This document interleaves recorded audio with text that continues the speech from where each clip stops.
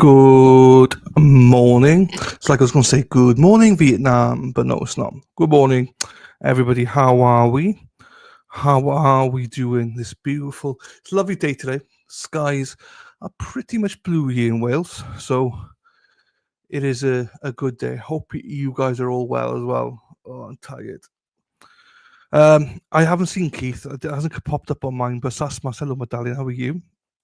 Robin G, how are you, my darling? I hope you're well, Robin G.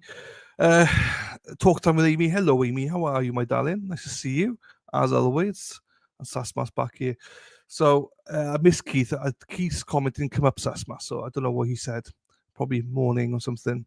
But after a certain amount of time, they normally cut the chat off. So, but it's all good. It's all gravy, baby. We got Gemma Cabe first thing this morning. Beautiful in Donegal too. Oh wow, is it? Is it? Yeah, it should be. It should be, shouldn't it? I should be surprised, should I? It should be. You just cross the road, basically. Cross the ocean, as they say. Yeah, that is nice. I went out for a slight walk this morning and it was nice. It was nice. A little bit of wind, but not much, So it's one of those that I enjoy, Ashley, how are you, my darling? McNamara, proper Irish name. Look at that. Topa Donegal, proper McNamara. Good morning to you. I hope everyone's doing well on this Monday morning. I'm doing well. Considering it's a Monday morning, I'm doing very well. Do you know what I mean? Had a good weekend. My niece was 18, which we went out for a meal, and she went out on the piss. She went out drinking with everybody afterwards. So yeah, I got a weekend with my nieces.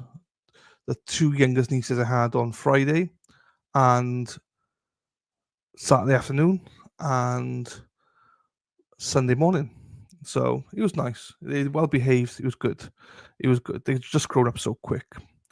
Growing up so quick. Once they become teenagers, we're not cool anymore. So anyway, so there we are. That's where we're at. We're going through this retrial pretty quickly, quicker than we need to at the minute, because obviously the trial is not starting on time, or what was scheduled to start that. Good morning, Tracy V. Hello, my darling. Nice to see you. Nice. I saw you in a picture, Tracy V, with my alternate corner hoodie on. That was awesome. How are you? Hope you're well. They do dance crazy out. You know what? I used to be cool. I'm no longer cool. So, except for the youngest one. But she did say, I need to lose weight on the weekend. She was like, "You're too fat." I was like, "Oh, yeah, you're right." She goes, "You got belly." I was like, "I know I got belly." MES, I can't say that word. Morning all. Sharon from Boston. Hey, Sharon. Shazza from Boston. Start with some early morning prayers for the reach out. Happy days. Look at that. I hope you're well, Sharon. I hope you're very, very well. Sassy Bartender, another one. Hello, my darling. How are you? A wicked psyched. How are you, my darling? Hope you're well. So, before we go into the rewatch, there is obviously a new motion out. Ooh. I'm not going to go through the whole motion because most of it's big words that we don't need to go through. It doesn't mean anything. It's just case law. But I know some of you probably seen this. I know Tracy V's seen this already because she'd like the post. But I'll put it up anyway so you can see it. This motion has gone to the it's just motion to stay court proceedings, and it's gone to the first district court. My nieces are coming. Oh, my younger, she was like, "You got a belly," and I was like, "Yeah, I know. I need to lose it. I know. I'm trying, little girl. I'm trying."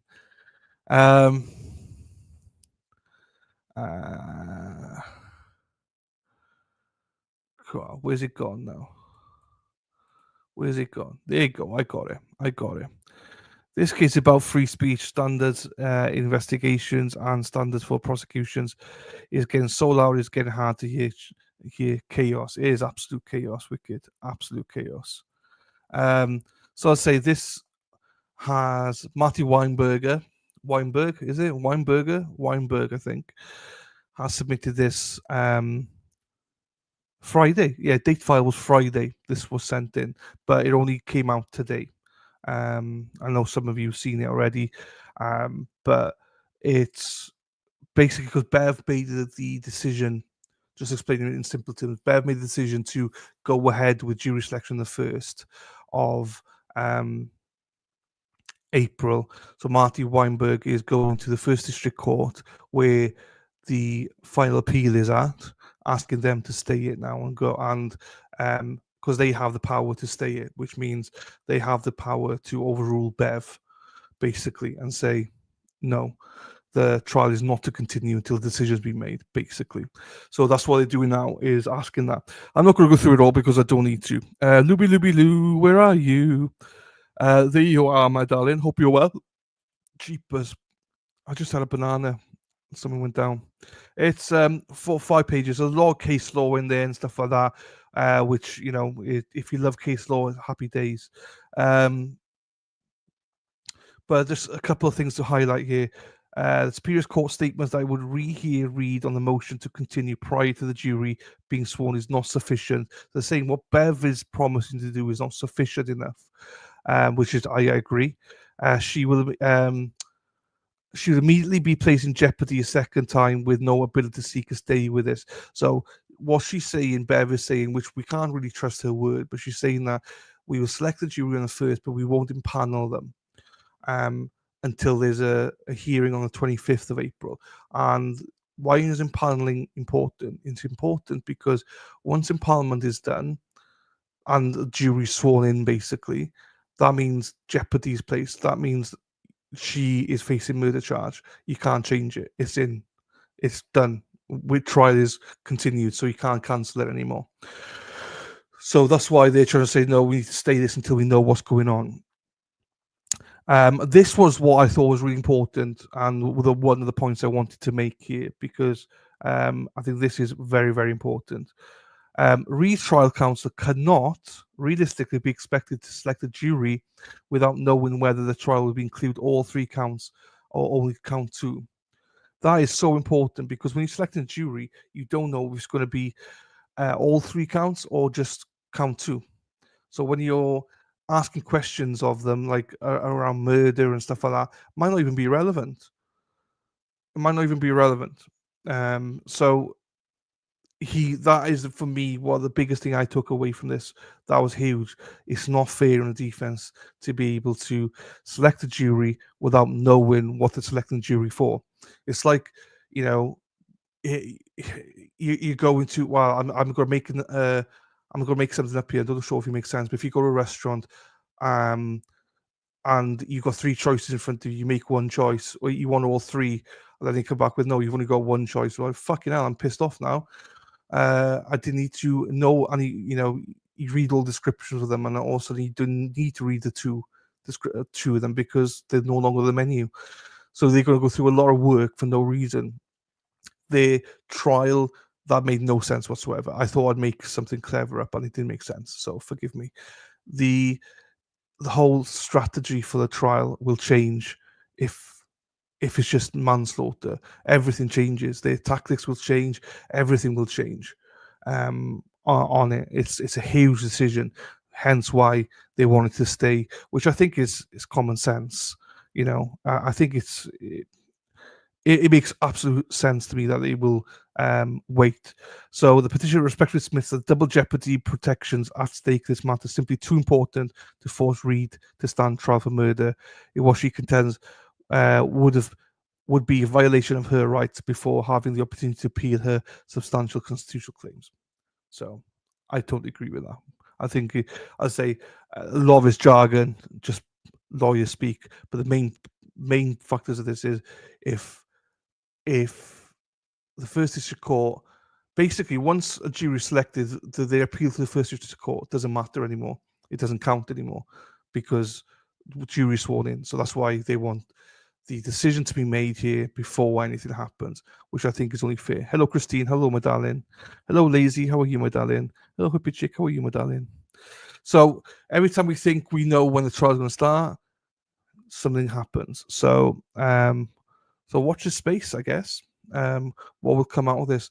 Obviously, they went to the federal court, and the federal court came back up, I think, on the same day, saying no. So we'll see what this one. I think this one's a little bit different because, um, at least with the first district court, because the appeal sits with them, they should have a good guess of when they will make a decision on this. So they might say, come back and say, well, we'll have a decision by such and such date. Maybe I have no idea, but maybe they will know. So, um, Carla Mars, hello to you, my darling. I love that you've been going all over the trial one. I've enjoyed it. Do you know what, Carla? I think I've enjoyed it. I think a lot of people have enjoyed it because we've been picking up stuff that we missed on the first time. Trial one's totally different to what I remember it as. Not different, but there's bits and bobs I forgot about. So yeah, I'm glad we're covering it. I think it's important. But we're not in such a rush now to go through it all, I don't think. But yeah, because of when it will start. Nanu, everyone. Hello, James. How are you, sir? Nice to see you. I don't say top of the morning, but that's not Scottish. Hope you got all your messages in, James. Dana Leonard. Good morning, I'll chat. Dana's on the way to work. He is driving. It's actually worse. Yes, I do. You know what? That's an intelligent way of saying it. This is why James is so intelligent. It's actually worse. Watching it for the second time, it makes me cringe to think, what the fuck is going on here? How? Oof! It makes me angry, to be quite honest with you.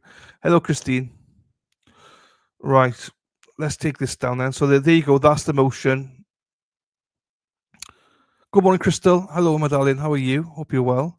I'll be listening today. No worries at all. Robin G, no texting driving. Dana Leonard. There you go. He must be in a traffic light. Oh shit! I outed him.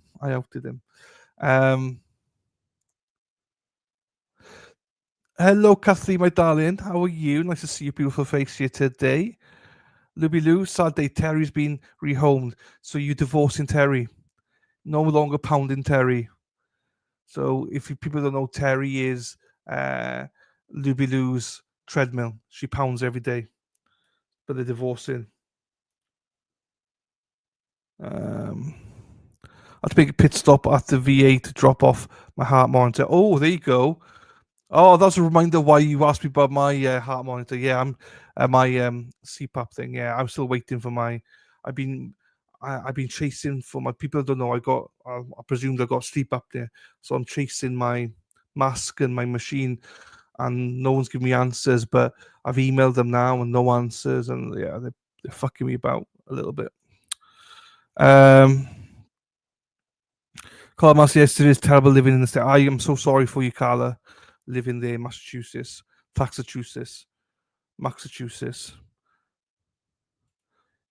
had a good run yesterday. Oh, you went for a run, did you, my darling? Oh, nice. I need to start running.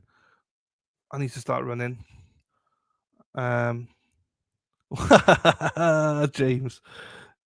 Right, let's get the trial going then, shall we? This is Gemma Cabe on recross, I believe. This is sorry, not recross, on cross. Sorry. So, where's it gone? Here we go. Hopefully that was fine for you guys. That what I just went through there. As I say, I'm not a lawyer. That's how I interpret it anyway. So, I ran to the fridge yesterday. My first 5K in 2 weeks. There we go. Good luck to you, Crystal. Good luck to you, my darling. Yeah, I need to do more of that. I need to go make a quick coffee as well. But oh fuck! I got tangles. Hang on, I got tangles.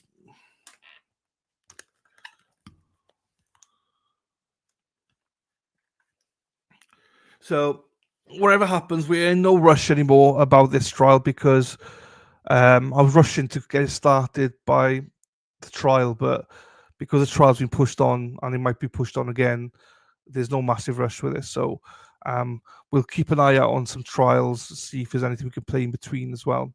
But we will be finishing this. Just we got more time to finish it now. Right, here we go, everybody. Let's go. Oh shit, my coloring in. Hang on, let me take my coloring in out. Right. Deb is in the vets as well, so hopefully everything goes well for Deb in the vets, and then here we go. McCabe family is important to you, is it not? All right, Mr. Do you record during the case evaluation the truth, the whole truth, and nothing but the truth, so help you God? I do. Well, now you said, hang on, let me just go to Rumble. Now you said, let's get ready, let's get ready, let's get ready to Rumble. I need to make sure that I am actually live on Rumble, so bear with me before we go live here. Psych. Let's get ready to rumble. Let's get ready to rumble. Ready and steady to rumble. Everybody rumble. My channels, alternate corner. Oh, we are live. We are live on Rumble as well. Happy. Oh, are we? Yes, we are. There we go. Happy days. Let me give that like then. Let's go. Hey Keith, how are you doing, sir? How are we doing? Madame Court Reporter was star of the. She was the star. She was a star. Hey, I wish I was Leslie's girl. What a name that is. Hello, how are you? I people keep changing their names, so I don't know who you are. If I do know you, hello. If I don't, hello. But yeah, I love the name. I love the name. It's a classic line. Watch us drop the mic. Watch us drop the mic. Psych. Good morning. All right, Mr. Jackson, whenever you're ready. Thank you, Your Honor. Ms. McCabe family is important to you, is it not? Yes. As a matter of fact, it's probably fair to say that family is one of the most important things in your life. Yes. You indicated on Friday that you know John O'Keefe, or you knew John O'Keefe, and you considered him a friend. Yes. You also indicated that you know Miss Reed, and at some point you considered her a friend. Yes. Clearly, John O'Keefe was not family, was he? No. He was not a McCabe, correct? No. He was not an Albert. No. Karen Reed is not family, correct? Correct. Not a McCabe. No. She's not an Albert. No. Ms. McCabe, when you were at Waterfall on the evening of the 28th, going into the early morning hours of the 29th, you spent some time with John O'Keefe and Karen Reed. Correct. You didn't see any tension between the two of them at the time? No. Matter of fact, they seemed like a normal couple to you? I didn't see them interact much. They were both engaging with you, correct? I had separate conversations with them. So John O'Keefe, we've seen from several videos, I'm not going to play the video, John O'Keefe was situated for the most part over in that corner as the camera is looking, the right corner of the bar, along with you. Nicole O'Keefe, this is, I think Matt McCabe was over there as well, correct? I can't be sure, but I know I spoke to Karen in that corner. And certainly you saw nothing to suggest that there was any tension or discord between and among those individuals, certainly between Ms. Reed and Mr. O'Keefe, correct? Correct. When you left Fairview, were you among the first to leave or among the last to leave? I left with, there was 4 of us that left total. It was myself, my husband, Matt, Julie Nagel, and Sarah Levinson. When you walked out, Karina Kolkithis was close by, close in town, correct? Oh, wait, are you talking about leaving the waterfall? The waterfall. Oh, I'm sorry. I was confused. I was talking about Fairview. Leaving the waterfall? Correct. Yes, we were one of the last to leave. All right. And Miss Karina Kolkithis was sort of in tow right with you as you're walking, correct? Yes. And Karen Reed, my client, was also heading that direction as well, correct? Yes. You said something to Miss Reed, did you not? As you walked out. We were in a conversation, yes. Did you say specifically, you're coming with me to Karen? No, You didn't say that. not exactly those words. What exactly were the words that you used? I said, why don't you come with me? And you even waited outside in what was ultimately freezing cold temperatures for Miss Reed, correct? Yes. If you could take a look, Your Honor, with court's permission, Exhibit 53, I'd like to play about maybe a 15-second clip from that. Okay. Actually, it's a little bit longer than that. It may be a minute. Can we pause this, Mr. Biggs?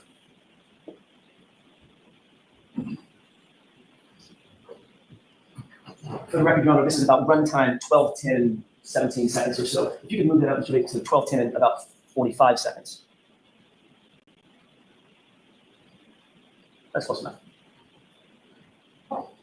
Mr. Cage, do you recognize what's depicted in this portion of the video? I see a car. It's kind of hard to see. I don't know what that thing on the white thing is. Okay, let's go ahead and play it. Let's see if you recognize any of this.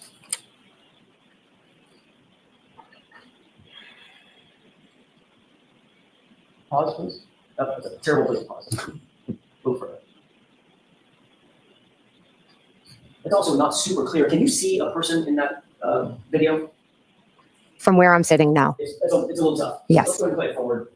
Well, actually, read that just a little bit. Did you see a person in the background right there? Honestly, I don't I can't make out what that is. Let's play it forward and see if this helps. Okay. Now do you see the person? Yes, The lighting is terrible. I apologize. Not my video. Do you know who that person is? I don't know. That's you, isn't it? I can't tell from that picture if that's me. Okay, let's maybe play it a little bit further forward.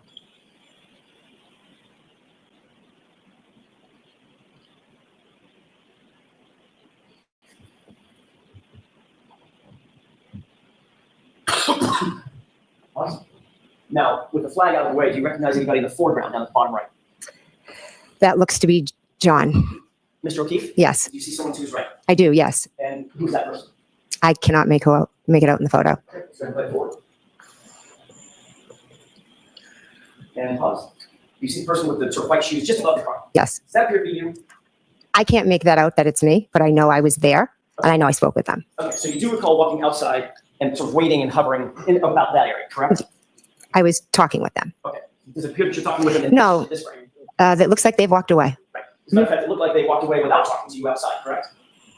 Well, do you have video of moments before that when I was standing talking to them? Well, see, this is the point where I get to ask the questions and you get to answer. So I'm asking you, do you see yourself standing in the parking lot after John and the person to his right and walking up? Yes. Okay. Let's play it for just a few more seconds.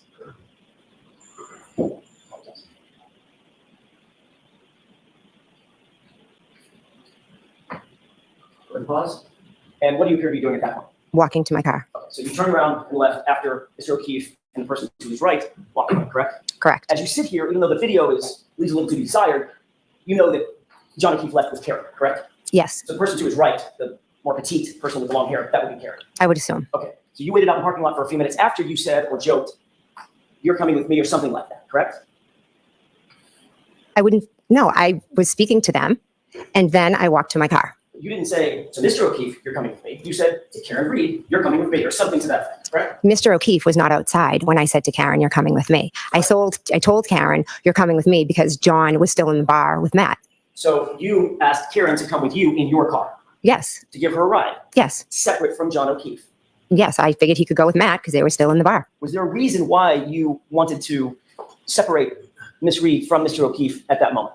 No, Why not just walk to your car with Matt and go where you're going to go? Matt was still inside. So you thought it was important enough to make the statement, "You're coming with me," or something to that effect, to my client, to separate her from John O'Keefe, even though your testimony is John O'Keefe was just inside the bar. Objection. Sustained as to that form. Ask it differently. Sure.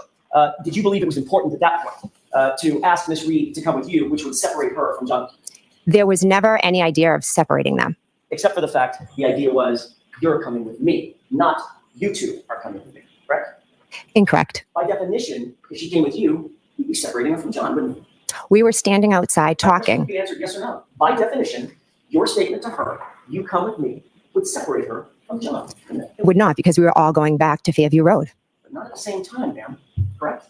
Your idea is to bring Karen with you, separate and apart from John. We were waiting for John to come out, and I said, "Why don't you just come with me?" It was innocent. I'm not asking for your explanation. You'll get to that with Mr. Allen. I'm asking for a yes or no question, or yes or no answer. By definition, your invitation would separate Karen from John, would it not? Objection. Ride over. Sustained. Move on. Would it or would it not separate John and Karen for the ride over? Objection. Sustained. Now, when you arrived at Fairview, some folks were already there, correct? Yes. Who was already there? Sorry, I was just getting a coffee. I was, so don't think I was being rude. I just went to make a coffee. Good morning to you, Denise. How are you, my darling?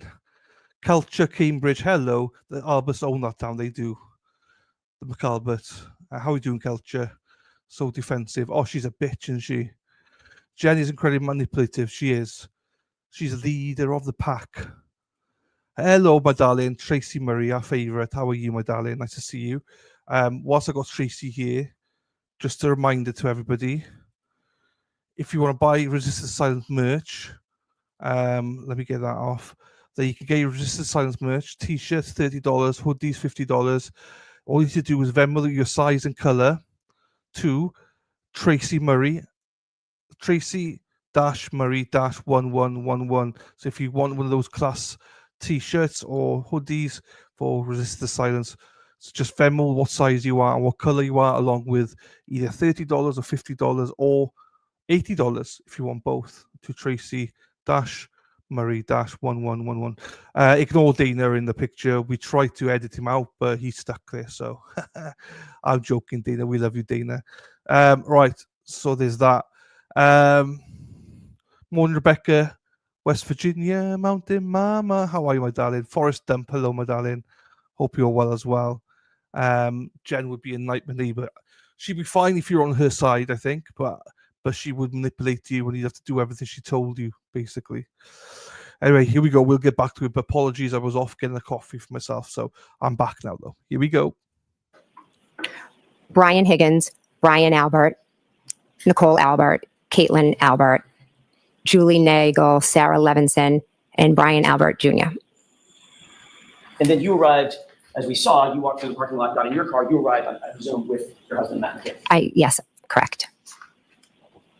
I want to ask a question about Mr. Higgins. Mhm. You said on Friday that you saw his vehicle when you got to the scene, correct? Yes, And you said that it was pulled up a little bit in front of the mailbox, correct? yes, Can we have Exhibit 66 with the court's permission, please? Okay.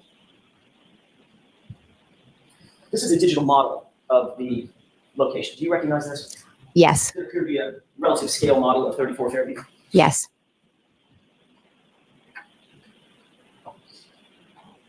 This would be the front door, correct? yes, And where's the mailbox? If you can point to it with a laser pointer. Okay, so you're pointing to an area just in front of a car that's in the driveway, correct? yes, And then the driveway's to the right, yes, and then along this line is the front lawn area and property line of 34 Fairview, correct? yes, You indicated that that Jeep was just a little bit in front of the mailbox, meaning about there, correct? yes, And the rear end of that Jeep would be butting up against the driveway, yes, or at least the line of the driveway, correct? yes, That's quite a bit of detail about where that Jeep was. Would you agree? no, because I drove down the street and I took a left into the driveway and there was a Jeep there. What I'm asking is, you didn't just say, your memory is not just somewhere in front of a house. It's literally right in front of the mailbox, the front end of it, adjoining the line of the driveway, correct? Yes, That detail obviously stuck out in your mind. it did because I was wondering whose Jeep it was. Did you discuss that detail with your husband at any point? Not sure. You're not sure? Why not? I'm not sure if I said whose Jeep is that. No, I don't mean then. I mean between then and now. Have you and Mr. McCabe ever discussed where that Jeep was, or your memories of where that Jeep was? Possibly. You're aware that he put the Jeep in the exact same place that you did. Objection. Are you aware of that? I am. Oh, wait, no, excuse me. Repeat the question. You're aware that he puts the Jeep in the exact same spot you just put the Jeep, right in front of that mailbox, right? I know he knows where the Jeep was. I'm not aware what he said in here. Does he know where the Jeep was because you told him what to say about the Jeep? Absolutely not. It's because we drove together in the car and I asked. I possibly could have asked. One at a time, please, I'm ma'am. sorry. I didn't mean to step on your words. I thought you. That's okay. You can continue. Thank you. Appreciate that. I don't think we got your answer, though. Okay. Yeah, I think Madam Court Reporter was asking for your answer. Can you repeat your answer? To the question of did he know where the Jeep was? Whether or not you told him where the Jeep was. I did not need to tell Matt where the Jeep was. He knew because we were in the car together. But you two discussed it. When are you asking? At any time between January 29th and today. I'm sure we have, yes. You were also interviewed by Trooper Proctor on January 29th, 2022, correct? Yes, And you were asked a series of open-ended questions. What did you see? And where did you see it, correct? yes, Have we put any words in your mouth? no, They told you what to say at that time. no, And you told Trooper Proctor that when you arrived at the scene, after you got there, you, quote, first observed the vehicle, meaning Miss Reed's SUV, parked on the street by the driveway facing the direction of Chapman, correct? do you have something I can look at to refresh my memory? Sure. Do you not have a memory exactly what you told Trooper Proctor? Well, I know what I'm, Yes or no? You need your memory refreshed? I would like to see what the report says, please. Permission? Yes. Thank you. I'm gonna direct you to vaccines. Paragraph 3. Mhm. This is the face page. You'll review that, especially the highlighted portion. Let me know after you've reviewed it. Just read it to yourself.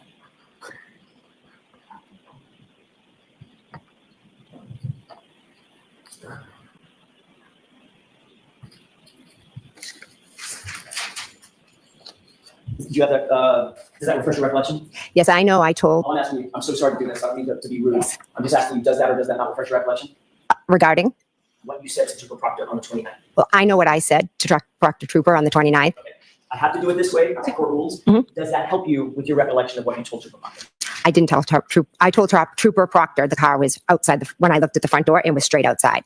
I can't quite get the answer I'm looking for. The court is going to require me to ask this question again. Mhm. Does that refresh your recollection, yes or no, as to what you told Trooper Proctor? Yes. I did not say this to Trooper Proctor, no. It doesn't help. No. Okay, may I approach? Yes. Thank you. So you did speak to Trooper Proctor on the 29th, correct? Correct, And Trooper Proctor asked you some very specific questions about where things were, correct? correct. Focused on Miss Reed's SUV, didn't he? Asked you questions about where Miss Reed's SUV If you was. can show me in the report. You just read it. So just off of what I just read, is that what you're going off of? Yes? I'm asking for your memory, you're testifying. Yes, so my memory is exactly where the car was. Hold on. So it's very important that both of you, one person at a time, speaks. Okay. Madam Court Reporter has to do what you're both saying, and she can't do it simultaneously. So the best way to do that is, Ms. McCabe, just let counsel ask the question and Okay. then you answer. And if it takes a lot more time than we expect it to take, it does. Okay, so just Thanks. go ahead, Mr. Jackson. Thank you, Your Honor. I'll slow it down. Did you talk to Trooper Proctor about where the SUV was? Yes, Thank you. And he asked you questions about where it was situated outside, correct? yes, And you told him that you first observed it parked on the street by the driveway facing the direction of Chapman, correct? I told him that when I looked out the front door, the car was straight ahead. And yes, it was facing up Chapman. And you left out a little part by the driveway, correct? That could have been his interpretation or an error on his part. I see. So Trooper Proctor is wrong about what you said. Objection. No, I'll let him have it. Do you think he's wrong about what you said? I 100% said it was straight out the front door. Okay, next question, Thank please. you, Your Honor. And during the course of that conversation, you never once, Ms. McCabe, not once, mentioned a several-ton Jeep with a snowplow attached to it, did you? I'm not sure if I did or not. Let's take another look at the report. Would that refresh your recollection to see the report? Objection. Do you think that will help you? I'll take a look at it. Okay, May I? yes. Direct your attention once again to paragraph 3.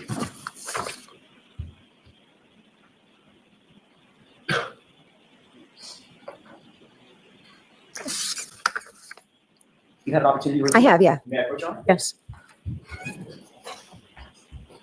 That looks like a report from Trooper Proctor of your interview, correct? Correct, That interview was taken on January 29th, correct? correct, That interview was taken just a few hours, not days or weeks, hours after the events in question, correct? correct. And you were asked what you saw, what you observed in front of 34th Fairview on that morning, correct? I'm sorry, the night before, correct? He asked specific questions about Miss Reed's vehicle. Okay.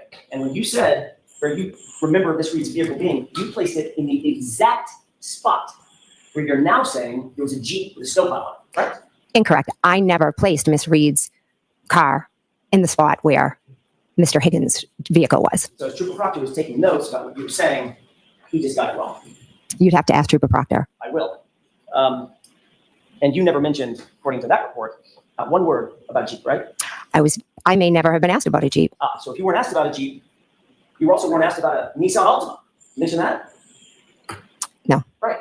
Because what he asked you was, what did you observe in front of the house? Ma'am, that's what he asked you, wasn't it? No, And you said, I observed her car by the house. no. And you never mentioned the Jeep, did you? You are not portraying what the conversation was. Did you or did you not mention the Jeep sitting on that, right by that driveway, Trooper Proctor? Yes or no? It's not in the report. I don't recall if he asked me about a Jeep. Now, following the events of January 28th, 29th, you spoke extensively to Chris and Julie Albert, correct? What do you mean by extensively?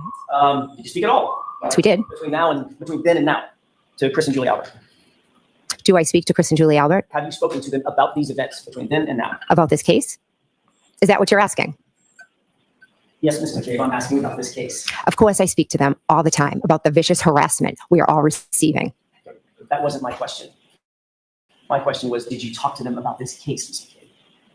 Yes, I realize you want to give additional answers in the editorial. I'm asking you very specific questions. Objection. Okay, so objection as to the form. We've talked about this at sidebar, Mr. Jackson. You talked to them about the details of that night, correct? The 28th going into the morning of the 29th. yes. You talked to them about what happened at the bar, correct?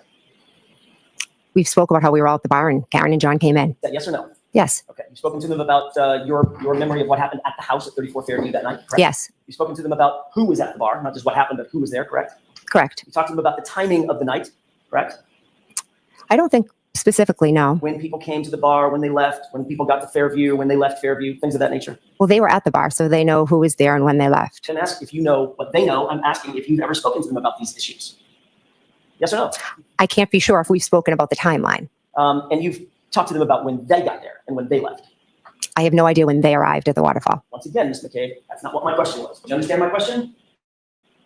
Have you spoken to them about their memory of that night and when they came and left?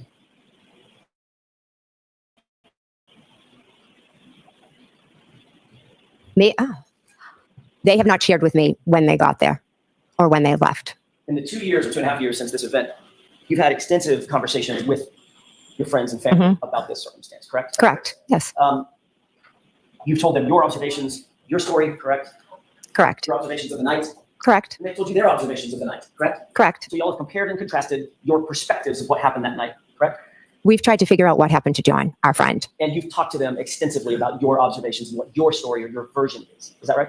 To be honest, not extensively. Speaking about it is very painful and difficult. What does extensively mean? More than twice? Well, you tell me. I'm asking the questions, Ms. McCabe. That's how this works. I understand, but extensively would mean almost every day. You talk to them almost every day? I do, but not about the case. Subjects about this case come up every day? The harassment of the case does, yes. What about the specific facts of the case? Ms. No, McCabe? it's the facts aren't spoken as much as the vicious harassment is spoken about. Understood. So you've told them your version of the events, correct? And they've told you their version of the events. Correct. And remind me, Chris and Julie Albert are, in fact, Colin's parents. Correct. At some point, you became aware that your daughter, Allie, was involved in this matter to some extent, correct? Yes. You became aware that there was an extraction of your phone that revealed some data about her whereabouts.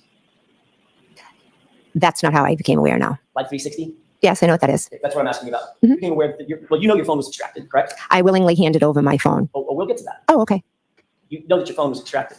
Yes, I handed it over. And you know that your daughter's whereabouts were revealed based on data on that phone, correct? That is not how I became aware of my daughter's whereabouts. You testified at the state grand jury, questioned by Mr. Wiley, correct? Yes. You were asked about the Life 360. Yes. You answered those questions very fluidly. Yes, Yes, I know what Life 360 is. I use it all the time. It's an app, etc. absolutely. Okay, let's go over that for a second. You admitted that it works as a, quote, GPS as far as where people go and everywhere that you go, correct? Correct. You indicated that it works as a reliable, quote, unquote, tracking device, was your testimony. Correct. You indicated that you rely on it, quote, so you know where your kids are at all times. Is that right? Correct. And you even said that it's a, quote, unquote, good parenting tool. Is that right? Correct. And the reason you said that is because it's accurate in your experience and it's reliable. Is that right? It's a good tool, but it is not always accurate. But you said, when you testified in front of the great grand jury, that it's accurate and it works as a GPS as far as where you go and everywhere you go, correct? Objection. Did you say that? Can I see it? Sure.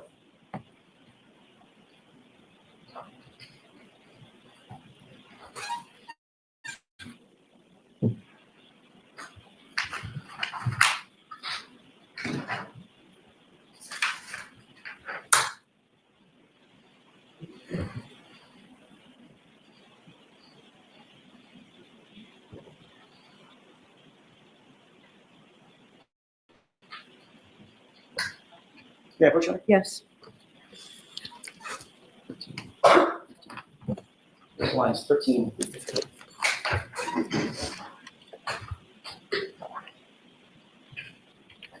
You said 13 through 15? Yes, ma'am.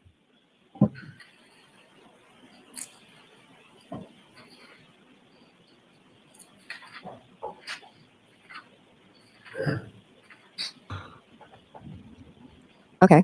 Ma'am, you want? Yes. Right, if you notice there, right, she gets this, right? She gets it. And she instantly starts reading it.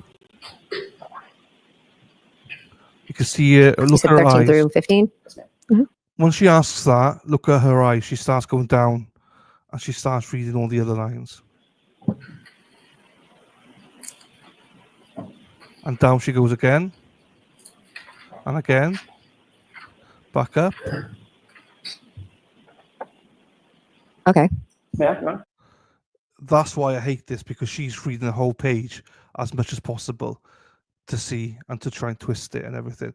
I would love if she has to see it, I'd love for loads of copies to be made available and for only the highlighted bit that she can look at. So everything else will be blanked out and it's only those 2 lines she can see. Like in a way, because you can fold the paper and stuff like that. Because doing these mofos, they will look at everything, try and twist it.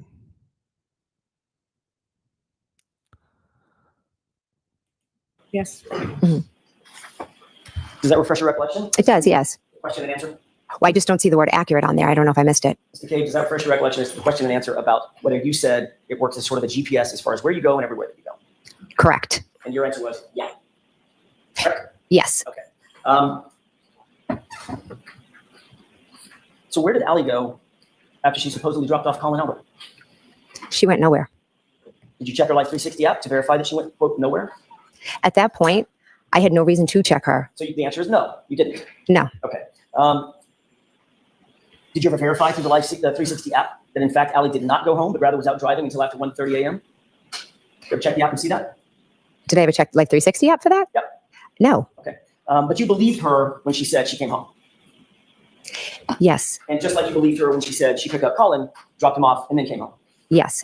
The Alberts had a dog, pardon me, correct? Yes. What's the dog's name? Chloe. You indicated that on the morning of January 29th, after 6 a.m., when it was still relatively dark out, you burst into the bedroom of Brian and Nicole Albert's home, correct? Yes. You did that specifically to wake up, according to you, Brian Albert and Nicole Albert, correct? Yes. Where was Chloe? I don't know. So you'll agree that, at least from their perspective, you walked in the front door unexpectedly, correct? Yes. You walked upstairs unexpectedly, correct? Yes. It's still dark outside, right? Yes. You walked through their door, and you said you burst into the door into a dark room where they were sleeping, correct? Yes. Mr. Albert said that you were somewhat hysterical. Would you agree with that? Yes. You were loud, right? I was trying to wake them up. You were somewhat chaotic. Yes. And you don't remember a 70-pound German Shepherd having any reaction. No. In fact, you don't remember the dog being there at all, correct? Correct. You never saw that dog, correct? I have no memory of seeing that dog. Okay, so as you sit here today, Mhm. you cannot say that the dog was here because you don't have a memory of ever seeing it. I did not see it. No. And remind me once again, when you were leaving that night, that early morning before, Mhm. who was the last person to leave? It was Caitlin? I believe she left after us. We talked about this, and I want to get into a little bit more detail about it. You indicated that at some point you looked outside and you saw Karen Reed's SUV in front of the house. Safe to say, correct? Correct. About what time was that you first saw it?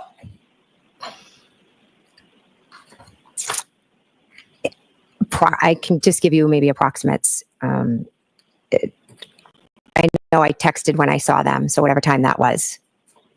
All right, let's see if we can narrow that down just a little bit. You also indicated that you saw Ryan Nagel's vehicle outside. Saw lights. Okay. Lights belonging to the vehicle, right? Yes, I knew there was another vehicle outside. And where was that in relation to Miss Reed's vehicle? It was behind it. I didn't pay much attention to it. Okay, and where was the Jeep in relation to Ryan Nagel's vehicle and Karen Reed's SUV?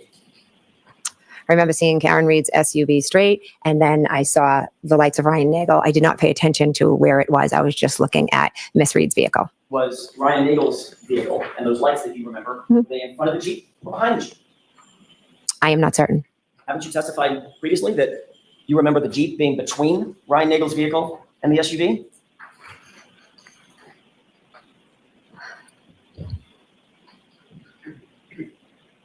I am not certain where Ryan Nagel's vehicle was. So as you sit here now, you don't know if it was in front of the Jeep as you placed it by the mailbox, It would be. behind the Jeep, or somewhere in between. It definitely was not in front of the Jeep. Definitely was not in front of the Jeep. No. So it was definitely behind the Jeep. Behind or to the side, I'm not sure. Well, if it's parked on the street in front of the house, it's not going to be beside the Jeep, right? That's going to be in the middle of It the road. would have been in the middle of the road, correct? So if it's pulled over, it's behind the Jeep. Okay, so now we've narrowed that down. Yes, Karen Reed's SUV, as we're looking at the property, Karen Reed's SUV, to the right of that, as we're looking at from the street, at the property, to the right of that Jeep, behind that Ryan Nagel's vehicle, correct? Correct. You sure about that? If my memory serves right, yes. If your memory serves. Okay. So you were asked about the arrival of Mr. Nagel's car at the state grand jury. Do you recall that? I believe so. That was in April 26th, 2022. Mhm. Just Okay. remember. Okay. Does that sound about right? Yep. I expect you to Yes. arrive that day. Yes. You were asked what time did you see Ryan Nagel's vehicle arrive at the location, and you indicated that it was 12:23. You remember that? Do you have it? I do.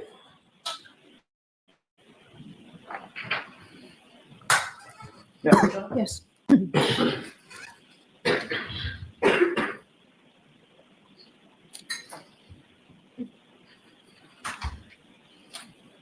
Take a look at lines 21 and on the highlighted portion. Let me know when you know. Okay. May I interrupt? Yes.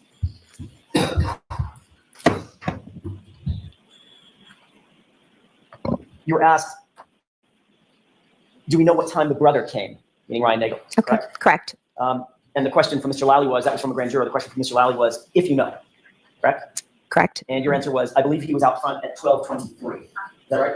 Correct. And the reason you could be so precise with that time, Ms. McCabe, is because you had asked Julie Nagel to give you her text messages with Ryan for that night, and you would refresh your recollection about the time, correct? Correct.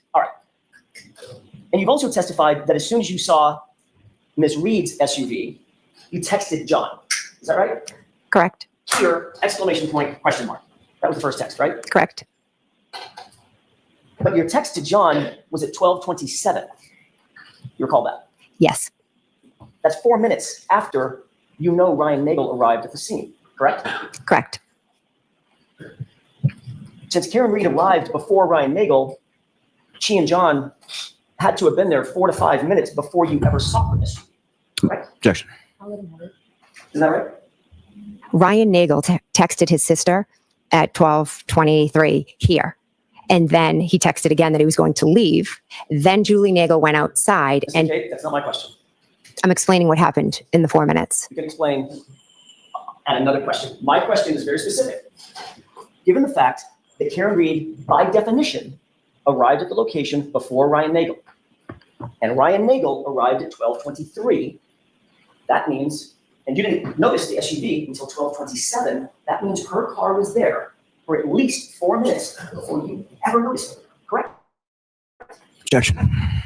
Is that correct? Can you answer that question? Correct.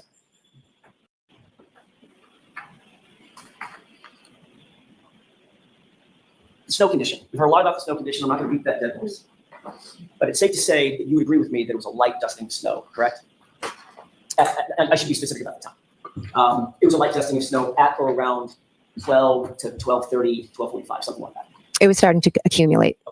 And accumulate means stick to the ground, not just fall and melt, right? Yes. So it was starting to like a very thin blanket of white. Yes. You indicate that, or you indicated on Friday that you saw some sort of tire tracks. Is that right? On Friday? I don't believe. I thought in your testimony to Mr. Lally on Friday, you indicated that you saw some tire tracks. That could be wrong. Yes, I don't remember that. Okay, let me ask you, did you see any tire tracks?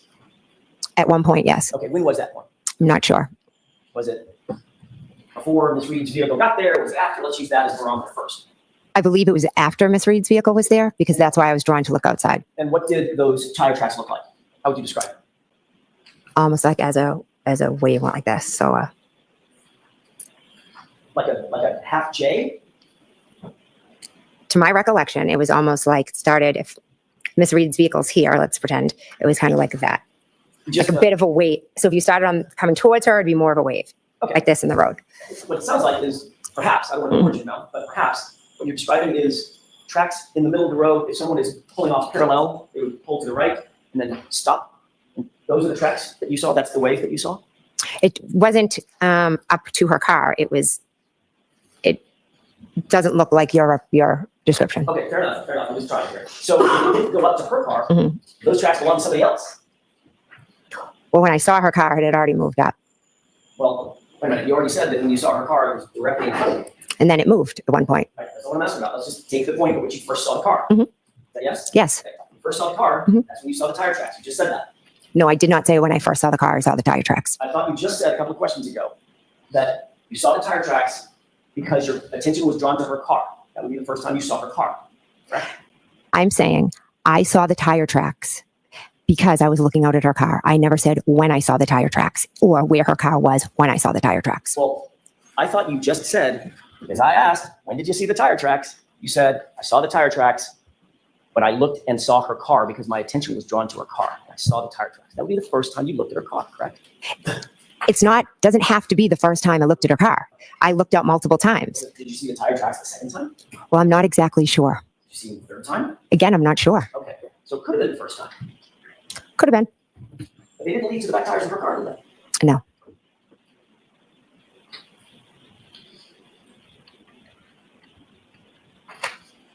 Let me have just a moment, Your Honor. Yes.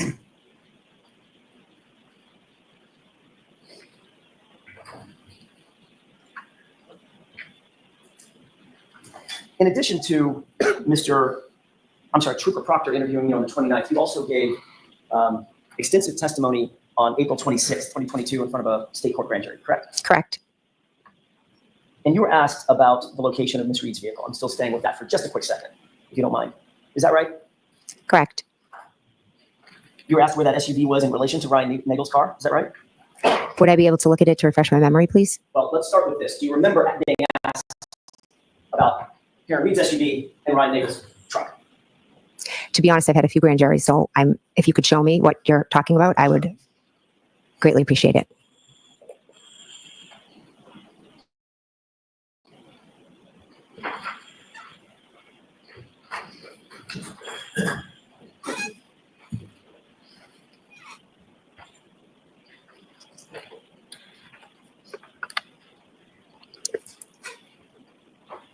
Let me have just a moment, Your Honor. Yes.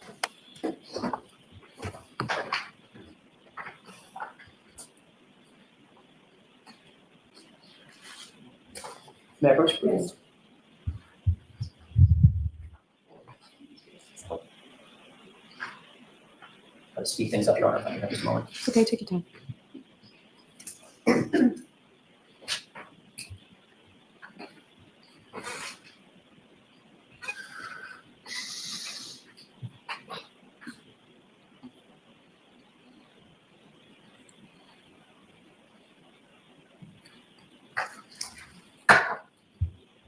Entire grand jury, direct your attention to 182, 187.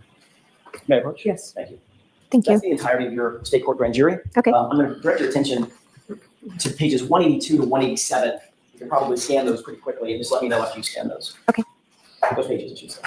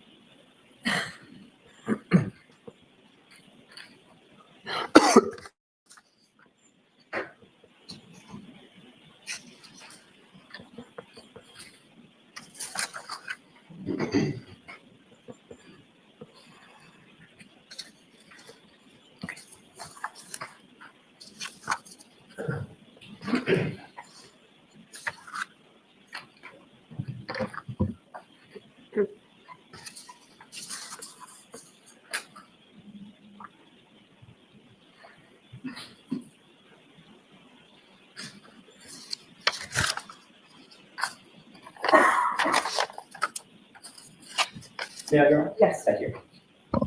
Thank you. Did you have an opportunity to glance at those pages? I did, yes. As you glance at those pages, my question is a relatively simple one. I wonder if you have an opportunity. At no point, when you were describing the vehicles that were out front in front of 34th Fairview on that night, at no point, under oath in front of that grand jury, did you ever mention a Jeep? Did you? I was not asked about any other vehicles out front. So when you were talking about the vehicles that you saw in front in some painstaking detail, talking about the black SUV and Ryan Nagel's truck, you just left out the Jeep because nobody asked you about it. I didn't read anything in that about Ryan Nagel's Jeep. vehicle. Did you miss it? I must have. Okay. Is it in there? Yeah, it is. Okay, You, what? in fact, asked about Ryan Nagel's Jeep, weren't you? If you want to show me. Well, I don't want to sit here and, did you review your I transcript? just read it all. I didn't see it. Ms. McCabe, you Objection. can't interrupt when I'm talking. Okay. And I will do the same for the okay? As you review those pages, you were asked about the cars that you saw in the front, did you not? I was asked about Miss Reed's vehicle. Okay. And at no point did you mention a Jeep being behind Ms. Reed's vehicle, as you testified today, correct? The questions were all about Miss Reed's vehicle. At no point, my question is this, it's yes or no. You did or you did. Did you mention ever in that grand jury that there was a Jeep behind Ms. Reed's vehicle? Yes or no? I'm not sure. I'd have to read it all. As you sit here, do you recall mentioning the Jeep? I was asked about Miss Reed's vehicle, and those are the questions I answered. I can't, you need to keep. Okay, sorry. Let's try this again. As you sit here, do you recall mentioning the Jeep, ma'am? I would have to reread that. Right. If you don't remember anything, how do you know that that's the only questions that they asked you? She keeps saying, I was only asked about Karen Reed's car. And then in the second breath, she goes, I don't remember what I was asked. Well, how do you know then? They could very well have asked you that question then. I need to refresh my memory. No. You just want to read all the evidence again. I hate this. I understand you have to refresh memory sometimes. I get that. But she wants to refresh her whole testimony. Word for word. It's like she is, how she gets away with it, I don't know. How she gets away with it, I don't know. Conscious Machine 413, hello to you. Massachusetts here, this state has caused enough embarrassment and shame in prison all conspirators. It's just like, come on. I don't know. Fucking hell. Transcript. You don't have to reread the transcript to answer that question. Do you recall mentioning the Jeep? If you don't, you don't. I may not have been asked about the Jeep, so I did not mention the Jeep. Fair enough.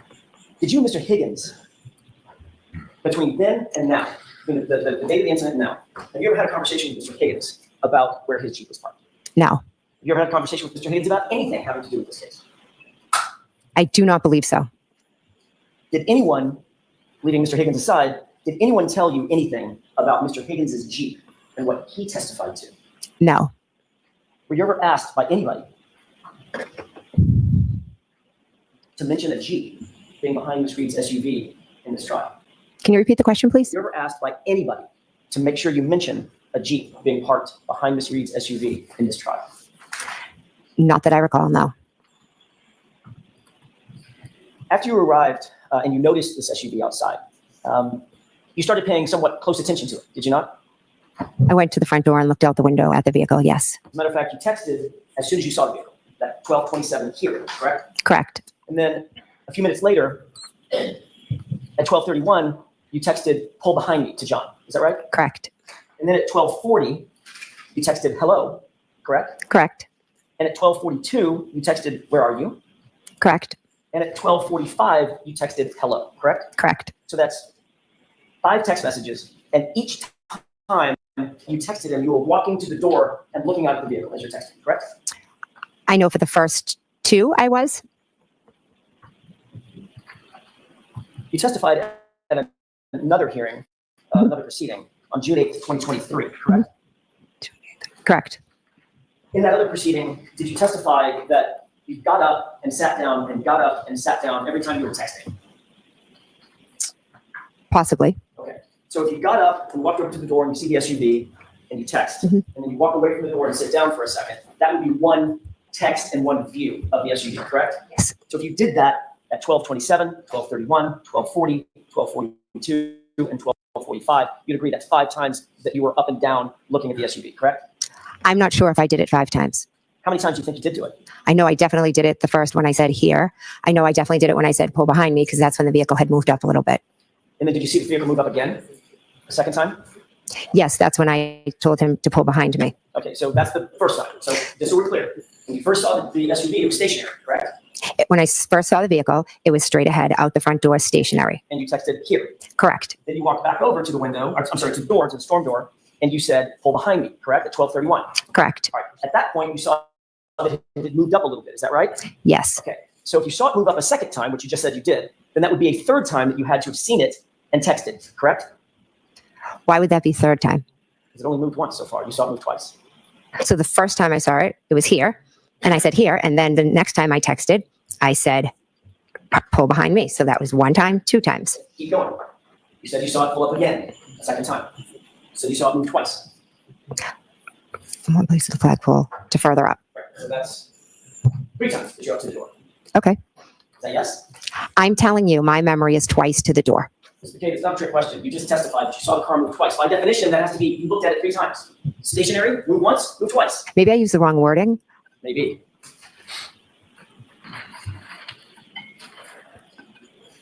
Let me have just a moment, Your Honor. Sure.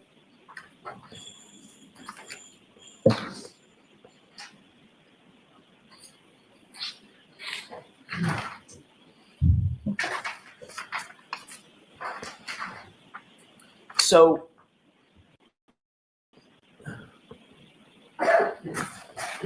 when you testified in front of this other proceeding, didn't you testify that you walked up and sat back down 5 different times, watching that car and texting every single time? Would you be able to show me that? It's gonna take a minute. Can I have one, Your Honor? Thank you.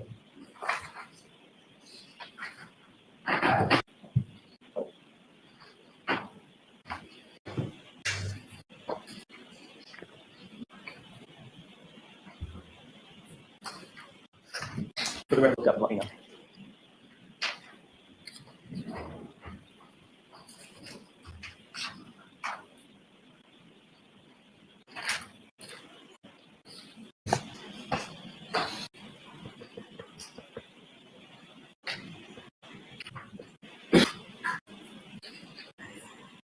To review those few pages from your testimony in June of 2023. Yes. Did you talk about, you were asked about getting up and sitting down and looking at the SUV several different times and texting? Yes. In fact, you indicated that you got up and looked outside through that storm door several times, correct? Yes. And as a matter of fact, you looked every single time that you texted, you indicated that you looked out at the SUV and saw something that prompted you to text something, correct? Correct. And then after the last time, which would be 5 times, 5 texts, 5 looks, after the last time you texted, you got back up, which would be a 6th time, and the SUV was gone. Just chronologically. Correct. My husband and I were both getting up and looking. So I didn't ask you about your husband. Okay. Just about you. The answer's correct. yes. So you're indicating that you were trying to communicate with the occupant of the SUV that was sitting, what would you say, 30 feet outside the front door? I'm not good with distance. It's further than you and I are from each other, correct? Correct. At least double that, right? Correct. Okay, so could you give me, maybe yards are easier, like 10 yards, 15 yards? Again, I'm not good with measurements. Just right outside the front door. Within, Straight outside. Yes. Mhm. well, straight outside until it moved. To the front door. Of the front door is where it was. Okay, straight outside until it moved, according to you, correct? Yes. And then it moved. Correct. And then moved the second time, correct? Correct. It moved to the flagpole and then it moved up again. Okay, then you indicated that you had an absolutely clear view of the SUV. You were asked those questions, correct? If I had a clear view, Clear view. I could see the car out front. Yes. You were asked, you were looking out the front door of the house. Your answer was, uh-huh. You were asked, and there's a window in that door, right? Answer, it was opened. Yeah. Question, so you had a clear view outside. Answer, a clear view outside. Yes. Remember that? Yes. And is that your memory? You had a clear view? I had a clear view of Karen's vehicle outside. Correct. And then you reiterated that with the following exchange. Question, was the amount of snow coming Objection, down Your Honor. sufficient? So let's hear the question. Was the amount of snow coming down sufficient to obstruct your view of the vehicle, or did you have a clear view of it? Answer, I had a good view of it. Objection. The objection is as to the form of the question, the reading. No, that's okay. I'm going along the question. Was that your testimony? Yes. So not only did you have a clear view, you indicated in your words you had a good view of it, right? Correct. Then you noticed that the SUV was gone after the 12:45 text, right? Correct. So you're looking at that SUV over the course of between the beginning text and the end text. It's about 19 minutes, right? 12:27 or so to 12:45, 18, 19 minutes, something like that, correct? Correct. You maybe add a minute because you got back up and didn't text, and the SUV was gone, right? Correct. So you would agree, we just do some basic math. You're looking at that SUV on average about every 3.5 minutes. I guess I'm. If you want to pull out the times and you can look at them. Well, we talked about the times, and you agreed that you were texting between 12:27 and 12:45. Correct. Right? So if you were just to divide that by 5 times, getting up and looking, I don't know, I'm doing the math in my head, maybe it's every 3 minutes or so. Correct. At no time did you hear any noise or sound outside that was unusual? No. You didn't hear any squealing of tires or squealing of brakes? No. You didn't hear any screaming or yelling? No. You didn't hear any loud voices of foul language or door slam? No. You didn't hear any verbal argument or the revving of an engine, anything like that? No. Matter of fact, you didn't hear any collision or crash, did you? No. Matter of fact, the entire time that you looked out at that vehicle with that clear and that good view, you didn't see anything out of the ordinary, did you? No. And you would agree with me, as you looked at the SUV, you're looking over the lawn to the SUV out at the street, correct? Correct. There was no obstruction between you and the SUV. You've already testified to that. Is that right? Correct. And you could see everything in your field of view. Correct. And then you saw the SUV gone. It had driven away after 12:45. Correct. So I have a question, Ms. McCabe. Mhm. Where was the body? I have no idea. I'm assuming the body was on the front lawn. The problem with that is you were looking at the front lawn, weren't you? I was looking at the vehicle and where it had moved. You know what field of view is? Would you like to explain it? You had clear and good view across that lawn to the SUV, didn't you? When it was straight out, I did, yes. You had a clear and good view of that SUV the entire time until it left, didn't you? I could see the black SUV, correct. Nothing was obstructing your vision. I wasn't looking at the ground. I didn't ask you about the ground yet. We'll get to the ground. Nothing was obstructing your vision, was it? No. So you had a clear and good, your words, not mine, a clear and good view of the SUV Yes. and everything in front of it. I never said everything in front of it. I saw the SUV. It's black. It has lights on. And as it moved, I could see it with its lights. You had a clear view of everything between you and the SUV. All the things closer to you and the SUV. I wouldn't say that.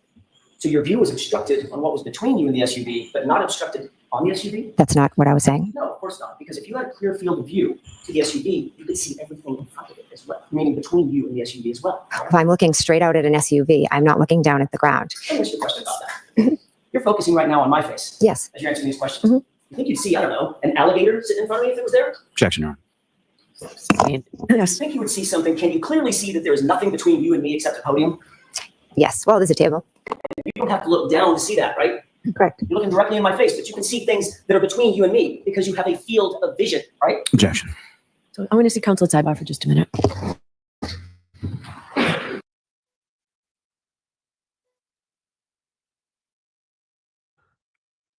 She's such a mofo.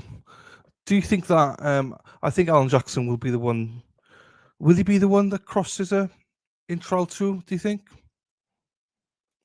She's such a mofo.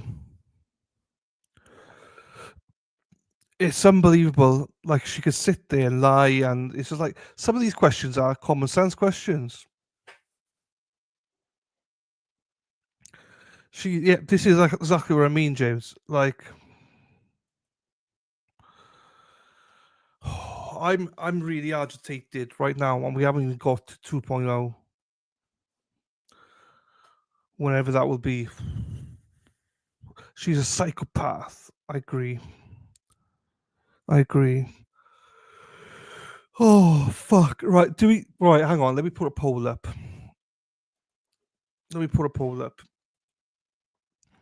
Who would you like to see cross Jen McCabe in trial support? So this is not who will, like it's not about who you think will be, but who would you like to see? Yannetti, Jackson, Little, and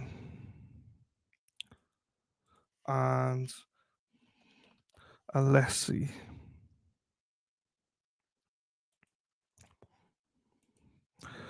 Welcome, enjoy the. Thank you, Josie. I'll be pinning that. I don't know what Pedro would be like. I've never seen him, so he's obviously great on stream, but I don't know how he would be in the courtroom. I've never seen him in action, so I couldn't comment about Pedro. He may well be good, but I don't know if he would be the same caliber. I don't know. Alessi, few people say Alessi.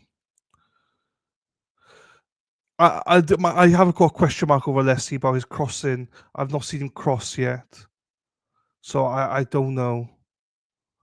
Dotty, Alessi or Little? Miss Little for me. Yes. Alessi's for Xmas. Yeah, I think Alessi would be great for Xmas. My only question mark over Alessi.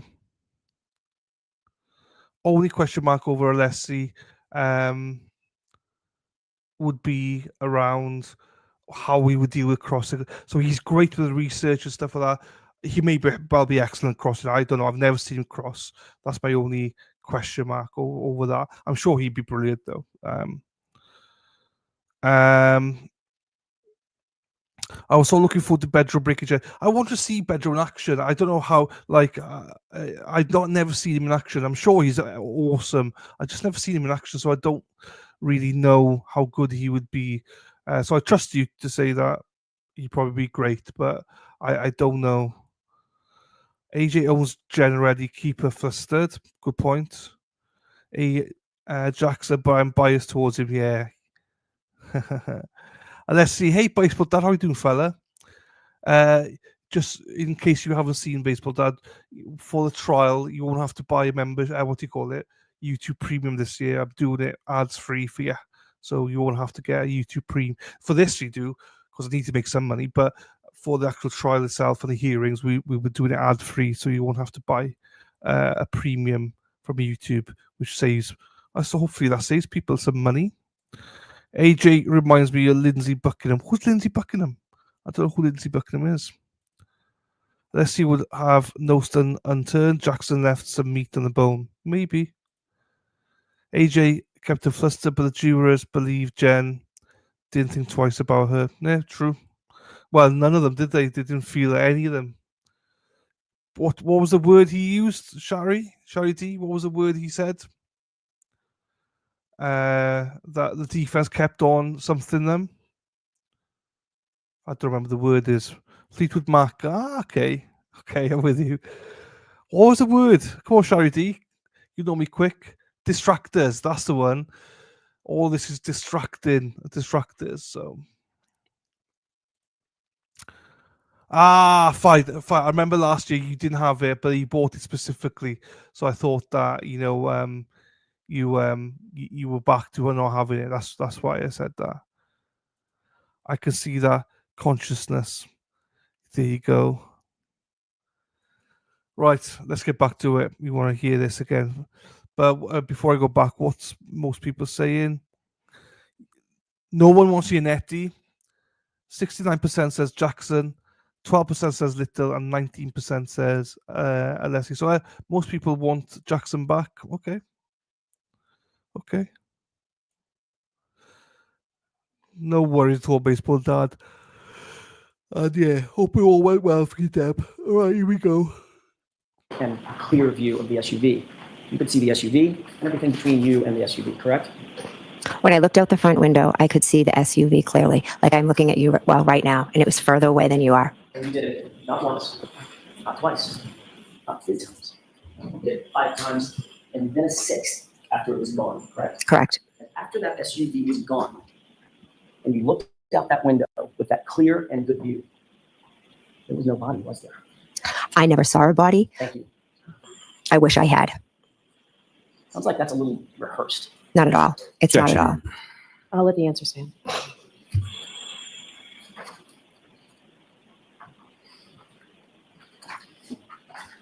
You left the location about 1:45, is that right? Yes. You didn't see anything out of the ordinary as you got in. Was it your car or Mr. McCabe's car? It was my car. When you got in that SUV of yours, you didn't see anything out of the ordinary outside, correct? I wasn't looking outside. Okay. I know that is the answer that you want to give to every question.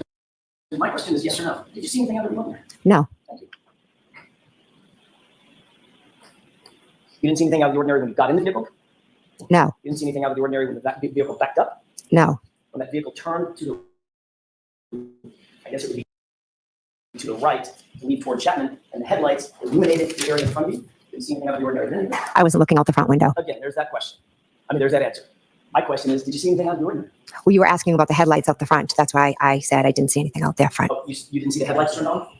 I was turned to the back. Right. Did you see that the headlights came on in the car? Yes, in the driveway, the headlights came on. Right. And you're seated in the front passenger seat, correct? Correct. So according to you, you got in the car and immediately twisted yourself, looking directly to the rear and never turned back around and never looked outside the window. Correct. Is that normal for you? Yeah, I'm a very chatty person, so I turned to talk to the girls. So you made sure that you did look out the window. Nope, that's not it at all. You also didn't hear anybody. You did hear some girls in the back, since they were so chatty, talking about bread and sandwiches or something, right? Correct. But you never heard anybody say anything about noticing anything out of the ordinary, correct? Correct. You didn't hear Julie Nagel say that she saw a black object in the yard. Never heard that. But you were turned around looking right at, according to you, correct? Correct. Indeed, engaging them in conversation, according to you, Correct. so that you can make sure that you weren't looking out the front or right windows. Objection. Can you answer that? Is that why you did it? No, that's not why I did it. I was talking to the two girls. When you got home, what did you do? I went up to bed. What time do you think you got home? Somewhere after approximately between 2 and 2:15. It took you a few minutes to drop the girls off. Correct. When you got home, you got on your phone, correct? Yes. Before you got on your phone, you went upstairs to your bedroom. Yes. Did you use any applications? Well, let me ask it this way first. Did you make any phone calls, just using your phone, any phone calls after you got home, either downstairs or upstairs? I do not believe so. Did you use any applications to communicate with anybody through Wi-Fi? You know what I mean by that, right? FaceTime audio or WhatsApp, phone calls, things like that. Text message? No, actually, and you may not use these, but I'm asking, did you use any kind of third-party app that uses Wi-Fi, VoIP calls, other than just a phone call? No. Sounds like you don't know what that is. I don't even know what you're talking about. Fair enough. So it's safe to say that you didn't use or you don't use any multimedia to communicate. You don't use FaceTime or Snapchat or Signal or anything like that. I've used FaceTime with my children, yes. Not for phone calls. No. Like FaceTime audio is a way that you can make the call. No, I FaceTimed with my kids at school, but that's videos. Right? oh, okay. So yeah, I guess not. You didn't do that night either. Not that I recall. Did you? Now I'm going to get back to your question. Did you text anybody? I did, yes. Who did you text? I texted my sisters and I texted my husband and a friend in a group chat. You texted your husband and a friend in a group chat? Hmm? Yes? Yes. Your husband was home? Yes. I want to switch gears for a second.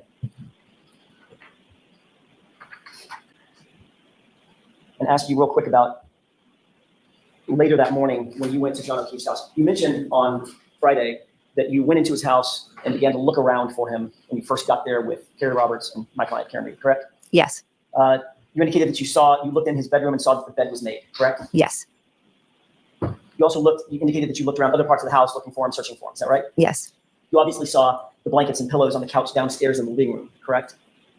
I peeked over at the couch. And you're aware that Karen Reed stayed on the couch that night to wait for John to come home. I'm not aware of that, no.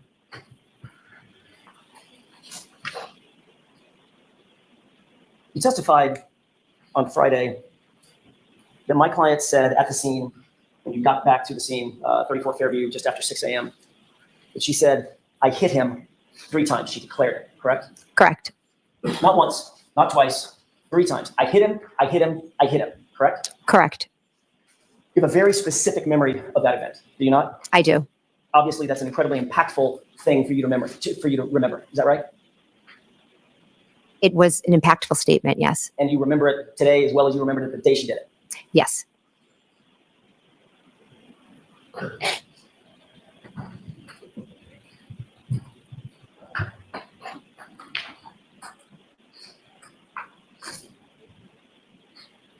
I may have just a moment. Thank you.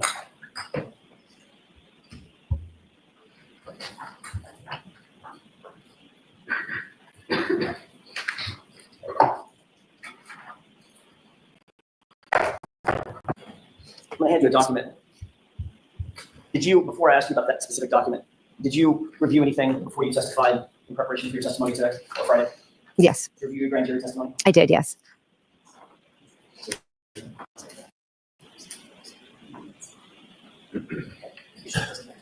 Understood. You did review your grand jury testimony, correct? Yes, So the document in front of you, you recognize it?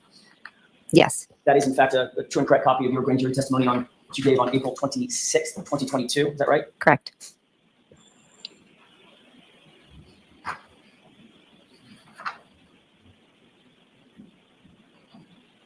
You'll agree that your testimony in that case, in that hearing, rather, April of 2022, that was just a few months after the events in question, right? Yes, You were under oath at the time that you gave that testimony, yes, and you were subject to the penalty of perjury when you were answering those questions, correct? yes.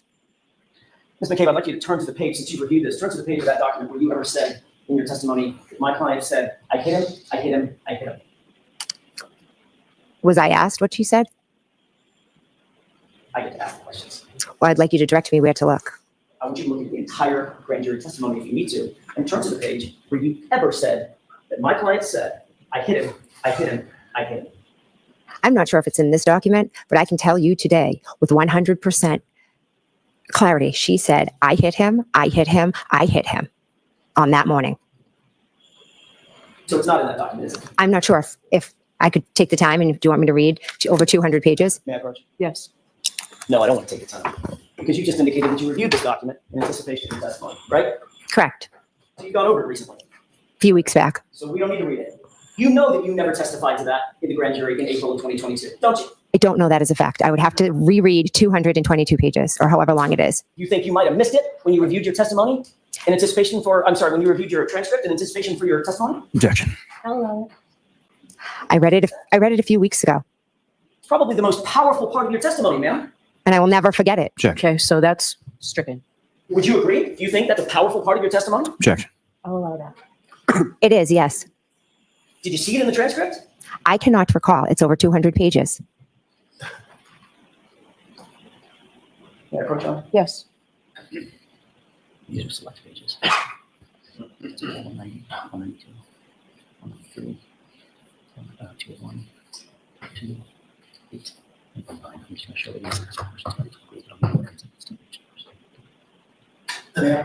These are select pages out of your grand jury testimony.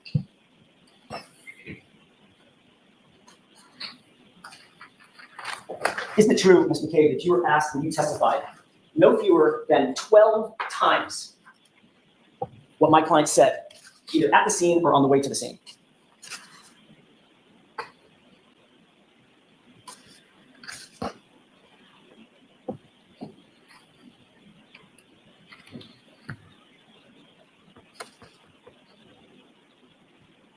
At the scene, I was asked twice, according to this. My question is, isn't it true that in April of 2022, you testified no fewer than 12 times, 12 separate statements you gave about what my client's statements were, either at the scene or in the car ride on the leading up to go into the scene? You remember that? I do. Okay, so on page 190 of what you're looking at, these should all be highlighted. It is. You testified that my client said to you over the phone at 4:53 a.m., she asked the question, did I hit him? You see that? I do. Number two, on page 192, talking about when y'all were in the car on the way to the scene, Karen asked the question, could I have hit him? You see that? Yes. Page 193, lines 1 through 2. You testified that in the car, once again, she asked the question, could she have hit him? You're relating that, meaning could I have hit him, correct? Correct. Page 193, line 23. In John's driveway, she asked the question, quote, and she's asking if she could have hit him. Yes. Page 201, driving to Fairview. She asked the question, what if I hit him? And could I have hit him? Correct? Correct. Page 202, lines 1 through 2. While driving to Fairview, she asked the question, could I have hit him? Correct. Page 208, lines 24 through 25, outside at Fairview, she asked the question, did I hit him? And went on to ask, could I have hit him? Correct? Correct. And your testimony was also on page 208 that Karen was yelling nonstop in front of the female EMT, did I hit him? Could I have hit him? Is he dead? Correct? Correct. May I approach? Yes.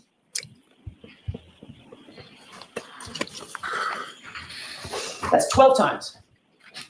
that you reiterated under oath, under penalty of perjury, in April of 2022, what my client's statements were either at the scene or leading up to getting to the scene, correct? Correct. Every single one of those, 12 separate times, you indicated that she asked a question, something like, could I have hit him or did I hit him, correct? Correct. Not one time in that testimony did you say she declared, I hit him, I hit him, I hit him. Did you?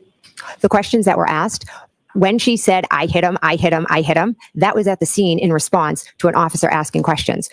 What I just read was us when she first called me, or when we were driving in the car, or when we were at John's house. So I was answering the question that I was asked. So you believe that you weren't asked the question, did she say to an officer, I hit him, I hit him, I hit him? And if you're not asked the question, did she say to an officer, I hit him, I hit him, I hit him? You're not going to volunteer that she said, I hit him, I hit him, I hit him. That's your testimony. No, that's not. Your testimony. My testimony is an officer was asking her what his name was and different things about him. And at that point, she was saying, I hit him, I hit him, I hit him. Which officer? I do not recall. Well, you recall the I hit him. You just told me that was the most impactful thing in the morning. It was shocking. So what officer did she say this to, supposedly? I was more focused on her and her hysteria than which officer was asking the question. So you have no idea who the officer was even, correct?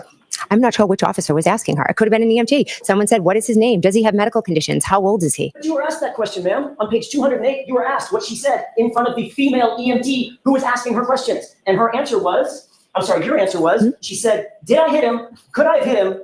Is he dead? Mhm. Is that right? That is correct. That But would have been a good time to offer up that she confessed, I hit him, I hit him, I hit him, right? Objection. Sustained as to that form. Ms. McCabe, the truth of the matter is you've manufactured this new story for this jury because you think it helps you out. absolutely not. You called 911 at 6:04 a.m. Is that right? Yes. Your Honor, with the court's permission, Exhibit 36 has already been marked and entered. I would ask to play a portion of that 911 tape, not the entirety of it. Okay.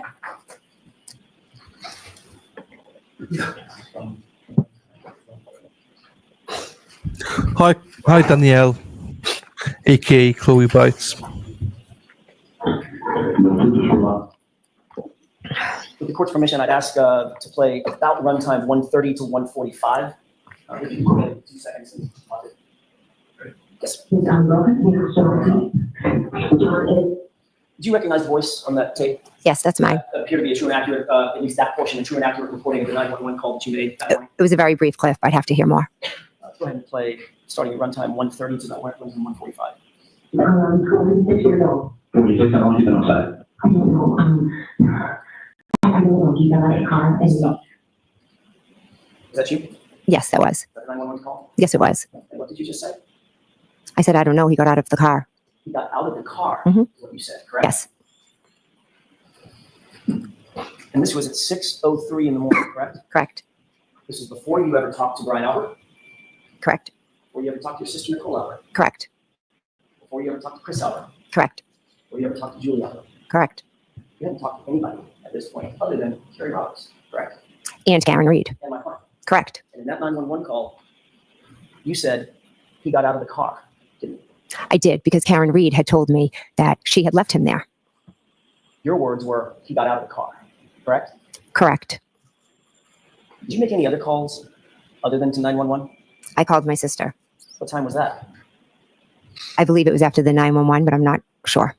You claim that your sister didn't answer, is that right? She did not answer. But you do know that your phone extraction shows that that was an answered call at 6:07. If that's what it shows, but I can tell you she did not answer the phone. And you are sure about that as you are, my client said, I hit him 3 times, right? I certainly am, yes. Perfect. You also called her at 6:08. I might have called her twice, yes. Your Honor, I have an exhibit. This may be as good a time as any to take a break. If you wish, I just have to cue it up. It's up to you. I don't mind. Folks, we'll take a morning. That it's an exhibit. Is it in evidence? It's not. Okay. It does include the 911 call. I don't want to play the entirety of the 911 call, but I do want to play the entirety of this particular 4-minute voicemail. Okay. Do you know what it is, Mr. Lally? I do. Okay. So is there an agreement that it's coming in? There's no objection to it. Okay. All right. I just needed to know if it would make sense for me to review it if there was an objection. All right, for the court, please.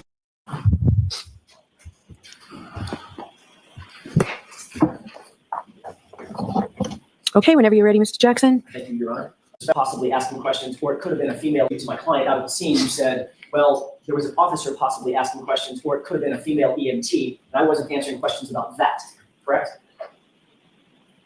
Hence, you didn't say, I hit him, I hit him, I hit him. Can you be clear on your question? Let me rephrase that. Before we broke a few minutes ago, you had said, the reason I didn't say, I hit him, I hit him, I hit him, is because I was never asked. And the subject never came up about when an officer asked her, then she declared that. I just didn't offer it. And then you said, or it could have been an EMT. Yes, I'm unclear who was there.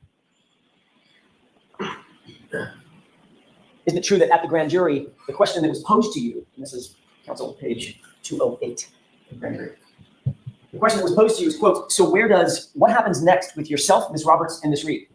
And your answer was, so there are different, police officers getting statements from us. At one point, I'm standing with Ms. Reed, and she's saying, did I hit him? Could I have hit him? And there was, I believe, an EMT, a female, standing right next to me and listening to her yelling, did I hit him? Could I have hit him? Is he dead? Is he dead? Is he dead? It was pretty much nonstop. Remember that testimony? I do. So in point of fact, you were answering the direct question about what happened in front of the police officer and the EMT, correct? There were multiple police officers and multiple EMTs present. So now this is another police officer and a different EMT. I'm not saying that. Okay. But nowhere in this did you say that she declared the words, I hit him. Correct? We agree on that. Correct. Your Honor, I have an item I would like to have marked as next in order. Okay. May I approach? Yes.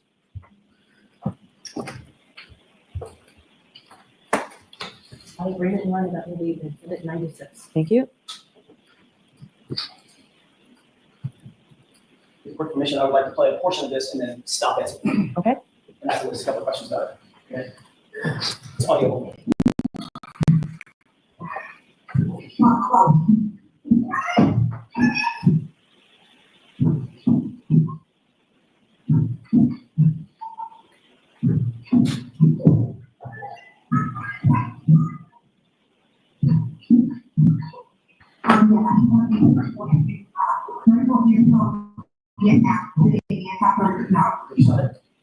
Mr. Cape, I've paused the audio tape just to ask you a couple of foundational questions. Do you recognize what's on that audio tape? Yes, that is my voice. Okay. You recognize you starting a 911 call, correct? Correct. Similar to the call we just listened to a few minutes ago, which was the actual 911 call, correct? What's the difference between the two of them? I'm about to explain it. It's a confusing question. I apologize. This appears to be an open voicemail overhearing your 911 call. You recognize that?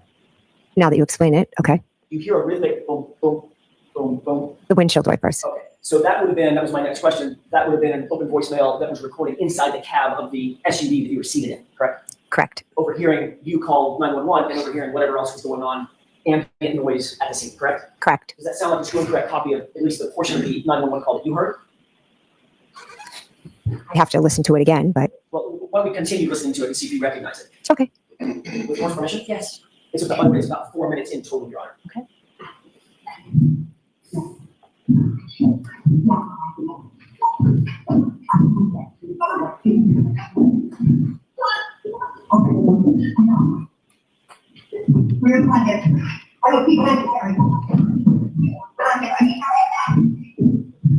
Pause it.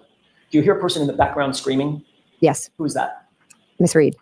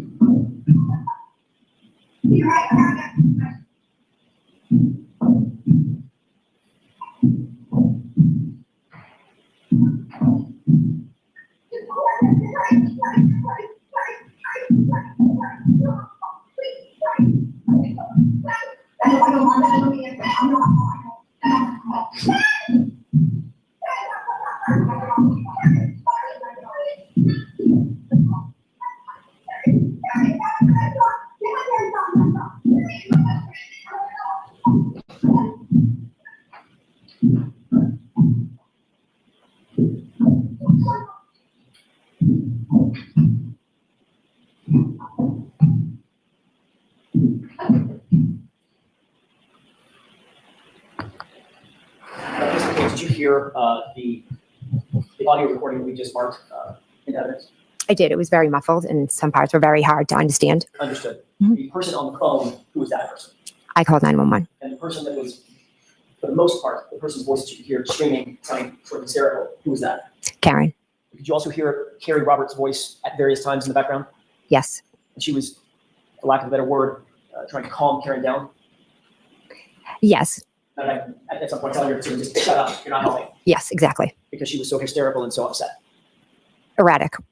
I want to play the rest of this. It appears that this recording is longer than your 911 call. You agree with that? Well, I'd have to see. Well, the 911 call's already ended, correct? I'm not sure how long was the 911 call. Okay, this is about 3.5 minutes into a 4-minute recording. My only question is, would you agree that the 911 call is subsumed within this whole 4-minute recording? I couldn't make that from that muffled. You couldn't tell? I couldn't tell. So if you have my phone record, you could, I'm assuming, tell when before the 911 call ended, because I know the 911 call was long because there were multiple, they had transferred me multiple times. Right. My question to you is, I'd like you to listen very, very closely, and I know that it is a muffled recording by definition. I'm not going to do that. From this point forward, I want you to pay very close attention. I want to ask you if you hear a voice, very muffled, toward the end of this recording. We can play it with permission. Yes.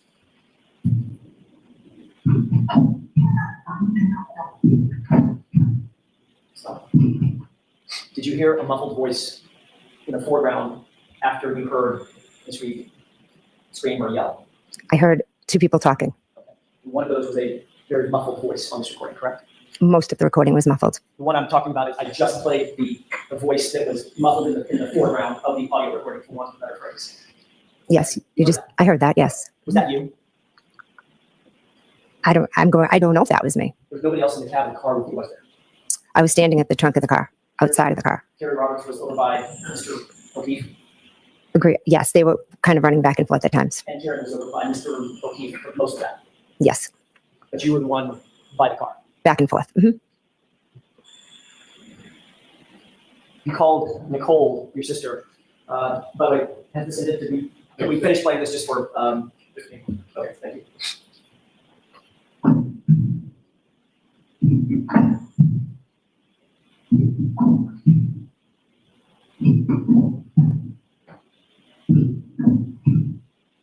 Okay, that appears to be the end of the tape. Okay. Okay.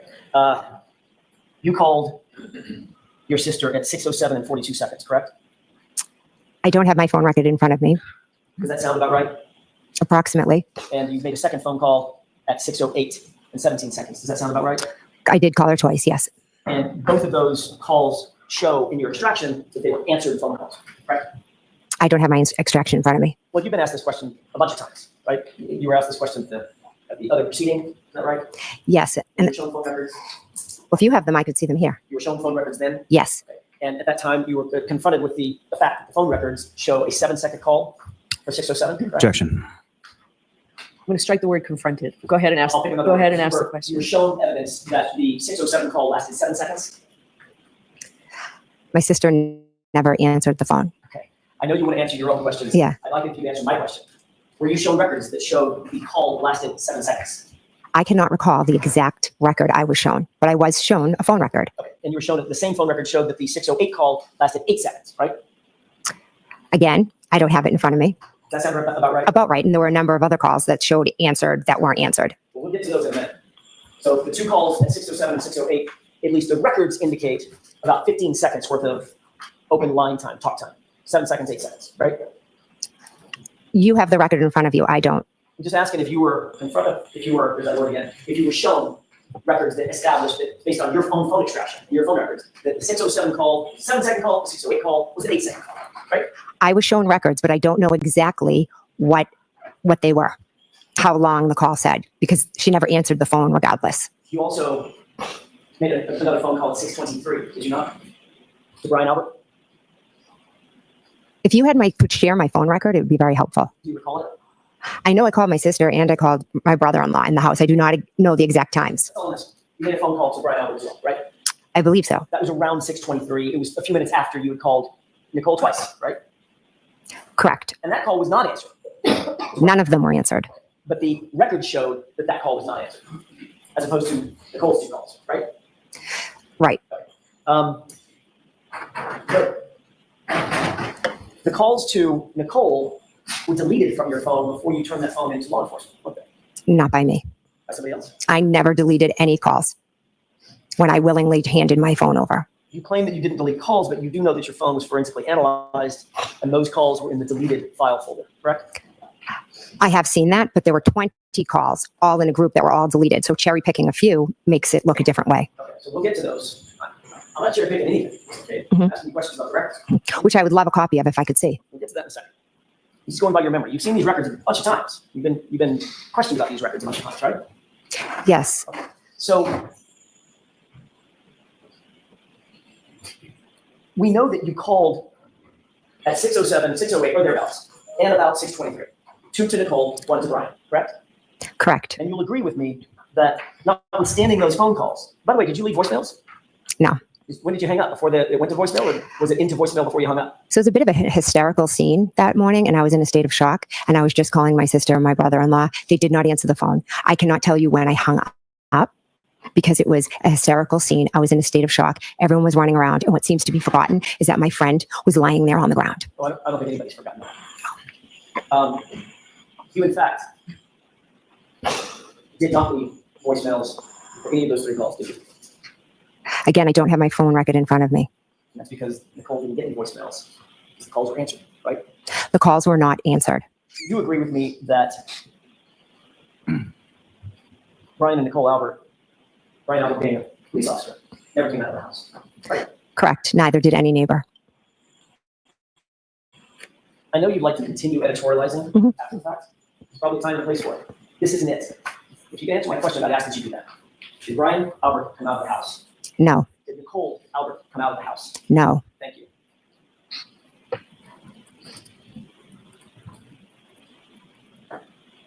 How many of the initial police officers from Canton Police Department who responded to the scene were you friends with? I would say I am friendly with Mike Lank. He was 5 years older than me. I knew him. I knew him growing up. If I saw him around town, I would say, "Hey, how are you?" Pretty much that's the extent. Anybody else other than Mike Lank that you were friends with? Not that I am friends with. I knew of Officer Sean Good, but I wouldn't say I was friends with him. I just knew who he was. And you also knew that Officer Lank was very good friends with the Albert family. Good friends, yes. You knew that Mike Lank and Chris Albert had a long-standing friendship, correct? Correct. You just indicated you also knew Officer Good, is that right? Didn't know him. I said I knew of him. Okay. With regard to names like Seraph, Delaney, not so much. Seraph has a sister that's the same age as my sister, but I had never, to my knowledge, met Seraph. And of all the officers who responded to the scene, the 2 who actually went inside the Albert home to talk to Brian Albert and others was, in fact, Mike Lank and Officer Good. I don't remember Officer Good in the house. I only remember Officer Lank. The reason you know that, the reason you have a memory of what was happening inside the house is because you were allowed to actually go into that home, correct? Correct. And you went into that home before any of the officers went into the home. Is that right? Correct. You were allowed to have private conversations with Brian Albert? I woke Brian Albert up. Were you allowed to have private conversations with Brian Albert? Yes. And you were allowed to have private conversations with your sister, Nicole? Yes. That was before the police ever went in to do any formal interviews of you, Brian, or Nicole, correct? Correct. Did you discuss in these private conversations how you 3 were going to answer any questions for the police when you were asked? No. Did you talk about what you were going to say in any respect? We were in shock. There was no. Did you talk about what Brian and Nicole were going to say in their interviews with the police? No. Did Brian Albert give you any advice as a police detective what you should do or say when you were interviewed?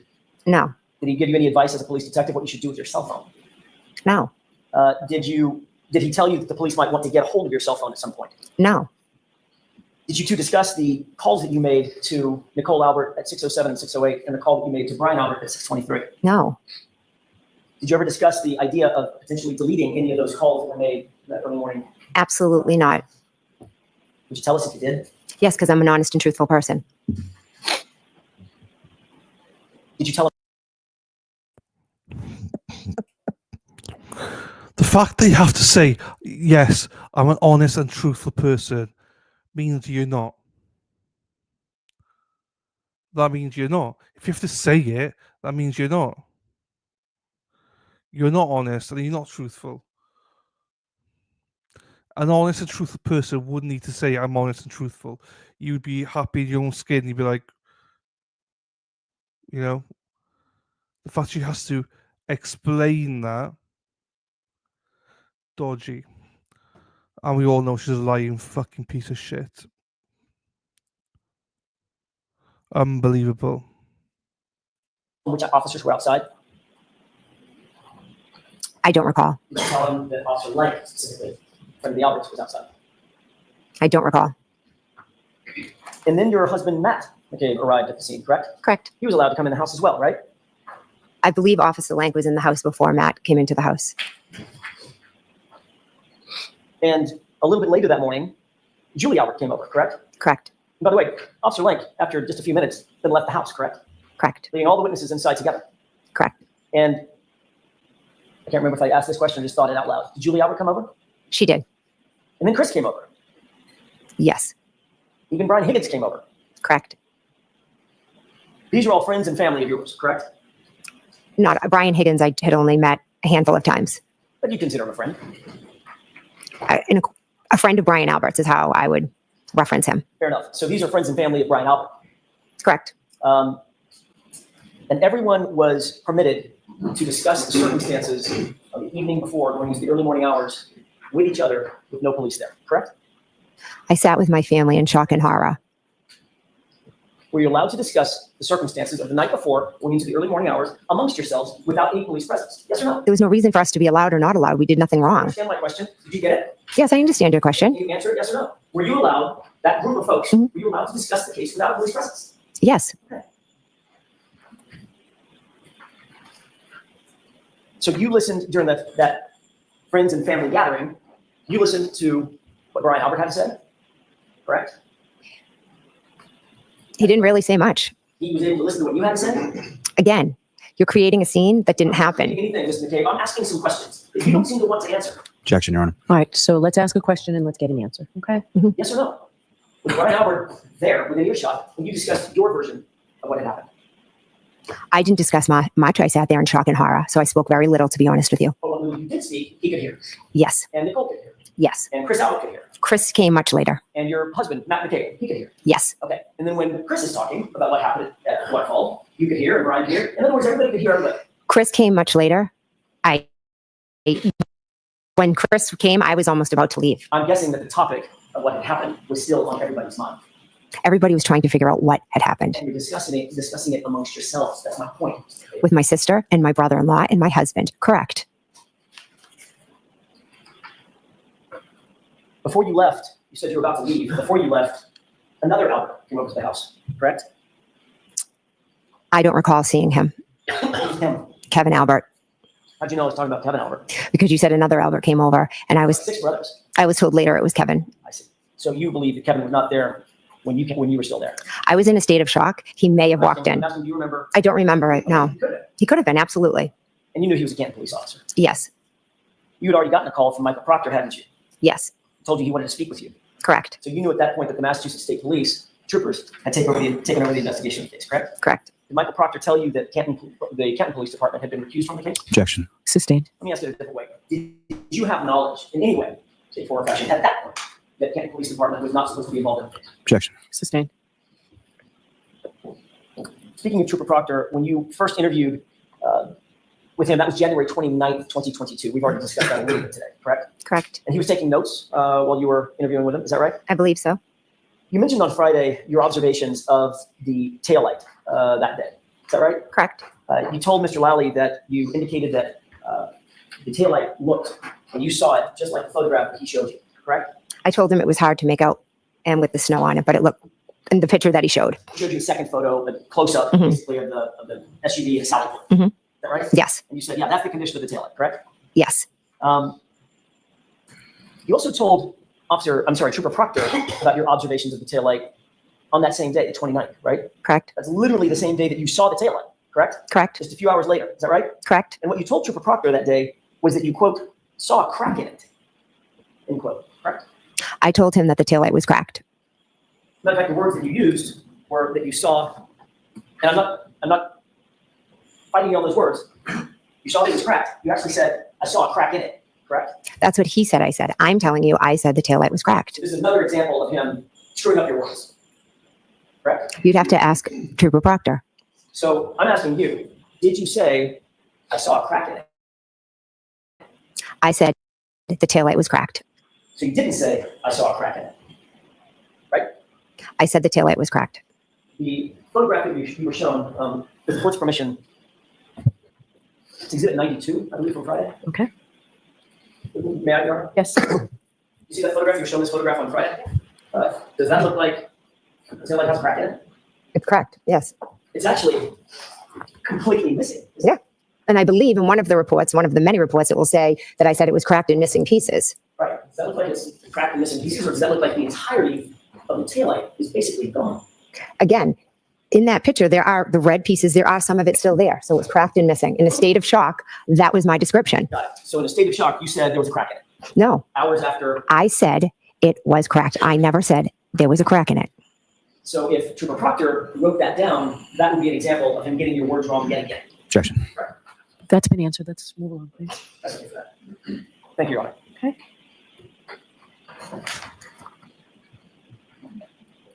I want to get back to January 29th, that interview with Trooper Proctor.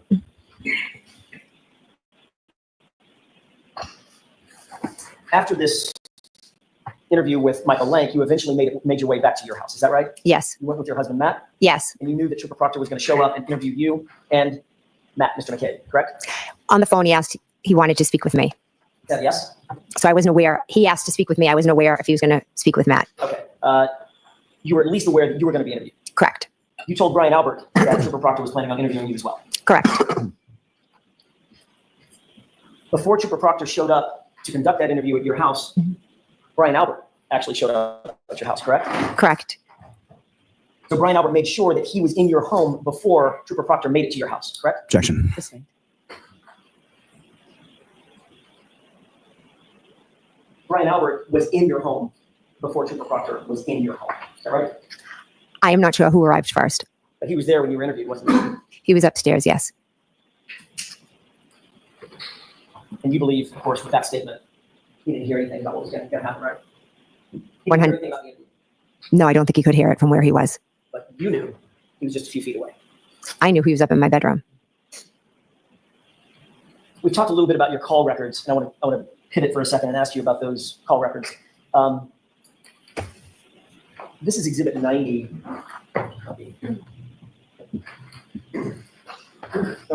Yes.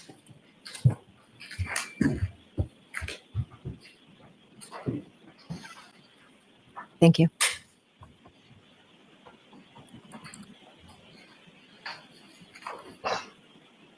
You recognize that document? I do. Yes. You were shown this document last week, is that right? Correct. This is a forensic extraction report of John O'Keefe's cell phone that you were shown on Friday, right? Correct. You acknowledge that it's an accurate report of calls found on John's phone between you and him, is that right? I believe so. Yes. Okay, and this shows the calls that you made to John's phone or you received from John's phone on or between, or at or between 12:14 a.m. and 12:50 a.m. I want to direct your attention to those timeframes, correct? Correct. All right, I want to start at the bottom. It may go in reverse chronological order. Okay. I think it does. At 12:14, it shows that you called John O'Keefe and that call was answered. Is that right? Yeah. Correct. At 12:18 a.m., it shows that John O'Keefe called your phone and that was answered as well. Correct. And then at 12:29 a.m., you also called John O'Keefe's phone and y'all had a short conversation as well. Is that right? No. That the record shows, I think it shows, pardon me, unknown, correct? In terms of whether it was missed or answered? Excuse me. Can you repeat that? Sure. 12:29. I want to concentrate on the 12:29 a.m. call. Okay. That one in the Celebrite extraction, it shows in terms of whether the call was answered or not, the status is unknown, correct? It's on the last page. Yeah. Second row from the top. 12:29. Unknown. Yes. Unknown. However, you've already acknowledged that y'all did have a short conversation on that 2:29 No, 29 call, correct? we didn't speak at 2:29. We spoke at 12:14 and we spoke at 12:18. We never spoke at 12:29. So you're indicating that the 1229 call was either missed or otherwise? Went to voicemail, something? The 12:29, yes. Okay. I want to show you a document. Well, let me ask it this way. According to this, there were 6 more calls between your phone and John O'Keefe's phone. Correct. Count, correct? 1, 2, 3, 4, 5, 6. And that's before, or that's up to 12:50 a.m. Is that right? Correct. All right. I'd like to show you another document. Or if I could approach briefly.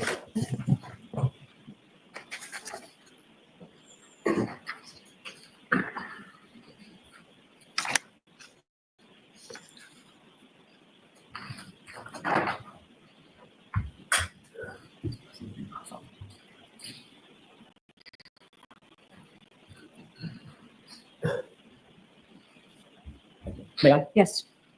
Thank you. So we don't get mixed up. I'll take the exhibit back. Okay, thank you.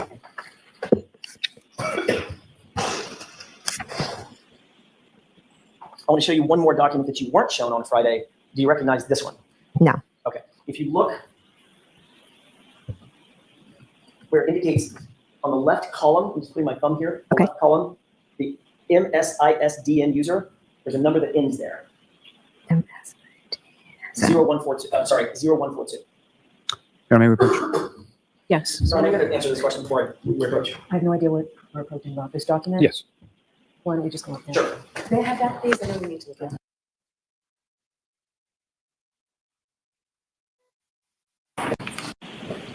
Thank you. You're welcome. If you look on the left column, Ms. McCabe, Yes. you'll see something that says Apple ID. Yes. Look to the right of it. Do you recognize that unredacted portion? I don't want you to read it out or anything. Do you recognize that? Yes. Whose Apple ID is that? That's mine. Okay, if you look 6 lines below that, there's a full phone number. Again, don't read the phone number out. Just tell me if you recognize it. I do. Whose is that? That's mine. May I approach, Your Honor? Yes. I'll take the unredacted copy back. Okay. So we don't get mixed up. Does this appear to be cell extraction of your phone record, your Apple ID? Yes. And you recognize, without telling me what it is, you recognize that phone number as your phone number back at the time and the Apple ID back at the time, Yes. associated with the phone that you then turned in to law enforcement, correct? Correct.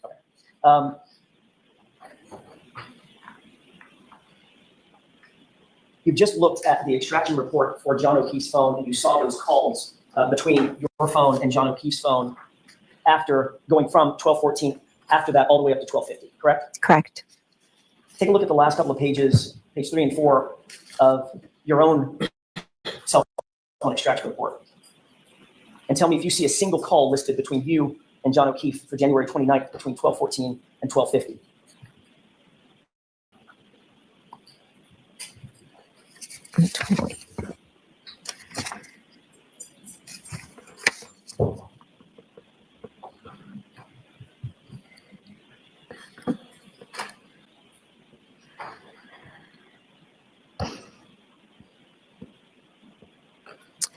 There are calls to a number that I'm assuming is John.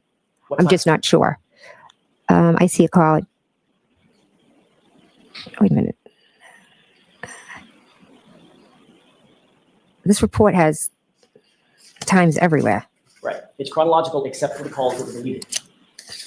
You see a call at 5:52 to John O'Keefe's phone, I see a call at 5:52. Yes. but there's not a single call before 5:52 a.m.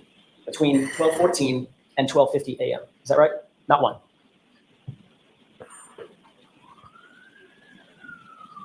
It's very hard to this report time-wise. You can look at every single time on the report. There's not that many. I'm just trying to say that it goes from 7:21 to 5:52 to 7:33 to 7:49. There's no order. They're out of order. I understand that, Mr. Gay, but if you look at every one of the entries, there's not a single entry for 12:14, 12:18, or any of the subsequent 12:29, any of the subsequent phone calls. They're all shown on John O'Keefe's phone extraction. Do you agree with that? Correct. May I approach? Yes. Thank you. Your Honor, I would move for the admission of NN as an exhibit. Okay, is there an objection? No, Your Honor. Was it 97?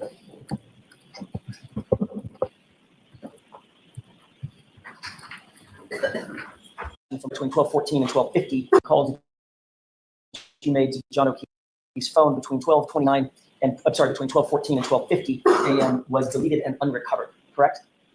I didn't understand that report, and I'm not an expert. When you compare the two, you saw a bunch of calls on John O'Keefe's phone, right? You know, he couldn't have deleted them. He passed away, right? Correct. You saw your cell phone extraction, which is the handshake for John O'Keefe's phone. And all of your calls are missing, right? Objection. Can you answer that question? I'm confused. That paper, I don't understand it. It was vague. There were numbers. There were calls everywhere. There was a number of missing calls. There's a bunch of missing calls, right? You didn't see any of the calls that were reflected on John O'Keefe's phone. Is that right? Yes or no? They're not there. A lot of calls are missing. I'm not really even sure what's there because the numbers are it's all redacted. So you were not seeing any redacted calls, Mr. Smith. The page you just had in front of me was redacted. It's now an exhibit. Your personal information was redacted. None of the calls were redacted now. The numbers, I don't know people's phone numbers. I just have them as contacts. Ms. McCabe, you just said a second ago, and we can do this all day long, or we can just make it simple. The fact of the matter is that report did not show any of the calls that John O'Keefe's phone report showed, correct? From 12:14 to 12:50, I believe there was one on there. 5:52. That's the next morning, right? Were there other calls in that time period on the Celebrate? You just said there weren't. You just looked at it. I've told you that Celebrate report was extremely hard to read. Right. The fact is, there are no calls on your own phone extraction between you and John O'Keefe between 12:14 and 12:50. Could you just agree with that, at least on that report? Objection, Your Honor. Sustained. The fact is that you deleted your call record before you turned your phone in, didn't you, Ms. McCabe? That's what that report shows. Absolutely not. You sanitized your phone because you didn't want the police to know who you had been calling or the fact that you had been calling John O'Keefe's phone incessantly, correct? Incorrect. I willingly turned over my phone. After you deleted your phone call logs, correct? Absolutely not. What date did you turn your phone over?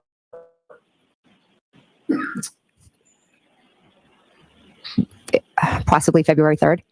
How many days after this incident was that? 4 or 5. So you had plenty of time to talk to that friends and family group and ultimately decide to delete your phone calls, correct? Objection. Sustained. Did you ever have any group chats with family members who are witnesses in this case? Yes.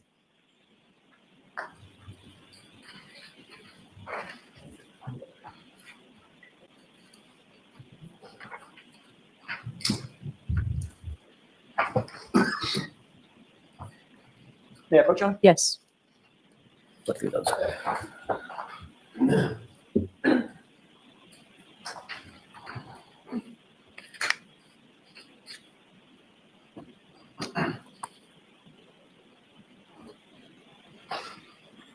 While Mr.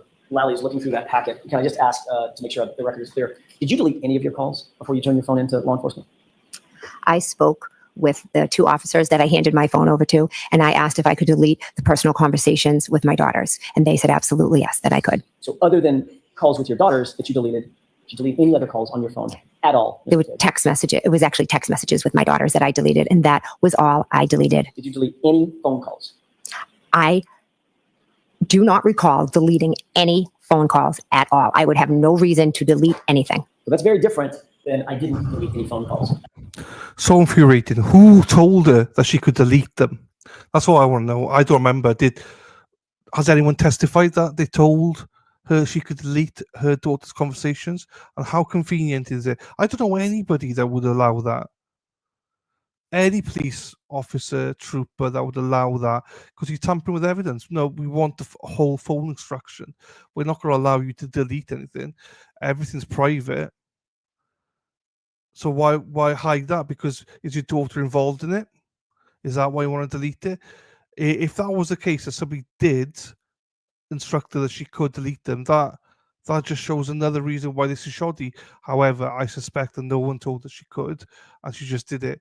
And I suspect as well she did it because they weren't sure if things would come up as deleted, as stamped, so she could use it as an excuse to go, no, I only deleted Ali's conversations.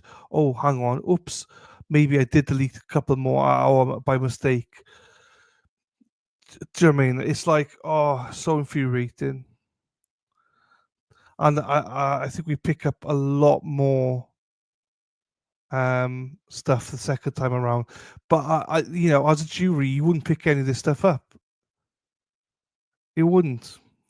I don't remember some of this stuff the first time. Hey, potty mouth. Oh shit! Muting myself. I do not remember deleting phone calls. Means you might have. In day-to-day life, people delete things, but I do not recall deleting any phone calls. In day-to-day life, did you delete any of the calls to John O'Keefe? No, Did you delete any of your calls with Nicole Albert? no, Did you delete any of your calls with Brian Albert? no, With Chris Albert? no, With Julie Albert? no, Colin Albert? no, With any of the witnesses in this case, did you delete any calls before you turned that phone over? no, no. Mayor Pro Tem? Yes.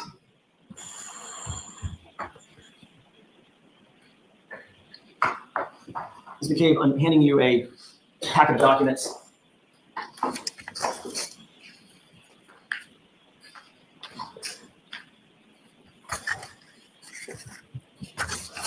Appears to be about 10 pages long. Do you recognize what's in those documents?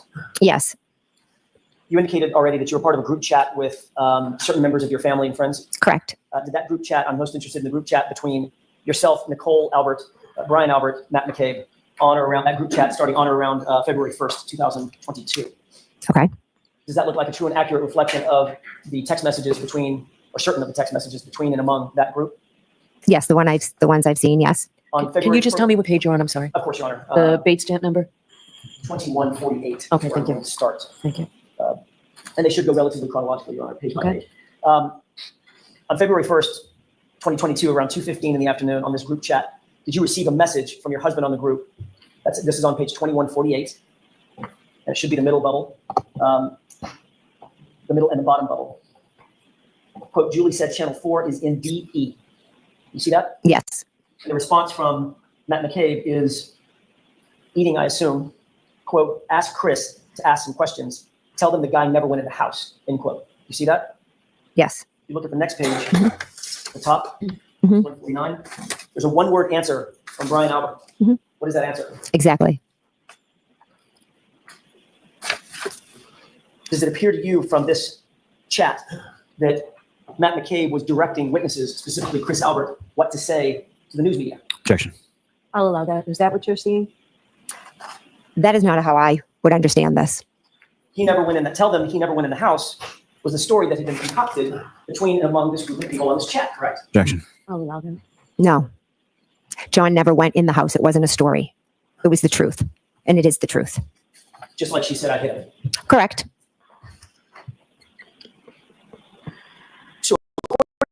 This chat, at least, at the very base level, this is one witness telling another witness to give certain information to the media that could be useful to the group, correct? Tell them the guy never went in the house, right? Objection. Sustained. Matt McCabe was directing Chris Albert. Chris Albert wasn't even at the house, was he? Chris Albert was not at the house, no. But this chat is Matt McCabe, your husband, telling Chris Albert, who was never at the house and would have no personal knowledge of what happened in the house, to specifically say, the guy never came in the house. The guy, by the way, being John O'Keefe, right? That's what he wrote. Does that sound to you a little bit like collusion? Objection. Sustained. At some point, you sought out Carrie Roberts' cell phone number shortly after the 29th, or maybe not, maybe on the 29th, right? Correct. You didn't have her cell number in your phone? No. One of your primary concerns was to make sure that you got in contact with Carrie Roberts before the day's end, right? I wanted to speak to Carrie as she was on her way to the hospital, and I wanted to check in on John. One of your primary concerns, Ms. McCabe, was that you wanted to make sure you got a hold of Carrie Roberts and had communication with her before the end of the day. It had nothing to do with getting in touch with her by the end of the day. It was a friend reaching out, wondering how her friend was doing, who was just taken off the front lawn. On the 29th. Yes. So before the end of the day, Ms. McCabe, you can do this all day long. Before the end of the day, you were trying to get a hold of Carrie Roberts, correct? Immediately in the morning, I wanted to get in touch with her. Right. So you sought out her phone number. First, you tried my client, Karen Reed, correct? Correct. But then you found another source for that information. Is that right? Correct. And you said just a second ago, you were claiming that you needed that information because you knew that she was on the way to see John O'Keefe's parents, She was picking them up. and you wanted to check on them. Correct. You've been friends with the O'Keefe family for years, haven't you? Correct. So you didn't have a need to get Carrie Roberts' phone number, did you? I wanted to speak with Kerry, see how she was doing. I was not going to call Peg. You had her phone number, didn't you? I do, yes. So if you wanted to check on somebody, you could have just called her. I was not going to call Peg O'Keefe on the way to see her son at the hospital. Check on your friend. That was just too much. I wanted to ask Kerry. I'm sure she was boggled down and probably did not want to speak with anyone. It was a simple thing. I made sure I got Kerry Roberts' number so I could check in and see how John was doing. Also, we had just been through an extremely traumatic event together. There's nothing evil here. Robert's number, Ms. McCabe, is because you wanted to make sure that you controlled her story as she left your site, correct? Absolutely not. Did you take any steps whatsoever to influence Kerry Roberts' statements? No. Because that would be collusion, wouldn't it? Objection. Sustained. Did you write a text to the group, including Brian Albert, Nicole Albert, and Matt McCabe, where you informed them that, quote, and this is, Your Honor, on page 2158, where you informed them, quote, Kerry is here going over timeline, end quote. Correct. So you reported back to Brian, Nicole, and Matt that Kerry was where? She came over my house. And you two sat down and went over a, quote, timeline together. Peggy spoke to Kerry. Yes or no? I didn't ask about Peggy. Well, that's where the timeline started at. Did you ask Kerry, or did Kerry show up at your house and, quote unquote, go over a timeline? Kerry showed up asking to sit down with me to do a timeline so we would remember everything that had happened. And you wanted to be super helpful about that, right? Objection, Your Honor. Also differently. Sure. You would be helpful to Kerry Roberts. The two of us were trying to figure out what had happened to our friend. And so you made sure that you created and drafted with Kerry Roberts a timeline for her, correct? I didn't make sure of anything. She was the one that asked me to do it. And not only did you create a timeline, you then reported back to your group, Ryan Albert, Nicole Albert, Matt McCabe, that she was creating this timeline with you on February 1st, 2022. Isn't that right? Yes. After you created or drafted this timeline with Kerry, she actually sat for an interview with the police, did she not? That's not in the chats. I'm just asking. She sat down for an interview with the police, didn't she? When? You tell me. It's my question. I'm not sure of when you're talking about. Okay, let's start over. Yes. After this timeline was created on February 1st, Mhm. at some point thereafter, Kerry Roberts conducted a formal interview with the police about this case, correct? Do you have the report of that date? We're sort of bearing the lead. She did the interview in your living room, ma'am. Right? There was, Ah. on Tuesday, 2 officers came to the house and she sat in the other room and spoke with them. So, using my question, she did the interview at your house. Correct. They came to my house to interview me and she happened to be there. So they asked if they could speak with her also. Okay. Did she or did she not do an interview at your house? She did, yes. That wasn't that hard. You were present for that interview, weren't you? I was eating dinner. You were present for the interview, Ms. McCabe, I was in the house, yes. and you listened to that interview, didn't you? No, I did not. You made sure you gave Kerry Roberts everything she needed for that interview, correct? Quote, everything she might need for that interview, didn't you? And where is this that you're quoting from? I'm asking you. Oh, I'm sorry. When you quoted, I thought it was in here. I apologize. We'll get to it in a second. Did you tell her everything that you wanted her to say? No, I did not. Did you in any way attempt to influence her testimony before she gave that interview in your living room? Absolutely not. Kerry is her own person. But then you did report her progress to the Albert and McCabe group in that group chat, didn't you? Can you show me where, please? Sure. Isn't it true that in a group text with Brian Albert, Nicole Albert, Matt McCabe, you wrote, and this is on page 2159, quote, and we handed Kerry, and handed phone to Kerry. Remember that? I see that, yes. And the very next text is from you telling the group, she's telling him everything in all caps, 2 exclamation points. Yes.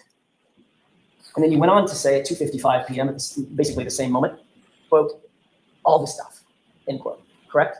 Correct. So when you said a couple of minutes ago that you weren't listening to what she was saying, that was a lie, wasn't it? We're talking about 2 different interviews. I'm talking about when the officers came to my house and spoke to her there. You're saying that I handed the phone over, so that would be a different interview. Okay, this is on February 1st at 2:55. I wasn't there. You were there. She was in your house on February 1st giving an interview to the police, wasn't she? One day she was there giving an interview to the police. And while she was there, But I do not believe it was at 2:55. It was later in the evening. So I think you might have 2 events confused. either way, whether she was on the phone with the police or sitting there in your living room with the police, you were listening to her and reporting back to the group. She's telling them everything. No, it's not correct. The one that she did with the police, she did in the other room. And the one she did on the phone, I said, she's telling them everything because Kerry is an extremely blunt person and she was giving personal feelings about the situation. And I was horrified by it. To the police. To the police. And you're listening. I heard a statement she said that horrified me. And then you're reporting it back to the group, weren't you? That one thing she stated, I reported back to the group. Yes. So you're listening in on a police interview, correct? It was a phone call. One side of it, right? It was a phone call. You're listening in on a police interview, one side of it, correct? Correct. You're eavesdropping on that interview, correct? I'm sitting with her and she's taking the call. And then you're reporting that interview back, or her success in that interview, in your mind, back to the group involving Brian Albert, Nicole Albert, and Matt McCabe. Is that what you're doing? Objection. I'll allow it. I absolutely not. That is not how it went. I was horrified because Kerry's a blunt person, not like me. And she had made a comment about Miss Reed and Mr. O'Keefe's relationship. And I was shocked and horrified that she said it the way that she did. You're so shocked and horrified that I said, oh my God, she's telling them everything. Yes. you decided it was so important to you to report that back to Brian Albert and his friends. I was horrified. So you reported that back. Yes, I said she told them everything. When you were first confronted with these messages at a separate proceeding in June of 2023, you claimed that you couldn't remember what that exchange was about, correct? Correct. And now you just all of a sudden have this newfound memory of exactly what that text message was referring to, correct? Objection. I'll allow it. Yes, because Kerry Roberts said a statement and it jogged. I said, oh my God, that's what I meant when I said she said everything. When did she say this statement? Probably in the fall. She has made this statement a few times in reference to Karen. You and Kerry Roberts are still coordinating your statements together. Oh no, we're not. It's just an opinion she has of Miss Reed. And all of a sudden that became your, quote, everything, all this stuff. It didn't just become it. I forgot that I had written it. And one day Kerry made the statement, and I'm sure it happens to everyone. You forget something and then you're like, oh my God, that's what it was. Now, I'm not sure if that happens to everyone. Objection. Sustained. Let me ask you a different question. When you were asked under oath a year ago, when it was things were fresher in your mind, you were asked specifically what you were referring to, and your answer was, I have no idea, correct? Correct. Because you didn't want to tell them that you had coordinated your statement with Kerry Roberts. Isn't that right? No, that is not right. I did not remember what it was. Went on to be asked specifically, do you know who you were referring to? And you said, maybe Kerry, maybe. I'm talking to Kerry. And the question was, but you don't recall this text? And your answer was, I don't remember. That's what you testified to a year ago, correct? Correct. But now you're talking about some memory of a disparaging comment that Kerry Roberts has about my client. And that's the everything in your mind. Yes, the things that she was saying. Quite obviously, what you were referring to in that text in real time, Ms. McCabe, was that Kerry Roberts was telling the police, quote, everything that you had laid out for her in this timeline meeting you had with her, correct? Objection. So it's sustained as to that form. You can ask that question in a proper way. The everything you referred to in that text in real time was what you had worked out with Kerry in that timeline meeting, wasn't it? That was the everything you were referring to, correct? Incorrect. We never worked together to come up with a story. We have the facts, and the everything was a comment about your client. You went on in your group chat with Brian Albert, Nicole Albert, and Matt McCabe to give running updates about whether or not Kerry Roberts was actually following the script, correct? Incorrect.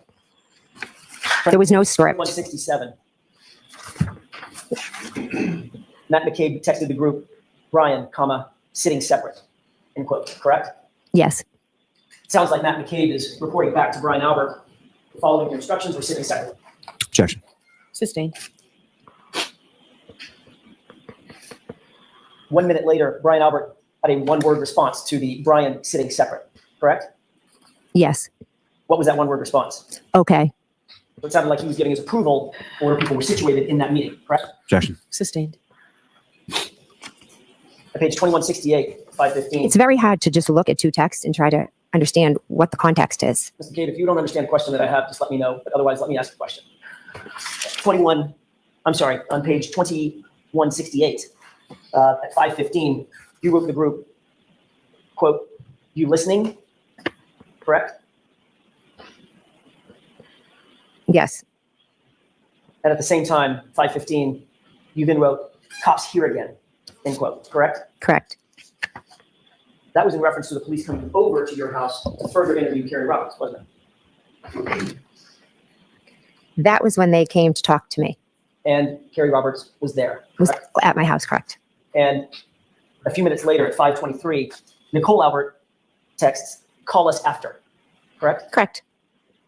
And a few minutes after that, Matt McCabe texts, quote, this girl could write a book, ... nonstop, correct? Correct. So obviously Matt McCabe along with you, was listening to Carrie Roberts in her interview. We were sitting in the kitchen eating dinner with our children, and Carrie Roberts was in a different room, but she was going on and on and on How do you as know? she does because they were in the other room. And you could listen. I could hear voices. You could hear her interview with the police. Did not hear her interview. I could hear them talking, but I was sitting at a table with my children eating dinner, getting ready to go to a basketball game. You then responded to Matt McCabe. I love it. Yes. And then you responded about this interview. You just testified under oath and under penalty of perjury, not hearing anything about, just hearing voices. Your next text was, quote, she is telling them everything, Yes. end quote. Correct? Yes. So what you said just a few minutes ago about not knowing what she was saying, I could just hear voices, that was a lie. It was. Objection. Sustained. And a couple of seconds later, Nicole Albert responds, one word. What was her response? Good.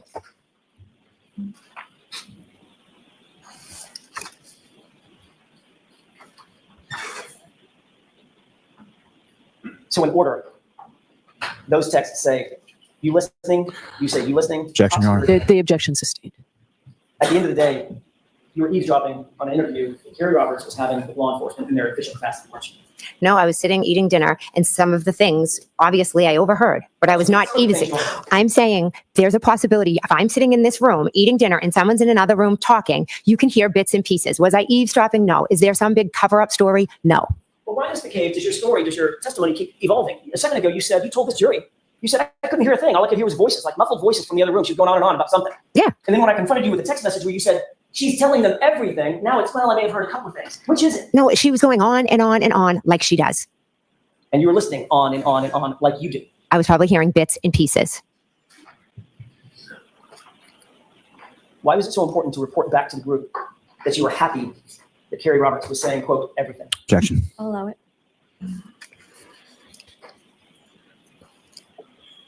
We had both lost our friend. Carrie Roberts was in shock, as was I in shock. The two of us had all this information that just kept coming back to us and back to us. And it's terrifying when you go through an experience and you're in shock. And Carrie was remembering things. I was remembering things.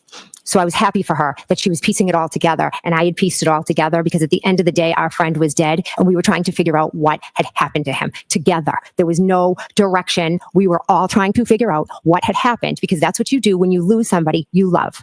Were you happy for her or were you happy for you and Brian and Matt and Nicole? For me and for her, because we were going through this together. There was no conversation. You got the story out that you're trying to get out from Carrie Roberts. Right? Objection. I'll allow that. There is no story. There's facts and truth on this side. There's no story. The story that you've created is not the truth. Did I create a hit on my head, or did you? That's fact. A fact that conveniently you didn't mention in your report. It's a blank, grand jury, right? That kind of fact. Objection. Is that right? That is a fact I mentioned. So in some reports, it's there. The fact is you wanted to keep very close tabs on Carrie Roberts, didn't you? No. On January 29th, if you look on page 2223, you text the group, quote, Carrie talked to cops and kept it simple, end quote. Yes. Okay, it's becoming a habit for you to keep tabs on Carrie Roberts. Objection. Sustained. You'll agree that over and over and over and over again, you're reporting to this tight group, Nicole, Brian Albert, your husband, how Carrie's doing in her stories to the police, aren't you? Over and over and over. I am telling them what is going on. I wouldn't say it. Well, let's count them. Was there 4 of them? You're saying over and over and over and over. It's a bit extreme. I see. So you take issue with the way that I phrased over and over and over. Well, it's misleading, I believe. I see. Okay. Well, let me see if I can try this in a non-misleading way, Mr. McCabe. Okay. So at least one of us, I'll withdraw. You consistently reported back to the group how Carrie Roberts was doing with the police, didn't you? I would update them after Carrie saw and spoke to the police. Again, we were all trying to figure out what had happened to John. There's yet another text from Brian's wife, Nicole, on January 29th, and this is on page 2226. And she says, quote, we'll get more info tomorrow don't want to text about it, end quote. And then you texted right, correct? Correct. What's that about? Objection. I'll allow it. We decided that we would talk on the phone. My children look on my phone. Her children look on her phone. We were working with the police. I was sharing information and everything that had happened. We didn't want it to leave our little circle because we were trying to figure out what happened, and we're not going to go running around letting people see, oh my gosh, they think this might have happened or that might have happened. It was nothing more than let's not text about it. So you wanted to keep it, in your words, in your little circle, correct? Correct. I didn't want it all out there, what we had thought had happened. I was going to let the police do their job. So by definition, the info that Nicole Albert was talking about, that needed to be kept very tight, very secret, correct? We needed the police to do their job. So we weren't going. Texts, and Nicole wanted her texts, and the group wanted their texts to be kept secret and private. Isn't that right? Not secret and private. We just weren't going to communicate certain things over text. Did you give, or did anybody give you any private information the next day on January 30th? Didn't even give me private information. So let me put it in context. That text from Nicole Albert, we'll get more info tomorrow. I don't want to text about it. That was on the 29th, right? Okay. So did you get additional info on the 30th, the next day? I have no idea. Did anything significant happen on January 30th in connection with this case? Any meetings, any get-togethers, anything that you can think of? I went to the O'Keefe's house. Other than that, anything else? On the way home, Kerry Roberts' daughter is good friends with Michael Lank. So we dropped her off at Michael Lank's house, and Mike's wife came out of the house. Him and Kerry are friends, and she, jumped in the car and was consoling Kerry and asked how the O'Keefes were doing. And, we talked to her. So you pulled up to Michael Lank's house on the 30th. That's never been reported, has it? I guess I never thought much of it. Never thought about reporting the fact that one of the first responding officers on the case, working for Canton PD, which is completely off the case, you had a meeting with, it was unreported the next day? I didn't meet with Michael Lank. I see. So you pulled up in the car. Tell me about that again. You pulled up in the car, and what happened? And Lex, her daughter, went into the house. Okay. And then you just drove away? No, Michael's wife came out of the house. Okay. And y'all had a conversation about what? She got in the car, and her and Kerry are friends, and she was checking on Kerry and, just saying, oh my God, this is so crazy, just checking in on the O'Keefes. How long did that take? Well, Kerry's a talker, so could have been an hour. Could have been an hour standing outside? Sitting in the car. Sitting in the car on February 30th. Never came in the house? Not February 30th. I said February 30th. January 30th. Never went in the house?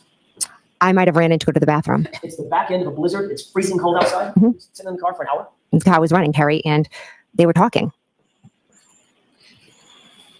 It's her friend. Did you have any conversation before your testimony today with anybody about you going to Michael Lank's house on January 30th? Anybody? Yes, Tell me about that. Who was it and when? it was a couple of weeks ago at the DA's office. The DA's office had an interview with you, correct? Not an interview. They just explained this process. I mean, a conversation? How about that? Yeah. Yes. You met with folks at the DA's office. Who'd you meet with? Mr. Lally, Miss McLaughlin, Steve Nelson, Trooper Brian Tully, I believe, and another woman, I can't remember her name, unfortunately. Someone from the DA's office? Yes. Beelan? No. Lynn Beelan? No, she's here today. She works with Steve Nelson. An employee of the DA's office? Yes. It sounds like a pretty big meeting. I wouldn't call it a big meeting. There was, 5 of them? How long did you, 5 of them and then you? Right? My daughter Allie came with me also. The meeting's getting bigger. Mhm. Anybody else? No, we both went. Was Allie in the room when you were, I was going to say interviewed, but you take issue with every word I use. When you were talked to by the DA? Allie and I were both in the room when they went over everything, how this all works, because this is all brand new to us. And then they asked me to leave the room.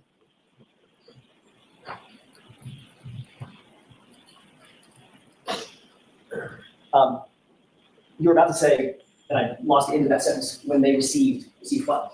I didn't mean the word received. Did you receive anything? No, I looked at my grand jury notes. Now, at this meeting, was anybody taking notes? No.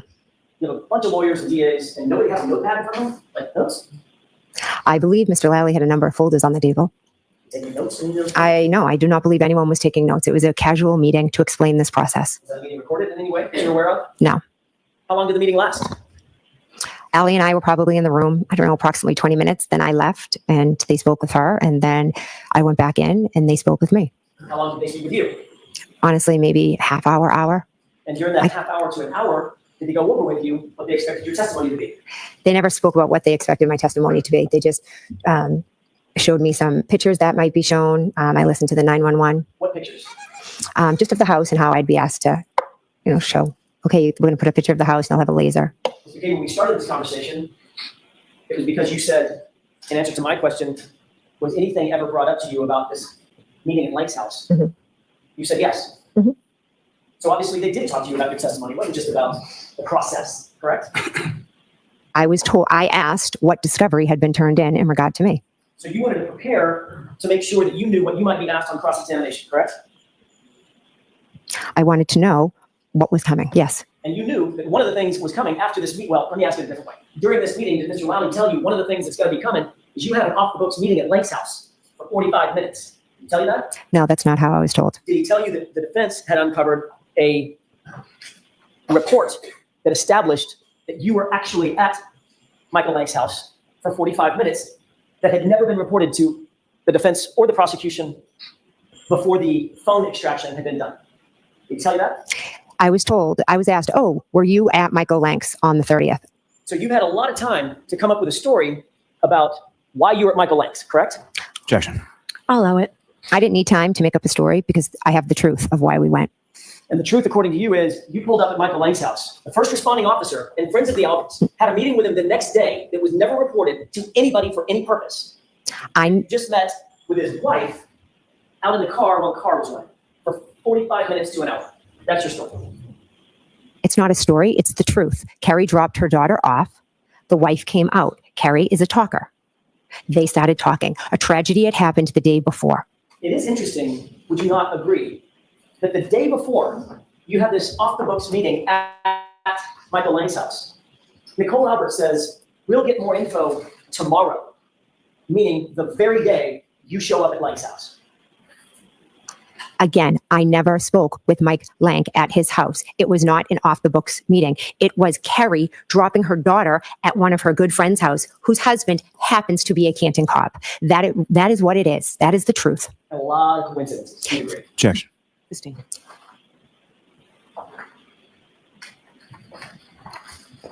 Yeah, that's Yes.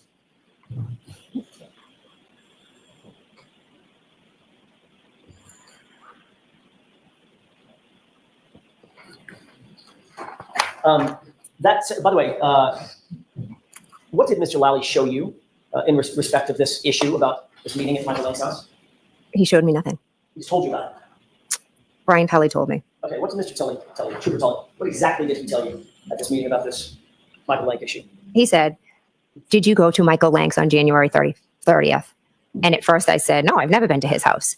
And then I thought about it and I said, oh my gosh, yes, I did go there. And that was the extent of the conversation. You said, yeah, I did go there, and he didn't ask a follow-up, like, what the heck were you doing at Michael Lank's house the day after this issue? Objection. I'll allow it. He didn't ask a follow-up like that? I do not believe he did. So Trooper Tully had you come down for an interview. He confronted you with a fact that had never been disclosed before, to wit. You showed up at Michael Lank's house, and when you said, yeah, oh yeah, hang on, I think your words were, oh my gosh, yeah, I think I did go there. And he didn't ask a follow-up question? He was there. You're spinning all of this. Ma'am, I do a lot of things. Yeah. I don't spin. There's a judge here to make sure that I don't spin. I'm asking you a question. It's very direct. I do not believe he asked me a follow-up question. So that was the end of that conversation about Michael Lank, correct? Correct.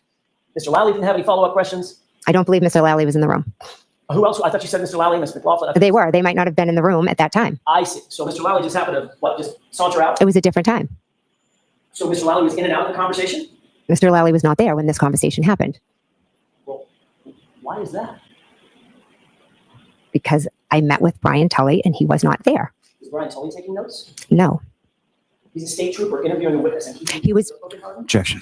Sustained. The same report that has you at Michael Lank's house also has you picking up Nicole Albert going by 34 Fairview just before you went to Michael Lank's house. You aware of that? We did not pick up Nicole Albert. So you went by 34 Fairview, then diverted, and right after you went by 34 Fairview, went directly over to Michael Lank's house What was the reason that you stopped by 34 Fairview first? We didn't stop by. Maybe Kerry slowed down, but we did not stop by 34. So you did a drive by 34 Fairview. For giggles? What? Nope, that's how we get to Michael Lank's house. If the report shows that you actually stopped at 34 Fairview and then went to Michael Lank's house, would we have another oh my gosh moment? Nope, no oh my gosh moment. We did not pick up Nicole Albert. Did anybody else go with you over to Michael Lank's house? No, it was Kerry, myself, and her daughter. Your Honor, maybe approach your phone. Okay. We have talked at that time in my hey, we've talked in some detail about your calls with John O'Keefe on the morning of January 29th. Do you recall that Yes. conversation? I want to focus your attention on or about, or at or about 12:14 a.m., moving up to about 12:50 a.m. Do you have that time in mind? Yes, You've seen the Telluride extraction from John O'Keefe's phone, which Mr. Lally showed you the other day, correct? correct, And you went through the series of phone calls that were made and that appear on his extraction report, correct? correct. I just want to run through those time-wise very quickly, just to orient you, if I can, and then I'll ask you some specific questions about it. There was a call at 12:14 a.m., correct? Correct, That was a call that you indicated was answered. You had a conversation with Mr. O'Keefe. correct, There was a call at 12:18 and 47 seconds. That call also was answered by you. John O'Keefe made that phone call, correct? correct, Then there's the 12:29 and 44-second call that you indicated was not answered. correct, And that was a call to you, from you to him. correct, There was a 12:41 call from you to John O'Keefe, correct? That was, correct, there was a 12:41 and 54-second call from you to him. Is that right? correct, There was a 12:43 and 19-second call from you to him. correct, 12:46 a.m. and 16 seconds from you to him. correct, 12:47 and 52 seconds from you to him. correct, And 12:50 and 37 seconds from you to him, correct? correct. You saw in his extraction report that all of those calls after 12:18 were missed calls, correct? In his report that you showed me? Correct. In other words, the only two calls that were answered were the 12:14 and 12:18. Everything else was a missed call. I believe so. I would have to refer to it again because I've seen so many reports. And Ms. McCabe, according to the extraction reports that you've seen this morning, comparing yours to his, every single one of those calls was deleted off your phone, correct? According to the reports. According to that report, yes. Let me ask you another question. Have you ever misplaced your phone? Yes, Just in life, everybody does, right? yes. What's one of the first things you do if you're with your daughter or your husband or a friend and you're in your house and you misplace your phone? What do you do? Oh, I'll ask them to call my phone. Even over and over and over, right? Correct. Could be as many as 5, 6, 7 times. Usually I hear it the first or second time. You're looking for a buzz or a ring, isn't that right? It's correct. And you might do that if you're searching for a missing phone, correct? Correct. With regard to the calls that were deleted from your phone, you were asked about this under oath at another proceeding, weren't you? Correct. And you claimed at another proceeding that you had an explanation for all these missed calls starting at 12:29, 12:41, 12:41, 12:43, 12:46, 12:47, 12:50. You had an explanation for that, right? Can I see the report? I'm asking you about your prior testimony. And I'm asking, About these calls, yes, I'm asking, can I see it, please? I'm asking you a different question. At this other proceeding, which were under oath, Yes, you explained that these calls were what? These missed calls, incessant missed calls. What were they? You used a word. Matter of fact, 2 words. I believe I used the word butt dials. You claimed that every one of these calls was a butt dial. Is that right? Yes, So according to you, you literally butt dialed John O'Keefe's phone 6 times in the span of 19 minutes. Is that right? I don't remember making any of those calls. So my assumption is I put my phone in my back pocket and that was it. When you dial someone by mistake, you hit a button, set your phone down, the phone has to be open. You'll hear that, right? Correct. Can't be locked. Because it takes several iterations of movement to get a phone open. Face ID or password, right? Correct. So when you hit the button by mistake, walk away. That's a butt dial. People call butt dials. What happens with the call? I assume it goes to voicemail. It's a good assumption because that's exactly what it does, isn't it? You've had a phone for a lot of years, right? Yes, It rings and rings and rings until it goes to voicemail. correct. So in order to hang up that butt dial, you have to interact with that phone yet again, don't you? Yes, So if you had 6 butt dials, I think it's 7 butt dials. You not only have to interact with the phone once to butt dial, John, you then have to interact with it every single time to turn off that phone ringer so it doesn't go to voicemail, wouldn't you? I suppose. Which makes 14 interfaces with that phone over the course of 19 minutes. Is that right? I mean, I guess I don't have it all right in front of me, but there were also text messages I was sending. So again, maybe I said, oh, shoot, I called him, and then I turned it off. But your claim is you don't remember those incessant butt dials and those incessant hangups at all, correct? I honestly don't.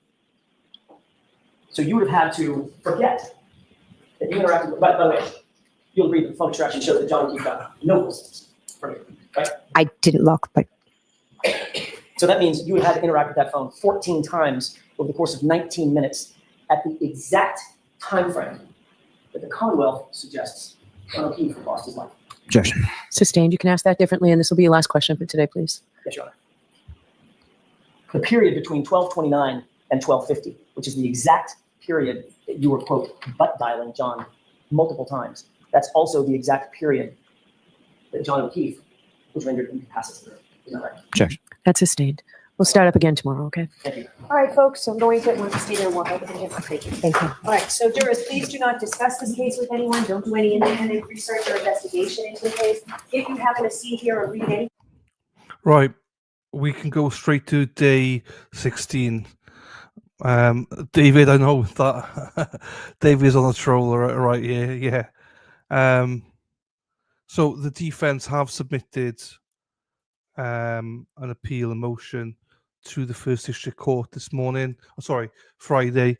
It was released this morning, asking them to delay the trial. So we're just waiting to see what comes of that. Right. Let me prepare the second one. So infuriating.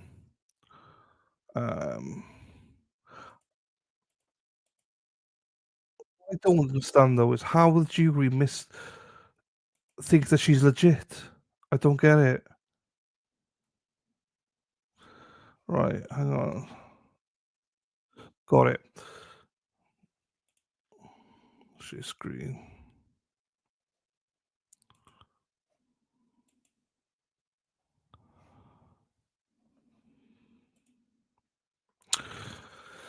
Hang on then. What have we got here? The whole glazed donut definition. I mean, I get it now. Probably nothing, but we'll see. Testimony she was dropping Carrie's daughter off in police report. They were picking up Carrie's daughter. That's fine. It's fine. Yeah, it's they contradict each other all the time. Glazed donuts, Rhode Island. Damn it, can't eat another glazed donut ever again. So yeah, just to reiterate, the defense have put in a motion to delay the trial, which doesn't go to Bev, in case people think it's going to the First District Court, where the appeal is at right now. So they don't think it's fair that a jury might be impaneled, enforcing jeopardy, and also it's not fair on the defense to pick a jury based on murder when in fact it might only be manslaughter. So that's true.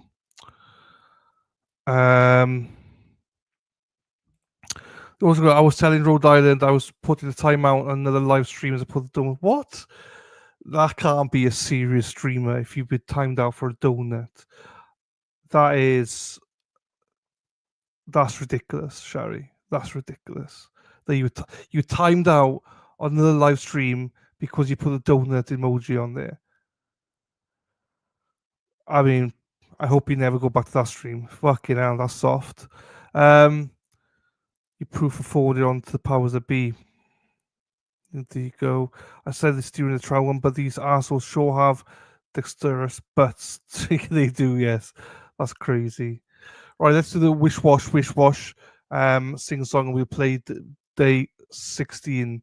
So because not everyone's done it yet, let's play the subscribe and likes, and then we'll start day 16. Press the like, please. Press the like and subscribe. It would mean the world to me if you liked and subscribe. Like and subscribe, everyone. Let's fucking go. Yeah, I think I know, but yeah, I don't watch that person anyway, so that's fine. Yeah. Let's ignore it. Let's go past it. It's all good. Sorry, Shari, I didn't put. Yeah, that's all good. Let's move fast.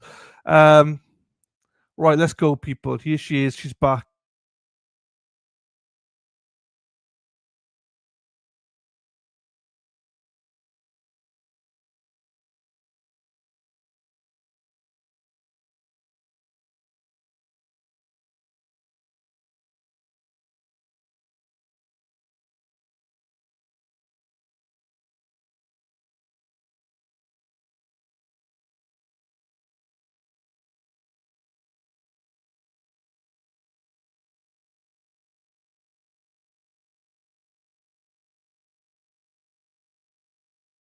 Fuck, I was muted. Sorry, people, I was muted. It's the same room, Sasma. Same room, just different position. And Rhode Island, you could be banned. Banned. Right, I know. Sorry, people, I am now not muted. They do have the info. I'm very assured. Boomer, I know. For Higgins plow and cooking. Right, and now, yeah, I do not. We don't ban. The only thing you get banned from this chat is if you abuse each other. We will time you out. If you abuse anyone else here, we will time you out. But apart from that, you're more than welcome to have your opinions on anything you want. McCarbles became a mod in a lot of chats. Don't see any sort of conflict or drama, and he's out of here. Yeah. I try to avoid drama. Eh? Right. Let's get on with it. Right, here we go, everybody. So just to recap, we got Jennifer McCabe, Kerry Roberts, then the Sullivan sisters, and then we're done for the day. And then we'll be doing a hearing tomorrow, which again will be ad-free in conjunction with Resistance Silence, and then we'll be back to day 17 and 18 on Wednesday. So let's go on.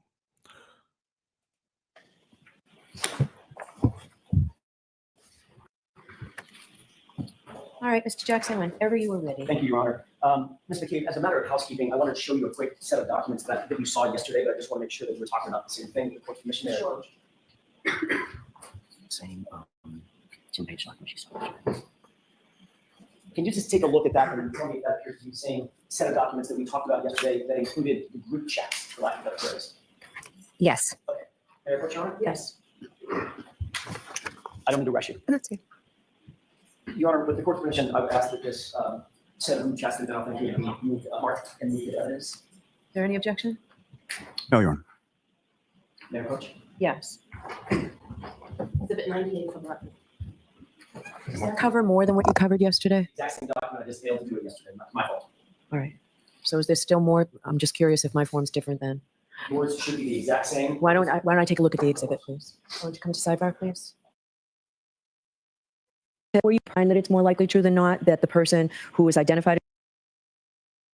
Oh, what's we got here? Isn't this is Ms. Little's boyfriend, isn't it? That's her boyfriend, isn't it?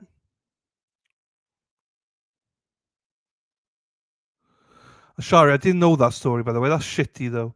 You were doing a nice thing, Shari, so don't. That's not your fault, my darling. That's her boyfriend. There you go. So that's Miss Little's boyfriend. I thought so. There you go. That is doing so was the person who authored or sent or transmitted the electronic communication, then you may not consider that electronic communication in your deliberations. So, all right, Mr. Jackson, go right ahead. Thank you, Your Honor. Ms. McCabe, you'll recall yesterday we talked about the 12 times in your grand jury transcript that you talked about statements that you attributed to my client. You remember that conversation? Yes. And in those dozen times, you never used the word or the words or the phrase, I hit him, correct? Correct. And your explanation for that was, well, I wasn't asked that specific question, correct? Correct. You were, in fact, on January 29th, let me rephrase that just a little bit. You did, in fact, on January 29th, seek to ask an officer to come back to 34 Fairview for the specific purpose of telling that officer something that you thought was important, correct? Correct. Which officer was that? Michael Lank. And about what time did you ask Officer Lank to join you back at 34 Fairview? I'm not sure. I know it was in the AM. I'm just not sure what time exactly. Somewhere around 9 a.m. Does that sound about right? Possibly. Okay, so this literally, we're talking about just a couple of hours after the incident in question. Correct. Okay. Sergeant Lank came with Sergeant Gallagher, I believe, correct? Correct. Came back to the location at 34 Fairview and gave you an opportunity to provide whatever information you deemed relevant at that time to impart to him, correct? Correct. And isn't it true that at that time, you didn't tell Sergeant Lank that my client said, I hit him? What you said was that my client said, I hope I didn't hit him, correct? No. May I approach, Your Honor? Yes. It's an incident report page. It's like the second to the last or third to the last page. It's my incident report. Could you take a look at that report, just the face page, and tell me if that appears to be an incident report associated with this case? I know you didn't draft it, but you recognize that that's an incident report from the police, Canton Police specifically. Yes. Could you turn to the tab, that's the little light blue tab, maybe 3 pages from the end of that report? Yes. I'd like you to read that paragraph to yourself, if you wouldn't mind, please.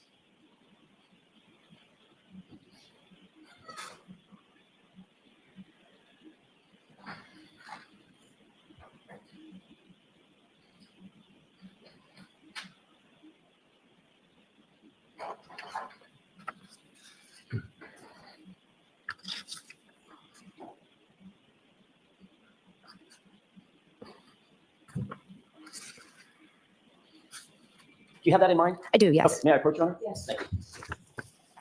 What you read just now appears to be a report of the incident in which Sergeant Lank came back to 34 Fairview to give you an opportunity to tell him whatever it was that you thought was important, correct?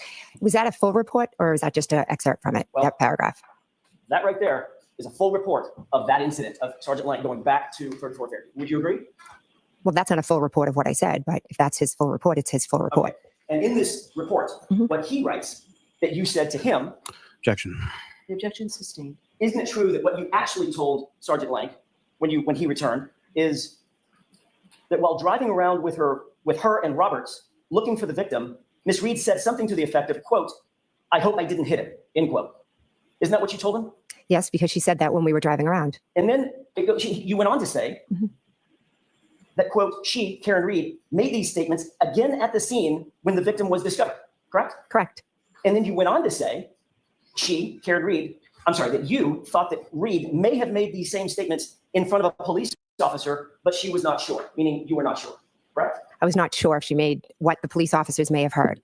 That report is his recollection. My recollection is I told him that she said, I hit him, I hit him, I hit him. And I told him that he should ask responders if they heard that, because it was a great possibility that they heard it as well. But none of that, you'll agree, you just read the report, none of that is in his report. That's a very brief report. I didn't ask you if it was brief, I asked you if it was in it, correct? Correct. And that's a report of a conversation that he had at 34 Fairview with you for the specific purpose of memorializing what you told him, correct? Correct. And what you told him, according to Sergeant Lank, is she said one phrase, I hope I didn't hit him, correct? That's what's in the report. All right. And again, this was 2.5, 3 hours after the incident, not 2.5 years later, correct? Correct. Ms. McCabe, we talked yesterday about this unrecorded meeting that you had in front of Sergeant Lank's home on January 30th. Do you remember that conversation? I remember the conversation. Yes. Have you had any other home visits with any other police officers involved in this case? I went to drop off. It was not a visit. It was myself with Kerry Roberts dropping her daughter off. There was no involvement of Mike Lank on this day. Have you been to the home, the personal residence of any other police officer involved in this case? Ever? Yes. Tell me who? Kevin Albert. Who else? I went to Elizabeth Proctor, the wife of Michael Proctor's house. Who does Elizabeth Proctor live with? Michael Proctor. So you actually went to Michael Proctor's personal residence? I did. Yes. That was in September of what year? 23. I went over. 23. Yes. Why'd you go to Michael Proctor's house in September of 2023? I met Elizabeth Proctor in approximately July or August of 2023. We are two mothers that are being viciously terrorized and harassed by social media. Things that were stated in this courtroom and allegations that were made have torn our lives upside down. We receive hate letters saying that they I'm hope asking you things. why? I know you want to give a narrative. She gets to answer this, Mr. Jackson. The door's open. Your Honor, she should answer the question why she went to the house as opposed to the narrative behind her motivation. It sounds to me like she's explaining why she went to the house. The door was open, Mr. Jackson. Go ahead. We receive letters, we receive emails, we receive calls. People drive by our house. There was a rolling rally outside of my house where people just screamed at us. They take pictures of our children. They took a picture of my daughter and put semen on it and said property of some named blogger that I think the defense is very familiar with. So that is why myself and Elizabeth Proctor got together. Michael Proctor was not home. We are two mothers trying to get through the unthinkable together. So you were upset about the public outrage concerning your family's involvement in the death of John O'Keefe. I was outraged because I am a state witness that is being tortured because of lies. Because of public outrage concerning your family's involvement in the death of a police officer, correct? No, it's a social media witch hunt. I see. So you decided that the best way for you to address that angst that you were feeling is to go to the lead investigator's home, personal home, in this case, correct? I went to visit Elizabeth Proctor. Michael Proctor was not home. So just like when you went to when you went to Sergeant Lank's house and the only person you met with was his wife, when you went to Michael Proctor's house, your claim is the only person you met with was his wife. I personally did not go to Michael Lank's. It was not Jen going to Michael Lank's. It was Terry Roberts dropping her daughter off, and I happened to be in the car with her. Elizabeth Proctor, I met with because we couldn't take the torture any longer. And you were later asked about this unrecorded visit at Trooper Proctor's home by Massachusetts State Police, correct?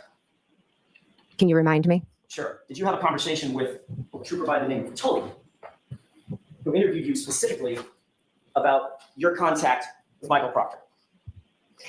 Could I see the report to refresh my memory? Do you not remember having a conversation with Trooper Tully? I've had many conversations over the last 2 years. Trooper Tully?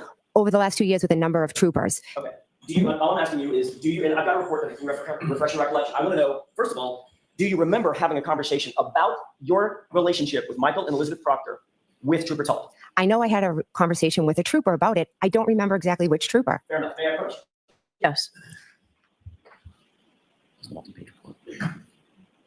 I'm not sure this page. Okay. Thank you. Take a look at the face page of that, read it to yourself. And then I'd ask you to turn to the tabbed page, which is paragraph 27.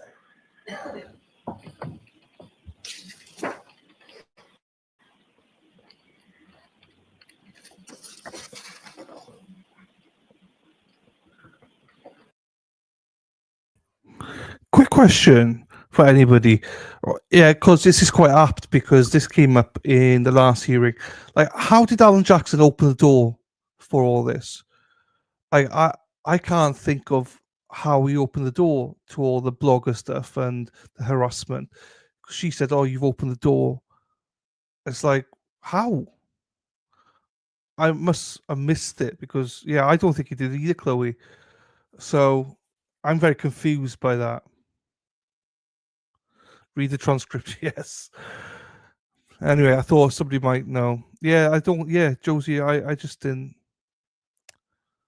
Yeah, I know Cone Trust Machine. I don't know. Yeah, anyway, sorry. I just wanted to see if anyone else picked up on that. Because I don't see how any of that was just relevant. I think it's very, very inappropriate. I should have been stricken when she said the blogger that the defense know very well.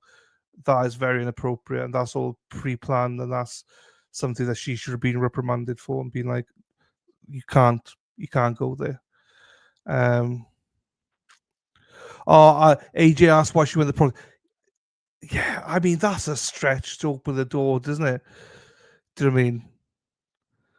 Yeah. Anyway, yeah, I forgot that was a question, but Ali opened the door with Lali. Yes, that one. But how did Jen? Yeah, I don't know. Anyway, it doesn't matter. We will. It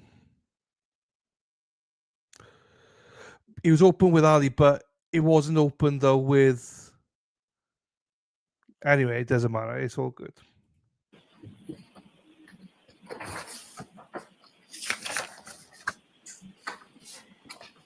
Okay.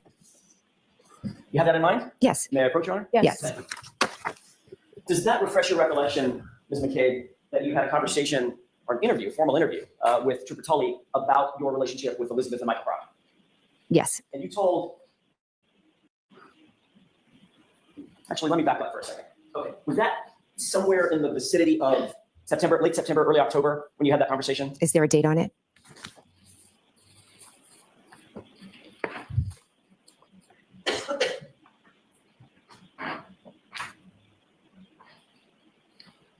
May I approach, Your Honor? Yes.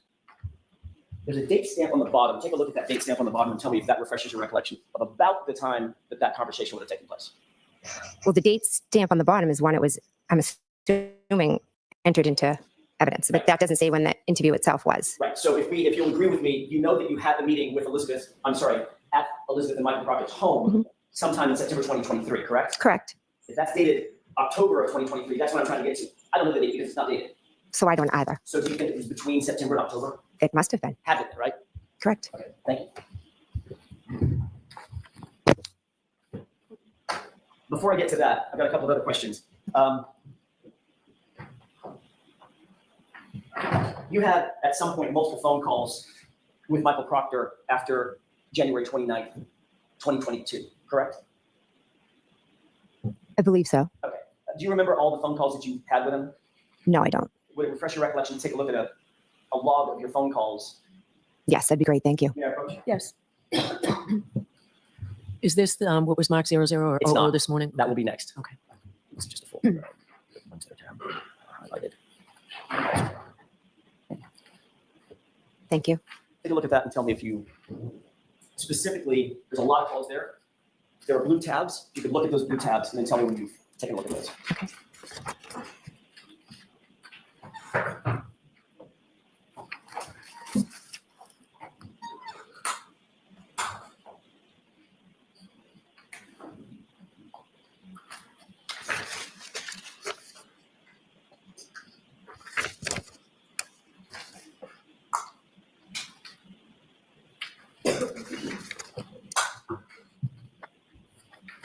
Okay.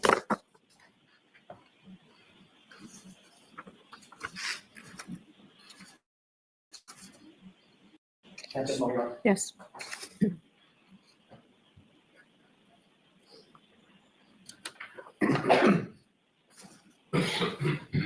May I approach? Yes. Thank You're you. welcome. Having looked at this set of records, does this appear to be an accurate reflection of the phone calls that you shared with Michael Proctor at some point on and after January 29th? Yes. Just to summarize those, and I don't want to belabor this, but there was a call on the 29th at 10:55 a.m. with Trooper Proctor, correct? Correct. There was a call on the 29th at 12:49 p.m., correct? I didn't memorize them. I understand. Would you? So if you want to give me the paper back, then I could probably answer correctly. You want to Okay. do it that way, we certainly can. May I? Yes. Thank you.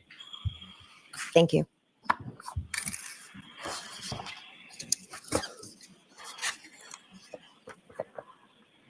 Okay, first call, January 29th, 10:55 a.m. Trooper Proctor calls you for 1 minute and 17 seconds. Correct. Next tab, January 29th, 12:49 p.m. Trooper Proctor calls you for 1 minute and 8 seconds. Correct. January 30th at 9:51 a.m.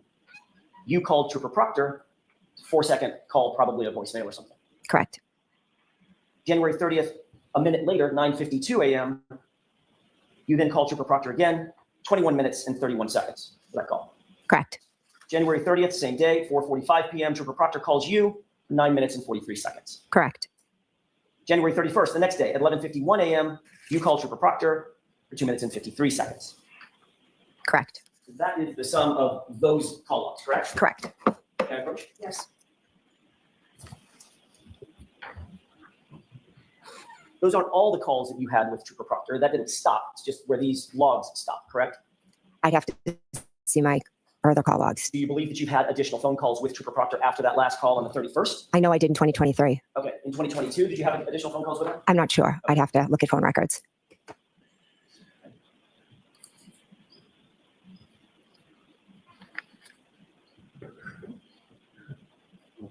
May I have them, Your Honor? Yes.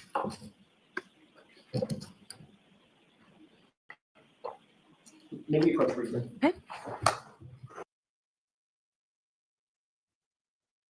The reason I ask about the opening the door was because Judge Bev, how I remember it was, said that the door was opened by AJ on Jen and not on Ali, because Lally opened it with Ali, because she just came out with it. So that's why I'm a little bit confused about it all. But we'll get to the bottom of it. But this is why we need objections to have definitions with them. This is why the defense want that. May I inquire? Yes. Thank you. Ms. McCabe, I don't have the records in front of me. Maybe they'll be found before the end of our conversation. But in the meantime, for expedition, do you remember a call on February 14th with Trooper Proctor lasting about 17 minutes? I don't know. Do you remember a call on February 17th lasting about 2 minutes? I don't know. Do you remember a call on February 28th lasting about 2 minutes? I don't recall. Again, it's hard. I expect that your answer is going to be, I don't recall, but I want to make a record if I could. So this is not a test of your memory at this point. I don't expect you to have it memorized. I just want to ask if maybe one of these stand out in your mind, or all of them. What about a second call on February 28th lasting about a minute? Don't recall. On March 1st, another call with Trooper Proctor lasting about a minute? I do not recall.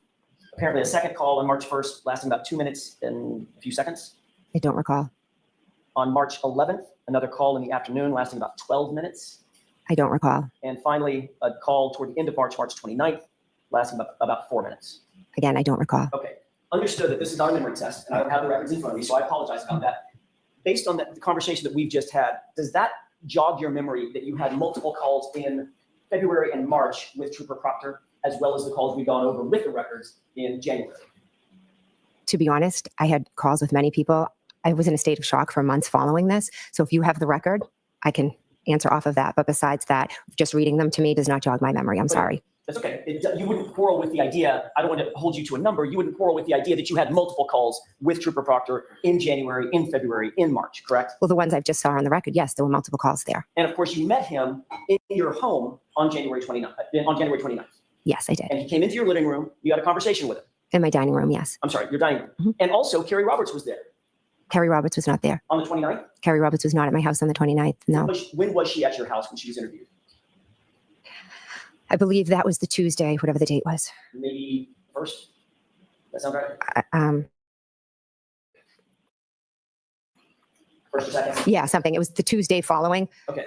And was that with Trooper Proctor or a different trooper? A different trooper. And with Trooper Proctor on the 29th, when he was interviewing you in your dining room, Mhm. that was the day that Brian Albert was also there. Correct. And was Brian Albert also interviewed on that day? I believe so. So Trooper Proctor was in your house for, gosh, it had to have been an hour. I'm not sure. After I interviewed, I went upstairs and then my children started waking up and I was tied upstairs for a while. I'm not sure when or how long he was there. But your memory is clear that not only did you meet Trooper Proctor on that day, you had a full conversation with him. It was in your house, that was in your kitchen, in your dining room, and another witness was interviewed by Trooper Proctor in your home as well. Correct. And then you had multiple conversations with him in January on that day, the day after, and the day after that. You've already seen those records, correct? Yeah. Yes, correct. Then in either September or October, you were interviewed by Lieutenant Tully. That's the report that you've already seen. Correct. And in that interview, you were asked specifically whether or not you had a relationship with Trooper Proctor and when that relationship started, correct? Correct. And you said, quote, you had never met Elizabeth Proctor or Michael Proctor prior to September 2023, correct? I did not say that. So yet again, this is another example of a trooper completely getting it wrong. Is that right? Objection. Sustained, ask it differently. In your view, did Lieutenant Tully get your statement wrong that you had never met Trooper Proctor before September of 2023? Objection. Is that true or is that wrong? Lieutenant Tully knew I met Proctor prior to that because Proctor was the one who did the initial interview on January 29th. Does it make you wonder why he wrote in his statement, quote, you Objection, never Your met Elizabeth Proctor or Michael Proctor prior to September 2023? So the objection sustained. If you indicated that you had never met Trooper Proctor before September of 2023, that would be a false statement, correct? Objection. You can answer that, Ms. McCabe. I met Proctor January 29th. It's A false everywhere. statement. If you said it, would it have been false? That's all I'm asking. Yes.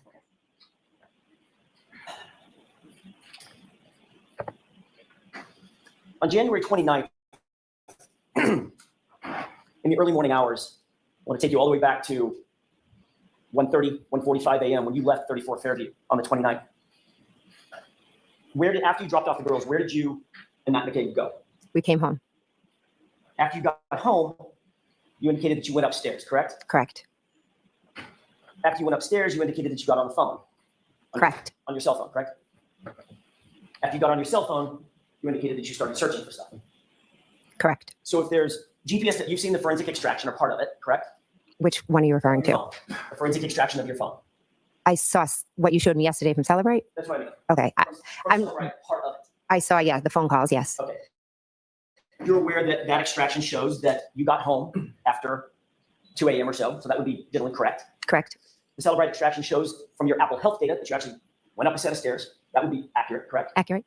The Celebrite data shows that you actually logged into your phone. You're logged in either Face ID or a passcode, opened up the phone. That would be accurate. Correct. The Celebrite data shows that you were engaging with an app called Safari to engage some Google searches, correct? Yes. That would be generally accurate as well, correct? Yes. So after you opened up Safari, you indicated that you Google searched something about Ozone basketball. Is that right? Yes. That was sometime after 2 a.m., right? Yes. What was so important about Ozone basketball at 2 a.m. that it couldn't wait until the morning? Why did you search it then? Well, first I was home, I was wide awake, and I had been texting about a basketball chat, and basketball was clearly on my mind. My daughter had been invited to join a team. I didn't know much about the team, so I just was like Googling to see, because the woman who had given my daughter the offer had wanted an answer. So you say that basketball was on your mind, correct? Yes. Was there anything else on your mind in the early morning hour time frame? Don't believe so. Mr. Cave, if you wanted to know, in general, how long it takes for a human being to pass away because of exposure to extreme temperatures, right? If you wanted to know the answer to that, what would you Google search? What phrase would you use? I'm not sure. All I recall is what the defendant asked me to Google in the morning. If you wanted to know, I'm asking a different question. Mhm. If you personally wanted to know, how long does it take for a person to die of exposure due to extreme temperatures, what would you put in? What phrase would you use? Objection. Sustained. Well, we don't have to guess at the phrase that you would use if you wanted to know something about dying of hypothermia, do we? Did you actually Google searched it? Objection. Sustained. Ask that differently, please. Did you, in fact, use a phrase to Google search how long it takes for someone to die of extreme temperatures? I did in the morning at the request of your client. Okay. And what phrase did you use? I'm not sure. Really? Correct. I was. 2.5 years of this, you don't know the phrase that you used? Objection, Your Honor. There's so many lies and Okay, there's no misconceptions on question. social media. No question. Oh, I apologize. Are you telling me you don't remember what Google search you put in? Karen was screaming. My hands were shaking, and she was saying, "Google hypothermia. How long does it take to die in the cold?" And what phrase did you put in your phone? I'm just asking you to say it. Why don't you show me it? You literally don't remember? Again, she was screaming, "Google hypothermia. How long does it take to die in the cold?" How about, And I picked up my phone and I started Googling. and you literally to this day, right now, under oath, you're saying you don't remember that phrase that you used. Objection. I'll allow it. Is that what you're saying? I'm saying that at her Do you remember it or do you not, Ms. McCabe? That's a simple question. that morning, I don't remember specifically what I Googled, but I do know what you've put out to the social media. How about this? Hoss long to die in cold. Does that sound familiar? Yeah, it's been Why everywhere does that sound so familiar? because you've put it out in social media. Well, I haven't put anything out in social media because I don't personally have social media. I'm sorry, Turtle Boy did. So if the world happens to know it, Mhm. that's not on me, is it? I guess not. I guess not. Hoss long to die in cold is what you put in to the Google search, right? If you say so. Is there a reason that you don't want to admit to that? Absolutely not. It's a simple question, right? No reason. So say it. What Google search did you use? Objection. Sustained.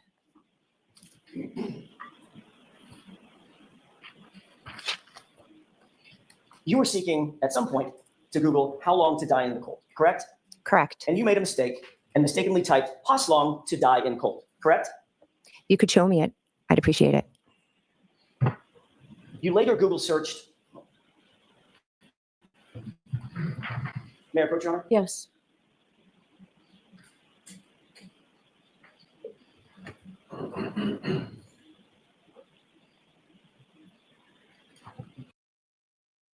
Look at where she's looking. Look at where she's looking. She's looking to the audience there. Here she goes.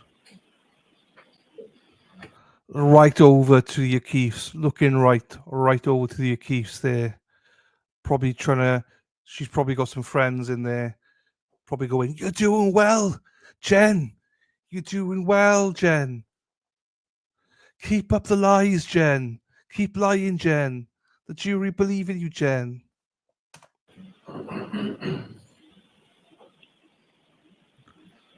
You're going to win an Oscar, Jen. Oscar performance, Jen. Hey, Thank you. Tracy. While she looks at that, Mr. Jackson, can we bring our clerk back upstairs? Of course, yes. I think we're. Thank you very much. Can you text Jimmy and tell him? Makes a change. Take a look at that report and tell me if that refreshed your recollection. Yes, it does. Does that appear to be an accurate page from a Celebrite extraction from your phone? It does. May I have that back? I'm sorry, may I approach? Yes. May I have that back for a second? Yes. Did you see this, the actual search phrase? Does Yes. that now refresh your recollection? Yes. But I'd like to have this marked as next in order. Exhibit, please. Is there an objection, Mr. Lally? No, Your Honor. Jim? 99.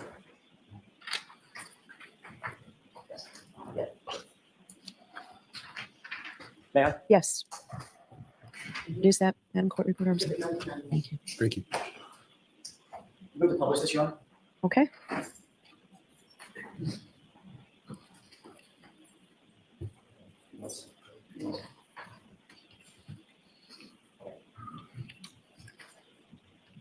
Does this appear to be the document that was just marked as Exhibit 99? Yes. I know it's a little bit small, Mr. Jason. You see this column, Yes. third column from the, actually, the fourth column from the left, some dates, some data, and then a Google search, correct? Correct. What does that Google search say? House long to die in cold. Now, you indicate that you did that, you made that search at 6:23 a.m., correct? Correct. And then you indicated that you did it again thereafter at 6:24, correct? Correct. At 6:24, you misspelled the phrase and you spelled it as follows: how long TI die in CIKD, correct? Correct. Now you claim that those two searches were at 6:23 and 6:24 a.m. respectively, correct? Objection. Phrase it differently. Sure. You've indicated under direct examination that these two searches were at 6:23 and 6:24 a.m., right?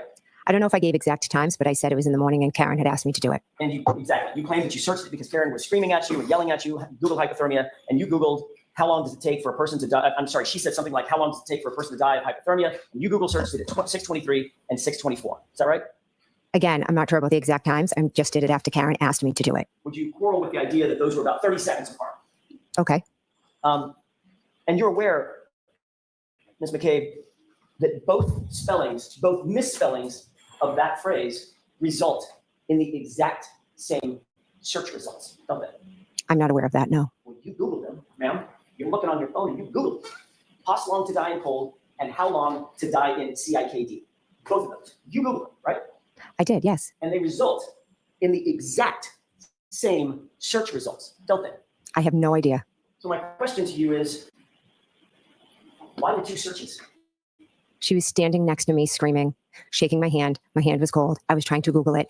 Obviously, maybe whatever came up first didn't make sense because I had some misspellings. So I did it again. So long to die in cold results in articles concerning dying of exposure, doesn't it? We never got the chance to read it. Well, you're the one, when you say we, who's we? Karen and myself. Well, you're the one holding the phone, Ms. McCabe. Correct. So you're looking down at your phone and you see exactly what comes up, right? I don't remember exactly what came up. Well, what came up was something about dying of hypothermia, didn't it? That's what she asked. So why do it again? Why do it again, Ms. McCabe? You had the result. Why the second search? I cannot answer that beyond telling you that my hands were frozen. She was shaking me and screaming at me. And you see the time, let me scroll up, please. According to that, this Celebrate data, you see this first search that says how long to die in cold? I do. What's that time? You've got the, it's right over at 2:27 AM or PM? a.m. Ms. McCabe, you made that search at 2:27 a.m. because you knew that John O'Keefe was outside in your sister's lawn dying in the cold, didn't you? Absolutely not. I did not make that search at that time. You No. realized the next morning, after John was discovered, after 6 a.m., that you had an incriminating search on your phone, didn't you? Absolutely not. To cover your tracks, you searched it again in order to overwrite the original search at 2:27, correct? Again, absolutely not. You were nervous and you screwed it up. So the first search you made at 6:23 was how long to die in CIKD, wasn't it? No. Well, you see the search right there, correct? I see the search, but I disagree with your narrative. And what's the time frame of that search? 6:23. And you agree that that time frame is accurate, right? Again, it's what the report says. And that comports with your memory of that morning, about 6:23 in the morning, in 51 seconds. Correct. There's a second search, correct? Correct. And this one,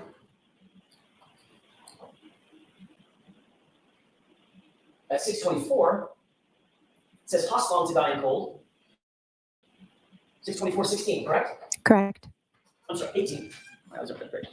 And that comports with your memory as well. I remember Googling it at the request of the defendant. Yes. About 27 seconds apart, correct? Yes.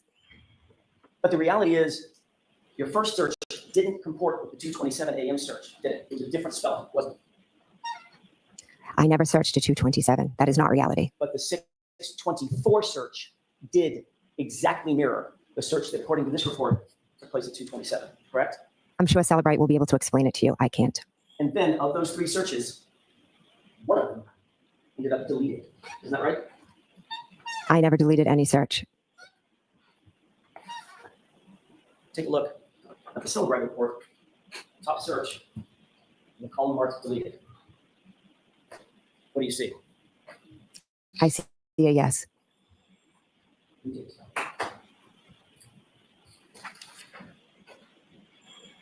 Ms. McCabe, the reason you deleted that 2:27 a.m. call is because you realized that if you were caught Googling how long it takes for a person to die in the cold 3.5 hours before John's body was found, that would incriminate you, wouldn't it? Objection. The objection sustained. Did you delete that search because you knew that you would be implicated in John O'Keefe's death if that search was found on your phone? Objection.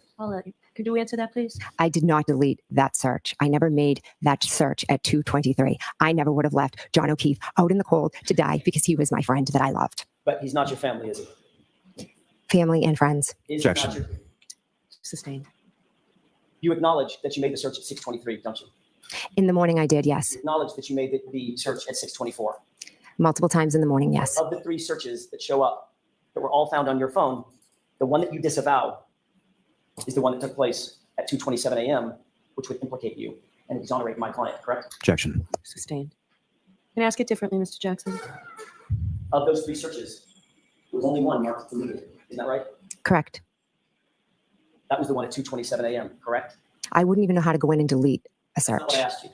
The one according to the Celebrate report that was deleted, the one at 2:27 a.m., correct? Correct. You'd agree that that's awfully convenient for you, isn't it? Objection. Sustained. That's all I have, Your Honor. Thank you. Okay. Mr. Lally? Thank you. May I go through? Yes. Thank you.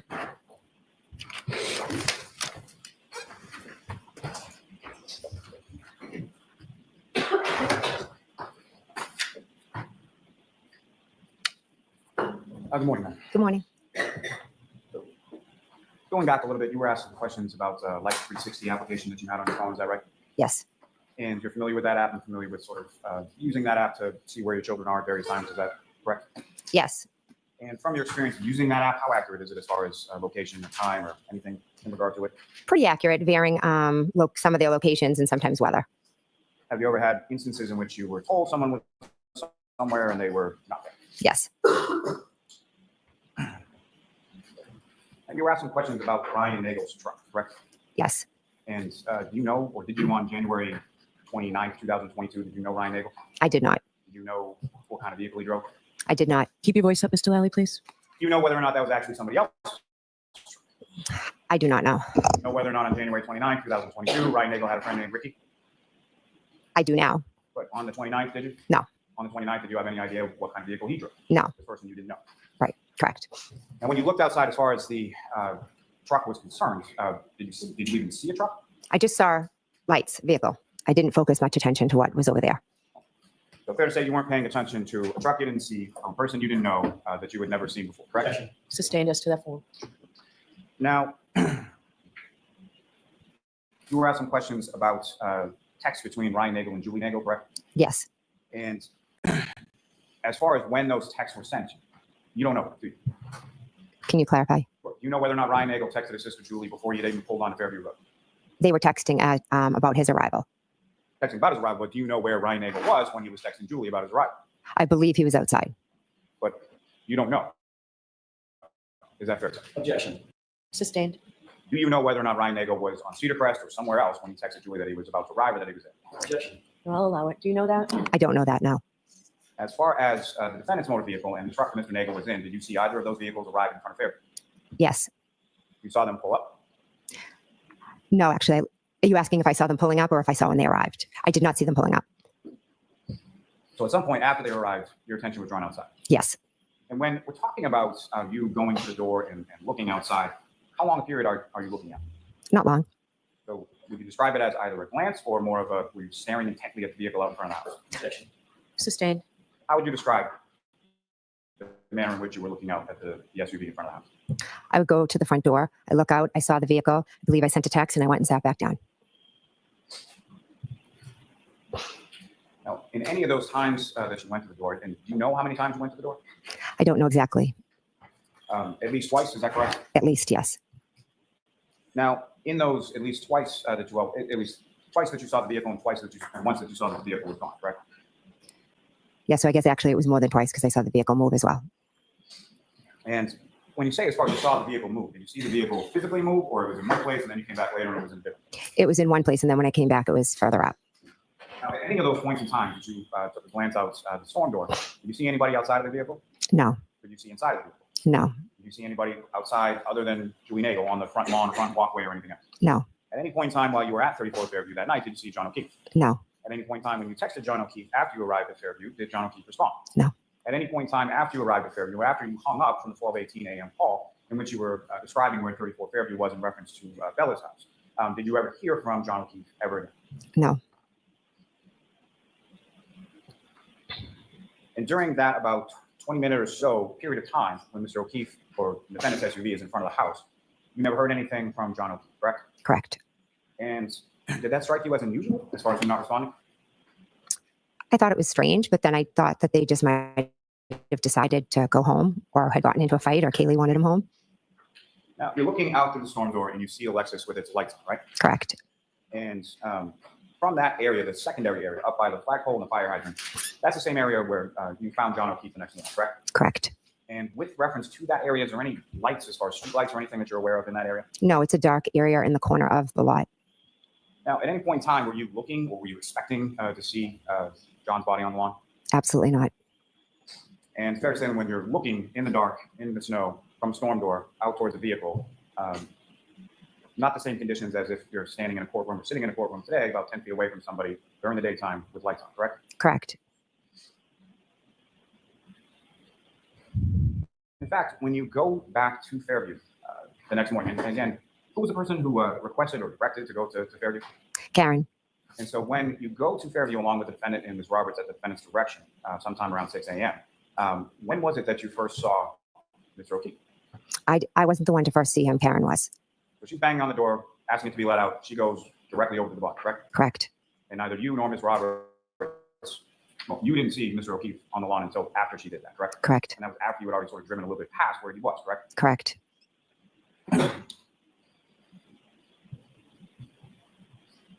Now, with reference to you get home from Fairview around 2 a.m. or somewhere in that time frame, you go up to bed and you do some searches on your phone, correct?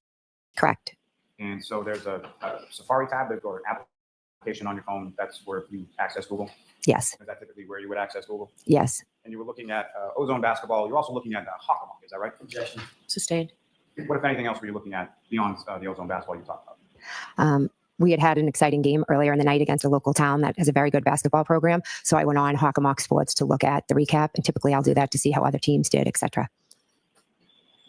And around that same time, is that correct? Correct. Now, within when you did that, as far as looking things up on Google, were you opening up new tabs within Safari as you were looking at different websites or different topics? No. And when you went to bed or you went to sleep that evening, at some point you turned off your phone, right? Correct. And did you X out that box, that Safari tab that you were doing those searches with regard to Ozone and Hockamock? No, I used to always leave my tabs open, and my kids would yell at me. As far as having multiple tabs open, is that correct? Drains my battery, etc. Yes. So then flash forward to sometime after 6 a.m., you're on the side of the road and the defendant asks you to conduct or look up something with regard to hypothermia or how long to die in the cold, correct? Correct. When you open that up and you go into Google, did you open up a new tab or did you just sort of go into what you had already open in the Safari tab? I went to what I already had opened. And that's where you perform the search, is that right? Excuse me? That's where you perform the search that you were just being asked about? Yes. And you never made any search like that at 2:27 in the morning, correct? I did not know. Now, again, you've been shown what's been called a Cellbrite extraction report, correct? Yes. Are you familiar with how many Cellbrite extraction reports were conducted in reference to your phone? I think a couple. I'm actually not sure. And prior to January 29th, 2022, had you ever seen a Cellbrite extraction report? No. As you sit here today, do you even really know what that is? Not really. No. Do you know what a wall file is? No. Do you know what an SQLite database is? No. Do you know what a knowledge profile C database is? No. Do you know how information is stored and kept within your cell phone? No. Does your husband know what a Cellbrite thing looks like? Does your husband know what wall, whatever it is? Does your husband know everything about IT, considering he works in IT? Now, as far as, let me ask you this, you had 4 children and you were a mom, a homemaker, correct? Correct. At some point you did work though, right? Yes. What did you do for work? I was an elementary school teacher. What grade did you teach? 5th. One question, and we'll see where this goes. What grade did you teach? 5th. And how long did you teach 5th grade? Objection. Yeah, I'm going to see counsel at sidebar. Folks, feel free to stand up. Lali, what the fuck are you asking all these stupid questions for? Etc. If I could take you back to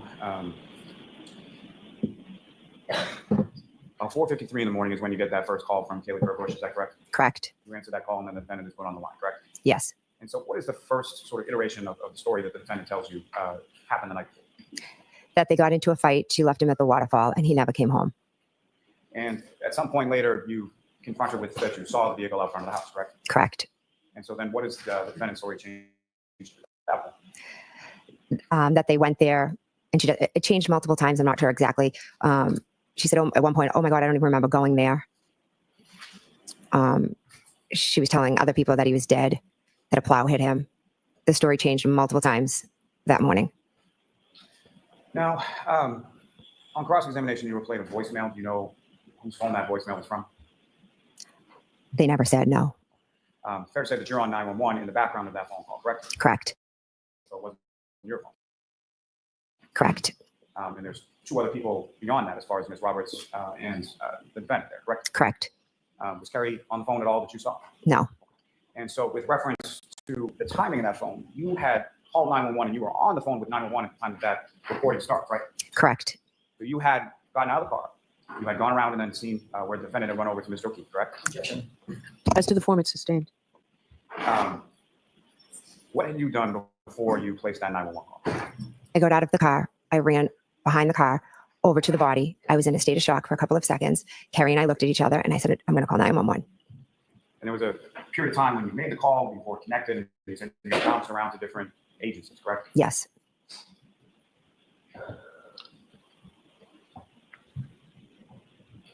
And this is after the defendant has hit the door and run from the vehicle over to Mr. O'Keefe's spot, right? Yes. So it's not your phone, and it's not Ms. Roberts' phone. Fair inference is the defendant's phone, correct? Correct. And so this phone call had been made or started recording at some point before you had even gotten out of the car, made your way over to Mr. O'Keefe, been in a state of shock for a few seconds, called 911, connected to 911. So at some point, it had to have been made in the car, correct? Objection. Ask it differently. Do you know when that voicemail or that recording that you heard, do you know when that call was placed? I don't. Now, at the time that you are making the 911 call, where is the defendant in relation to the vehicle? She is over with Mr. O'Keefe.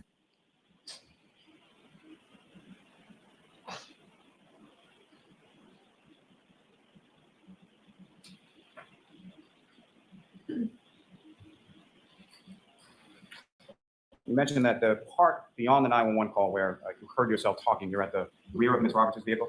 Yes. And why are you at the rear of Ms. Roberts' vehicle? In the beginning, I'm at the rear gathering towels or blankets. And then a few times I go to the rear because I'm trying to speak with the 911, and Karen is screaming hysterically. And then Kerry starts screaming at her to calm down. It was quite chaotic. So I was moving away so that I could be clear with the operators. Now, at some point you went into your sister's house at 3450, right? Yes. And why did you? Officer Lank asked me to go in and wake them up. So you were asked to go in there by the police to wake them up, correct? Objection. Sustained. And at some point you indicated that you had called Officer Lang to come back to the house, right? Yes. And how did you get his number again? Julie Albert. And as far as, are you aware whether or not Brian Albert, Nicole Albert, or any of the other people that were present had Officer Lang's number? Objection. Sustained. Why did you ask Julie Albert and not Brian Albert and Nicole Albert? because I knew she was the only one that had his number.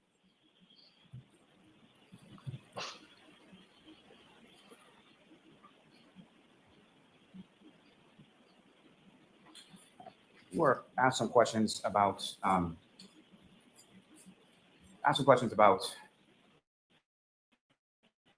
when you were on scene. And you indicated in your testimony on direct that you heard the defendant say, "I hit him, I hit him, I hit him." Correct? Yes. You also earlier in your testimony had indicated that earlier in the morning the defendant had phrased that differently as far as "could I have hit him or did I?" Correct? Objection. Sustained as to the form. You heard the defendant make a variety of statements over the course of the night, correct? Yes.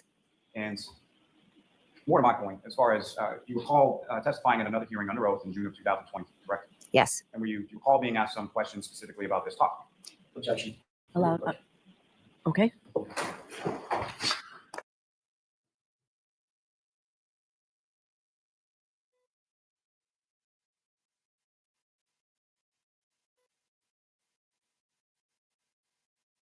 Testified in another proceeding, correct? Yes, go ahead. Ceredigion? Yes, go ahead.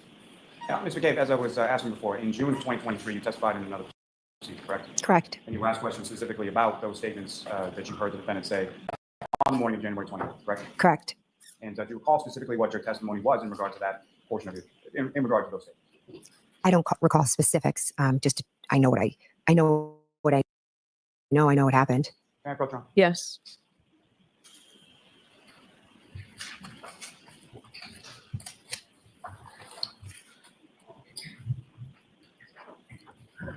I'm giving you 2 pages. Direct your attention to the bottom of the first page and then into the next page. You can just review that yourself and look up. Page again, Mr. Lally. You're on 816 and 817. Thank you.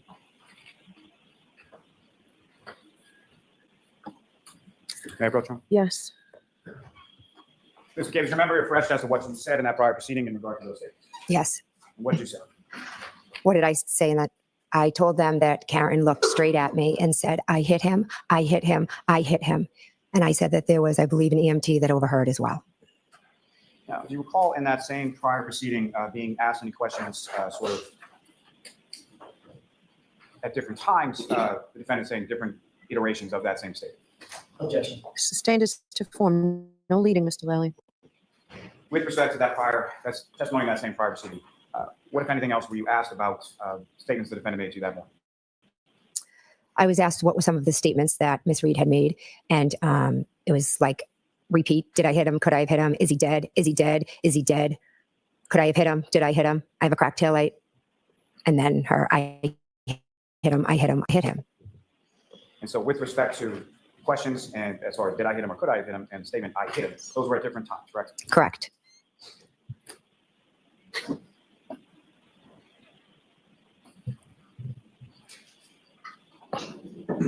Now, you met with Trooper Proctor on January 29th, is that correct? Correct. Was that the first time that you had met him? Correct. And who, if anyone, was with him when you met?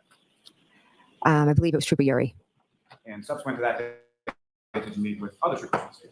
Yes. And by other troopers, I mean not Trooper Proctor and not Trooper Yuri. Yes.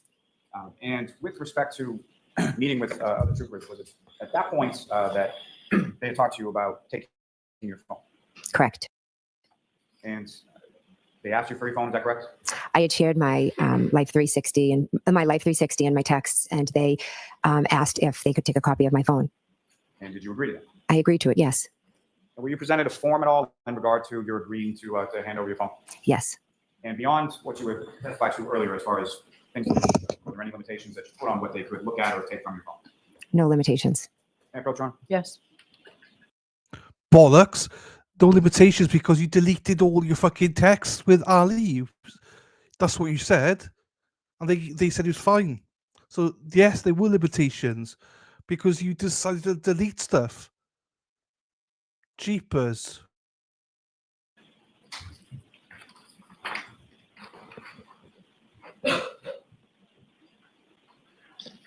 I'm showing you a document and asked to look at it with us.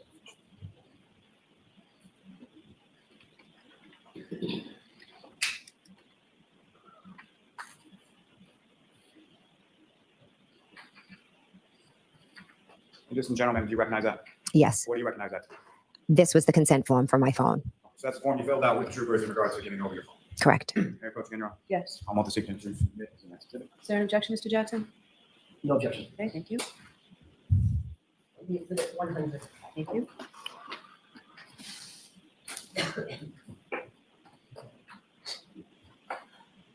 Now, again, Mr. McKay, initially following that the events of initially that morning around 6 a.m. or so, at some point you were seeking or you had actually asked the defendant for Kerry Roberts' phone number, correct? Yes. And why is it that you were looking for Kerry's number specifically? Well, the driving conditions were terrible. She was driving to Braintree to pick up Mr. and Mrs. O'Keefe. And then they were heading to the hospital. And I was just looking to see how John was doing. Now, you had mentioned at some point, did you speak to Ms. Roberts that morning in regard to updates as far as how John was doing? Yes. And you mentioned that later on, that day or the next day, that you had gone over to Mr. O'Keefe's house with Ms. Roberts, correct? Yes. And who was driving at the time that you went over to the O'Keefe's house with Ms. Roberts? Carrie was driving. And so when you left the O'Keefe's house, where was it that you went? Carrie went to drop her daughter off at her friend's house, the daughter of Mike Lang. And you were just in the front passenger seat of that vehicle, correct? Yes. You had mentioned as far as getting together with Ms. Roberts at the request of someone to talk about a timeline, correct? Yes. And can you explain to the jury sort of how that came about or who was making that request? Carrie called me and she told me that she had talked to Peggy, and Peggy had No, I'm going to allow it. suggested to Carrie, you guys should write a timeline. You don't want to forget anything, when the time comes, meaning when the trial comes, you don't want to forget anything that happened. And just to be clear, when you say Peggy, who are you referring to? Mrs. O'Keefe, John's mother? John's mother, correct. Now, you were asked some questions about subsequent date as far as hearing bits and pieces or portions of Ms. Roberts' statement to troopers at your home, correct? Correct. You know whether or not that was the first time that Ms. Roberts had talked to troopers or officers or anyone from either Canton Police or State Police? I believe on the 29th in the afternoon, troopers went to her house. I said that would have been the first time. So the time that she was at your home and speaking to troopers, that would have been at least the second time that she was spoken to troopers, correct? Objection. Sustained. Now, with reference to Ms. Roberts and her phone, was Ms. Roberts, the time that you handed your phone over to the troopers, was Ms. Roberts present there as well? Yes. And what, if anything, did you see Ms. Roberts do with respect to her phone and the troopers? She turned her phone over as well and signed the consent.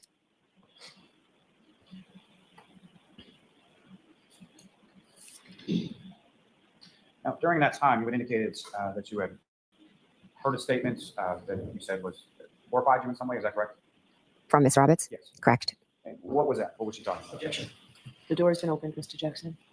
That means you can answer. So basically, Carrie is a talker. And once she started, I think just focus on Okay. what she said. okay, she said something like, John really loved Amy. And in my eyes, Karen was just a babysitter with benefits. And is that what made it memorable to you as far as what had transpired at that time? Yes. At any point in time, did you ever coordinate your statement and Ms. Roberts' statements with her prior to testifying at any hearing or any proceeding at any point in time? No.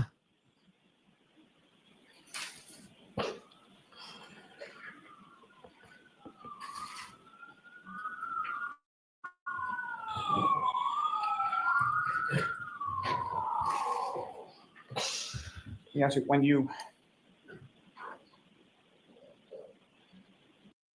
What mother in her right mind would be like, right, my son's just died. Hey, you two put a timeline together. Like you just don't like. Sorry, you're right. No mother or no parent, nobody would ever think like that. That oh yeah, my son has just died. Oh, do you know what? Girls, come together. Let's do a timeline. You don't think straight. Do you know what I mean? So absolute bullshit that ever happened.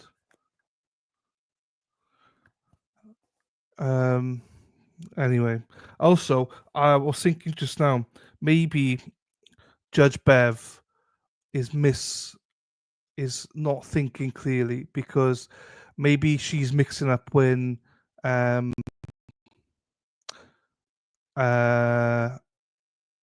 Tilly Jackson opened the door for the harassment stuff. She must have been confusing because he never opened the door for it. What we say, Robin G says Ali, it was Ali, but it wasn't Jackson. It was Yannetti. that opened the door on that one, or allegedly opened the door on that one. So that's the confusing, because she says that Jackson opened the door for the harassment stuff. Well, he didn't. It was Iannetti, if anyone did. So maybe she's misremembering, and this is the bit that she remembers as opening the door for harassment, but it wasn't. Anyway, she should have looked at the transcript. Right.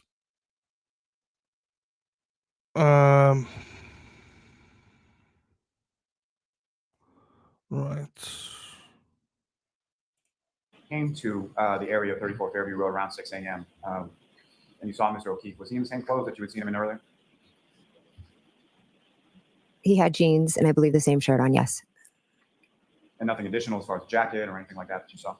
Not that I recall.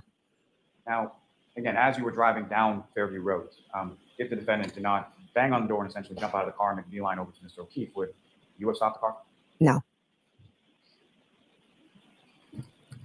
Recall when you were leaving 34 Fairview Road earlier, as far as sometime between 1:30 and 1:45 when Mr. McCabe is driving. Do you recall whether or not the roads were plowed or treated or anything that you saw at that time? I know there was snow on them, but I can't recall specifics. Now, as far as a defendant coming over your house shortly after 5 a.m., was that something that you were expecting at the time? No. And what was it prior to the defendant showing up and sort of screening in front of your house? What was your sort of plan as far as based on the information that Ms. Reed had called? My husband and I were going to go out and we were going to drive over to Tom Beatty's house to see if John was there. Now, as far as the 911 call that you were making, that information that you were providing, what was that based on? What I was seeing. But as far as how Mr. O'Keefe had come to be there at 34 Fairview Road, when you're communicating that, the 911 operator, force officer on scene, was that from your observations when you were inside 34 Fairview after the waterfall, or from some other source? Well, it was from what Karen was saying as we were driving there. So as far as him being dropped off or anything like that, that came from the defendant, correct? Correct.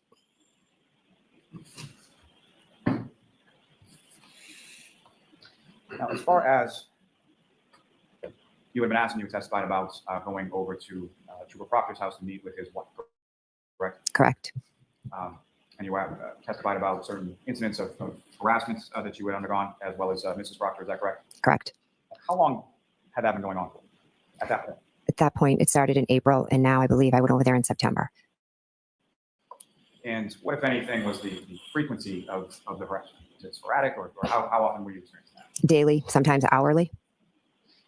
And in addition to what you've already testified to, what, if any, other incidents do you recall specifically involving either you or your children or your home? People come by my house, they take video, they scream. They've gone to my child sporting events and called me names. They've written letters to my daughter's colleges and said that they shouldn't allow them to play. And then they've attached these horrific articles that have been complete lies about all of us. They send me Facebook messages. They call my phone, home phone and cell phone, all hours of the night. They tell me to kill myself. They tell me I'm a terrible mother. They harass my children. My daughter testified here the other day. We didn't even get out of the building, and people were, saying horrendous things, that she's a liar.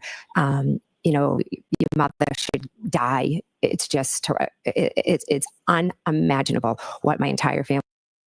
That was completely made up as well. I wish they brought the court officer that brought him out, because the court officer escorted him to the house, to the car, and nothing was ever said. So she lied in their oath. Oh, sorry, Cheryl and S. Hello to you, my darling. Sorry. It's because of the trolls. I do this 5 minutes because of the trolls. Trolls don't want to wait 5 minutes. But yeah, sorry. Welcome, Cheryl. Welcome to you, my darling. Family is going through. I go to the beach, they take pictures, they post it, they threaten that there are eyes everywhere. I'll never be able to live a normal life again. I am a witness. That's all I am. I am not on trial. I am a witness. And these people are terrorizing me. Sustained as to that part. I'll strike that part. Everything else is stand. Okay. And so, your understanding that Mrs. Proctor had sustained similar issues as you had? Correct. Now, again, Trooper Michael Proctor, never met him prior to January 29, 2022, correct? I have never met him prior, no. And the time that you went over to meet with Elizabeth Proctor, was Trooper Michael Proctor home at that time? No, he was not home. And had you ever been over to his house prior to that, or any time subsequent? No, never. Now, you did have some conversations with Trooper Proctor following this day and around let me ask you this. You testified a bit about a rolling rally. Is that correct? Correct. Can you describe to the jury sort of what that was or what occurred on that day? So that day in July, a group got together under one blogger, and they all met and they decided to go to different houses. So Michael Proctor had been made aware of what was happening. So he had reached out to tell me, what was going to be happening and how they had set up some cameras. It was a Saturday. I had just come home from vacation with my children and my husband. Mrs. O'Keefe picked up my two younger children and brought them out with her so they wouldn't be home for this. And my two older children and my husband were in the house while about, 50 to 75 people came to my house. They screamed, they yelled, "There's a murderer." They just caused an absolute ruckus outside. And prior to that, did you have any conversations with Proctor and the other troopers from the state police about knowledge of that incident occurring prior to its coming? Yes. And as far as setting up sort of pole cameras around your house to memorialize whatever was going to happen. Yes. Now, you were asked some questions with regard to the Google search. Again, that was initiated after 6 a.m. Why again? Because Miss Reed asked me to Google how long to die from hypothermia. She said, Google hypothermia, Google how long it takes to die in the cold. She was shaking me, screaming at me to do it. And she's shaking you as you're typing, is that correct? Correct. And there's some misspellings, correct? Correct. I also have MS and I have issue. I'll allow that. I have MS and I have, issues with my hands. So I a lot of times Google and make errors, but the cold also makes my hand go completely numb. So I'm not surprised that that's how it would come out. When you were in your bedroom sometime after 2 a.m., fair to say the defendant wasn't there shaking you when you were Google searching for Ozone basketball or hockey? Objection. Sustained.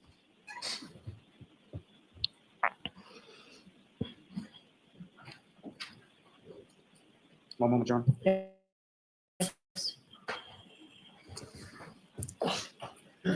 Nothing further on. Okay, Mr. Jackson. Concerning statement, I hit him. He gave a statement on January 29th to Sergeant Light. Called him over. He specifically gave him a statement, correct? Correct. He gave a statement the next day, later that day, Trooper Proctor, correct? Correct. You were also met with, on that following Tuesday, with a trooper named Prince, correct? Correct. And then you testified in April of 2022, no fewer than 12 times about statements that you attributed to Ms. Reed, correct? Correct. And in not one of those instances, not one, is there a report that says you said, she said, I hit him, correct? Correct. Although I told Mike blank. Oh, we already know that the officers all got it wrong. Objection, Your Honor. Sustained as to that. Next question, please, Mr. Jackson. So you indicate that you were, the harassment that you just described, this terrible harassment that you just described, started in about April 2023, correct? Correct. It was around the time that there were public hearings concerning this Google search. Is that right? Objection. I'll allow that. Is that right? I'm not sure exactly when the Google search came out. But you do know that you started suffering this harassment that you claimed is awful and terrible, et cetera, around April of 2023. Is that right? I didn't claim it's awful. It is awful. Okay, I'm sure it is awful, Ms. McCabe. I'm sure it's terrible. It I'm is. sure it sucks to be harassed. It really does. Yeah, I'm sure it does. Objection, Your Honor. All right, so that's sustained, and I'll strike it. Go ahead and ask a question, Mr. Jackson. You were upset by April of 2023 that there was public outrage about your family being involved in the death of John O'Keefe. That's what you were upset about, correct? I was upset that we as witnesses were being harassed. You were upset about public outrage concerning this case, correct? Objection. Sustained, that was answered. Next question. And 2 months later, in June of 2023, for the first time, you testified at another proceeding, and lo and behold, you attributed the words, I hit him, to my client, right? Objection. So ask that without the objectionable phrase. 2 months later, at another proceeding, in June of 2023, you attributed the statement, I hit him, to my client for the first time under oath, correct? Under oath, correct. You indicated when you turned your phone in, the police were perfectly okay with you deleting communications with your children, correct? Correct. Including Allie, who's a material witness in this trial. Objection. So part of that is objectionable, and I'll sustain that. So You're aware that your daughter Allie was a witness in this case. At the time, I was not aware of that. No. No, but you did know that ultimately she was going to indicate that she drove Colin home, correct? You knew that at the time. Objection. That's sustained. Did you know at the time that Allie had driven Colin home, or she said she drove him home? I had no idea she drove him home. But you deleted all those communications with Allie, didn't you? Objection. Sustained. Did you delete all the communications that you had off your phone with Allie, your daughter? Objection. So this has already been answered, but go ahead, finish. Let's finish this loop. Did you delete them? I deleted the conversations with my 4 daughters. At that time, Allie was not a witness. All I asked you, you heard my question. Did you or did you not delete the communications with Allie McCabe? Objection. That's been answered. You said that there was this statement that horrified you, your words, horrified you, that Carrie Roberts made during her interview that you were eavesdropping on, right? I'm not sure if she made it during that interview. I'd have to look back to see when I said she told them everything in bold, because I know she had said it to me multiple times. So I'm not sure if it's when she said it in the interview or just in general, when she said, I told them everything. I told them, etc. So when you said in that group chat, she's telling them everything, that might not even be what you're talking about. No, it was. And you said that horrified you, correct? I didn't know Carrie Roberts. So yes, her statement horrified me. Horrified you. Yes, that was horrifying. And in that group chat, your response to that horrifying statement was 3 words. I love it. Was there a response prior to that? You tell me, ma'am. I'm not the one under oath. You are. Well, if you want to show me it again, I'd love to get. Yesterday. So do you have it handy, Mr. Jackson? I don't, Your Honor. I'll grab it. Okay. Your Honor, it's been marked and entered. It was the packet this morning that I did. That's it. May I approach? Sure.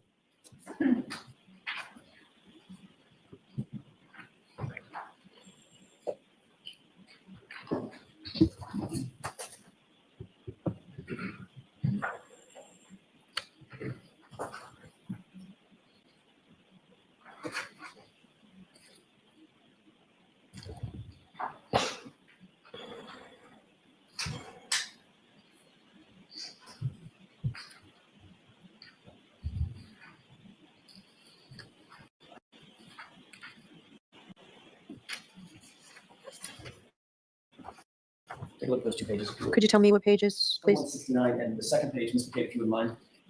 What's the second number, Ms. McCabe? Number, bottom right. 2170. Thank you. You have that in mind? Yes, I do. Your Honor? Yes. Thank you. During that conversation, when you said she's telling them everything, that came right on the heels of your husband saying, this girl could write a book, this woman could write a book or something like that, correct? Correct. She talks nonstop. Right. And then you said 2 texts down, she's telling them everything. Correct. The text just before that was, I love it. That was in response to my husband saying this girl could write a book. What's the next thing that you wrote to that group within a second of that? She is telling them everything. May I approach the question? Sure. Nowhere in that text chain did you say something along the lines of, oh my goodness, I'm so horrified, did you? Those were on phone conversations. Nowhere in those texts that you just saw did you say the words or write the words, I'm so horrified, did you? No, because it was already spoken about. You were asked on that morning, January 29th, 2022, as you drove to the location and ultimately to 34 Fairview. What ultimately happened? And your testimony was, as you approached, my client was searching frantically for John O'Keefe, correct? I don't believe I said she was searching frantically for John O'Keefe. Searching frantically. She was screaming frantically in the back seat and texting in the back seat. Was she just sitting there, curled up in the back seat, sucking her thumb, or was she searching out the window? She was screaming Right. between Carrie and I. So I'm not really sure how she saw John over here when her head is up here screaming and then looking down and texting. Was the whole point of that trip, Ms. McCabe, to search for John? It was because she knew where he was. The whole point of that trip was to look for him, correct? She directed us to go to 34 No. Fairview. The whole point of the trip was to look for John, correct? At 34 Fairview, where Karen said to go. And your testimony is that if it hadn't been for Karen jumping out of that truck, you would have stopped, correct? Because I wouldn't have seen him. I didn't know he was there. She did. Yes or no? Was that your statement? If she hadn't gotten out of the car, you wouldn't have stopped. I don't believe it was stated like that. I believe there was a question and I answered. And the question was, would you have stopped? And your answer was what? What was the direct question? Oh my goodness, Ms. McCabe, it was 5 minutes ago. Did he ask, did you see something? You like to change words. I just want to be certain. So, Mr. Jackson, just keep it to question. not comments. You were asked just a second ago by Mr. Lally if Karen Reed hadn't jumped out of the car, you wouldn't have stopped, correct? Correct. Thank you. That's all I have. Okay. All right, Ms. McCabe, we are finished. Jurors, I'm going to ask you to follow them up like we've done. We'll take a recess, and this one might be a little longer. I may need to see the words. Jurors holding and leaving. Hello, H-Bag. All right, follow me, period out. She is so combative. She's a mofo. There's sidebar. Do they go on break now? Yes, they do. They go on break. Then they're back. He's always been the other Kerry Roberts is here now. She is a fucking bitch. She's insufferable. She's going to be a nightmare in trial 2.0. I just can't understand why the jury don't see, like the jury just went, no, we don't care about any of these witnesses. It's like, what are you doing? Oh, such a massive, incredible arsehole, yes. Hey, H-Bag, nice to see you as well. Jeepers. That was a good shot, you're right. Right. Let's get back to this one then. During the case against the truth, the whole truth, and nothing but the truth, so help you God. Thank you. You get the stand. No, I haven't, Wicked. All right, Mr. Lally. Good morning. Good morning. Good morning. Could you please state your name and spell your last name? Carrie Roberts, Roberts. And where do you live, ma'am? Canton, Mass. How long have you lived in Canton, Mass? 10 years. And who, if anyone, do you live in Canton? My husband, my 2 children. And your 2 children, how old are they? And boy, girl? My son is 12, my daughter's 14. And do you work, ma'am? I do. What do you do? I'm an executive assistant. How long have you been doing that? 17 years. And your husband, Kurt, does he work as well? Yes. What does he do for work? He's a heavy equipment operator. And how long has he been doing that? Maybe 20 plus years. Now, if I could turn your attention to the evening of January 28th, 2022 into the morning of the 29th. Do you recall those dates? And do you recall what days of the week they were? Say it again. Do you recall what days of the week they were? Friday, So 28th. Friday the 28th, into a Saturday. Saturday the 29th. Now, on the evening of the 28th, do you recall what you were doing that evening? I was bowling with my daughter and her friends and one of the mothers. And do you recall where that was? Westgate Lanes in Brockton. And about what time was it that you got home from that? Probably about 8:30ish because there was a storm coming, so we wanted to be home. I didn't want to be out late. And when you got home, you and your daughter, is that correct? Say that one more time. You and your daughter came home around 8:30 or so? Yes. Who, if anyone else from your house, was home when you got home? I think my husband was home. He was going out. I think I passed him and he was heading out to meet his friends. My son was not home. And who were the friends that he was going out to meet? John O'Keefe, Michael Camerano. So, Ms. Roberts, I'd like to start with just Mr. Camerano. How do you know? He's been childhood friends with my husband.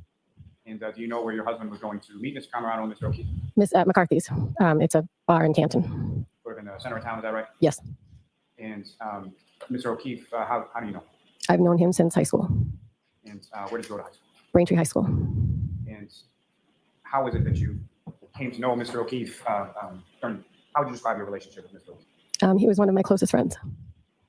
In addition to John O'Keefe, through growing up and going to Braintree High, were you familiar with any other members of the O'Keefe family? Yes, Kristen, his sister, was a senior when I was a freshman. John was a year older than me, and Paul was 2 years younger than me. So at some point, I was in school with all of them. And after high school, at some point, did you come to know any of the members of the O'Keefe family while you were living in Canton? Yes, my son and John's nephew went to an in-home daycare together. So I went to go pick up my son at one point, and Kristen was there, and we kind of figured out that we lived in the same neighborhood that we were going to be moving into. And then Kristen got sick. And during that time, sort of when you first reconnected with Kristen, about how old was your son and her son? My son was 18 months. Patrick he's almost a year older. And your son and Patrick Furbush, did they end up going to the same school again? Yes, they went to home daycare. They went to preschool, pre-K. And by the time they got to elementary school, they got separated because they were troublemakers. But did they go to the same school Yes. all throughout? Yes. And what any other activities did your son do along with Kristen's son, Patrick? Well, Patrick wanted to try hockey. So they did hockey together, and then he didn't like that. And they played baseball together since they were t-ball, like 4 or 5. Now, you mentioned that Kristen O'Keefe or Kristen Furbush at that point, at some point after you met her, she got sick. Is that right? Correct. Eventually, she passed away. Is that right? Correct. After she passed away, her husband also passed away. Correct. And at some point after that, what, if any, role did John O'Keefe have with reference to? Well, when Kristen passed away, I was in touch with John, just seeing if they needed help with the kids, getting them to and from wherever, because I was down the street. Kristen passed away, and then he said, I might move in. Steve's got to figure out finances, but I might move into your neighborhood. And I said, oh, okay. And then when Steve died, John did move in, and he took over raising the kids. And fair to say that you were, with reference to your son being friends with his nephew Patrick, you would see him fairly often, and by him I mean John O'Keefe. Oh, yes, daily. Mm-hmm. And what, if any, at some point did John and his niece and nephew move from down the street from your house? Yes, they moved across town. So I live on the Milton side. He moved over sort of near the Stoughton side. About how far a drive is that sort of from your house to where you moved to? It was on Meadows, correct? Yes, it depends because Canton's terrible for traffic. Maybe 7 minutes, maybe 8, depending. And if it's in the evening, it's longer. And after Mr. O'Keefe and his niece and his nephew moved sort of across town, where did his nephew Patrick, where did he go to school at? He remained at the same school that he was at with my son. So on Wednesdays, when John couldn't grab him in time because he'd be working in the city, Patrick would come home with me. You familiar with what Mr. O'Keefe did for a living? He was a Boston police officer, but at the time he was working in an office registering sex offenders. And so you would help out as far as picking up his son. What, if any, assistance did you have with regard to his niece Haley as well? Say that one more time. What, if any, assistance did you have with regard to Mr. O'Keefe and his schedule with regard to his niece Haley as well? I didn't take care of Kaylee as much. That was sort of, there was other women, Jen McCabe, one of them. She sort of really took hold of caring for Kaylee because her daughter was friends with Kaylee, and I sort of got Patrick. So Yes, Riley, you have to keep your voice up. I'm really sorry. I didn't mean to interrupt you. Sorry. And if you could keep your voice up too, okay? My apologies.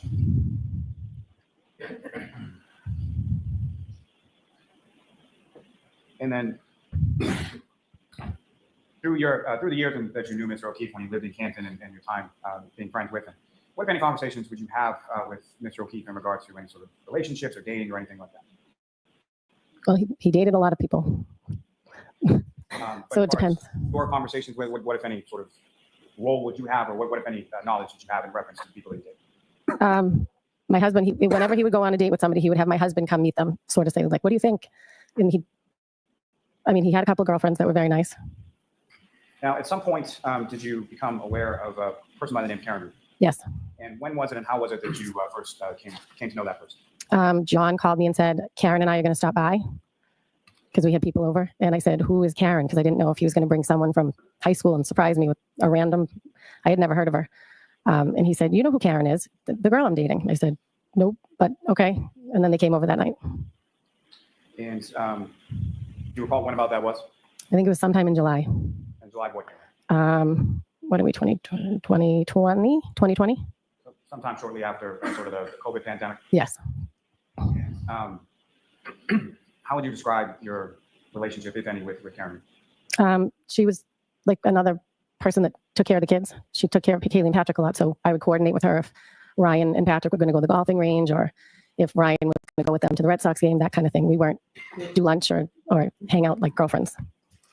Was there any occasions where you had for socialization or go out as couples or anything like that with Mr. O'Keefe? No, they came over our house one time, and then we'd do baseball tournaments down the Cape, and we'd all get together, but the four of us never went out.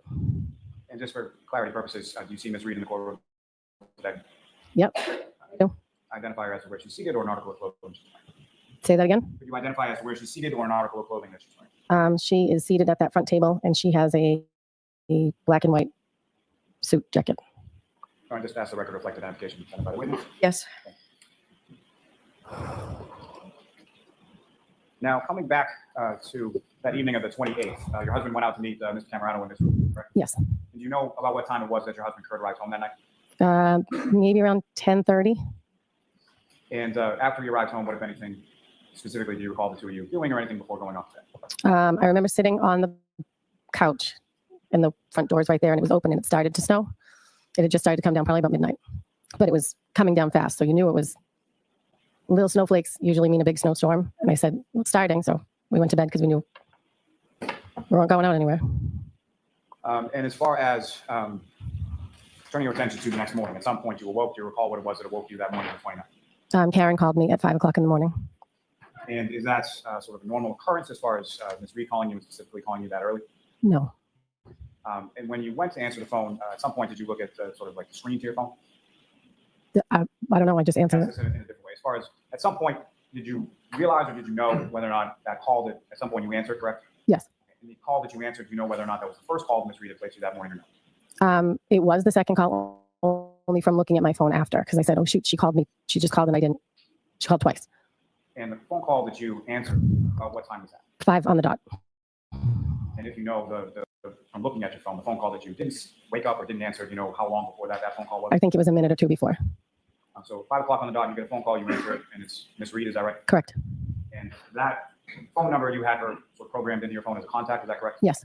And on prior occasions, had you called that number or gotten a call from that number on prior occasions? Yes. And when you got that call or made that call, who was the other person on the end that you received? Say that again? Maybe a pretty simple question as far as it goes with this, with reference to any prior phone calls that you either got or received with that number that you programmed in as Karen Reed. When you spoke to someone by calling or receiving a call from that contact, who was on the other end of the call? Karen Reed. Okay. So you answered the phone sometime right around 5 a.m. and you described to the jury sort of what the content of that conversation was. I answered the phone and she said, John's dead. Carrie. And then she hung up. And as far as her in the conversation, did you say anything or get a chance to say anything before she hung up? No. And when she's speaking to you and saying those words to you over the phone, how loudly is she saying those words? Very loud. She woke my husband, who was sleeping. So at the time that the phone rings and you pick it up, your husband's sleeping, correct? Yes. And then afterwards he's woke. Correct.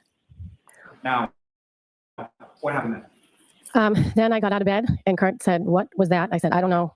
Something's happening. And I think I started getting dressed at that point because I don't know if I started getting dressed at that point or after she called back again. I tried to call her, I think a couple times back to be like, what is going on? Finally, she called me back again and she said, I'm afraid John might be dead. He might have gotten hit by a plow. He did not come home last night. I was not supposed to stay in Canton last night and he would never leave Kaylee alone. I think something happened.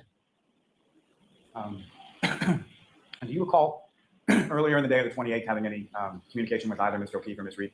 I did with John. He texted me.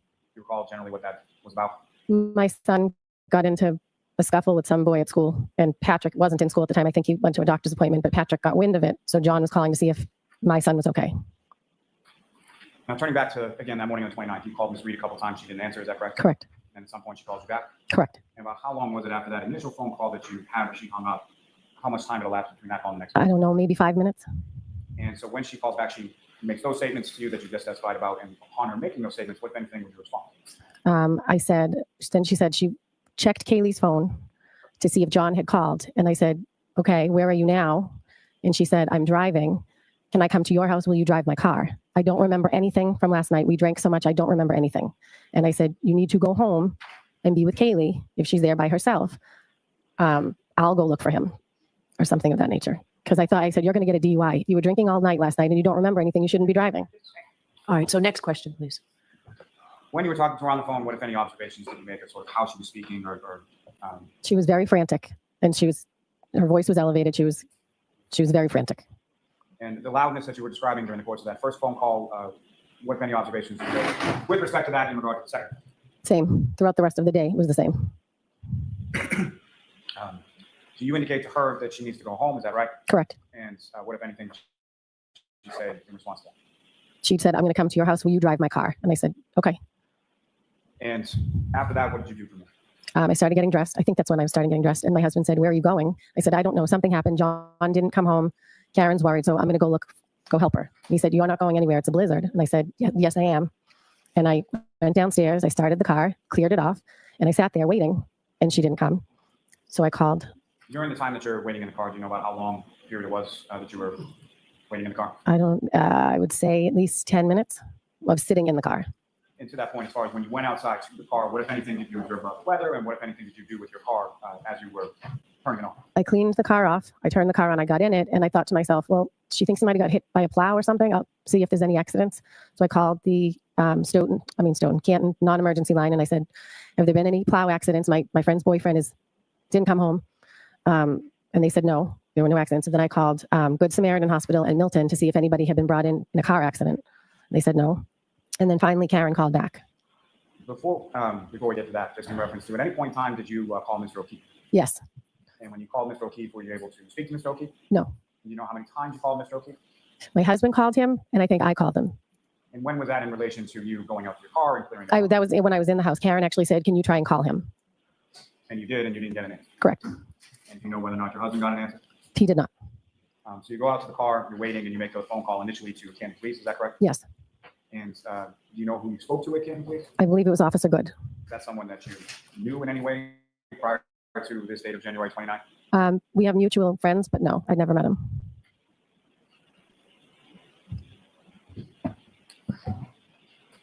Now, you call the hospitals, and then at some point after you finish speaking to the hospitals, the defendant then calls you back, correct? Yes. And what, if anything, can you describe to the jury sort of what was the content of that conversation that third time? She said, I said, "Where are you?" I'm in the car. And she said, "I'm at Jen's house." And I said, "Jen who?" She said, "Jen McCabe. She's going to drive my car." And I said, "Okay, stay there. I'll come to there. We'll follow and we'll drop your car off. We'll just take my car and go look for him." And I drove to Jen's and I pulled in the driveway behind them. I was still on speakerphone. Jen is driving. Karen's in the passenger seat, and we drove. I said, "Do you remember, did you look through the house? Could he be passed out somewhere in the house?" She said, I don't know. I didn't look." So I said, "Let's do that. Let's get in the cars. We're not taking two cars. It's a blizzard. We're going to go back to Meadows and we're going to go look in the house first. He could be passed out behind the couch or on the floor. Who knows?" So we went to the house. Yeah, I'm sorry, before you get into that, just as far as directionality, where you're going at this initial stage, you're sort of directing what's going to happen and where you're going to go, correct? Correct. Now, you had mentioned that the defendant said she was at Jen's house. You asked Jen who, and she said Jennifer McCabe, correct? Objection. I'll allow it. With regards to Ms. McCabe, did you know her, or how did you know her prior to this morning of January 29th? I had met her once when John took her and I to Reebok because he got a 50% discount. So we would go periodically and get the kids' shoes. So John, and myself went to Reebok, got shoes, and then we went to the Hillside for lunch.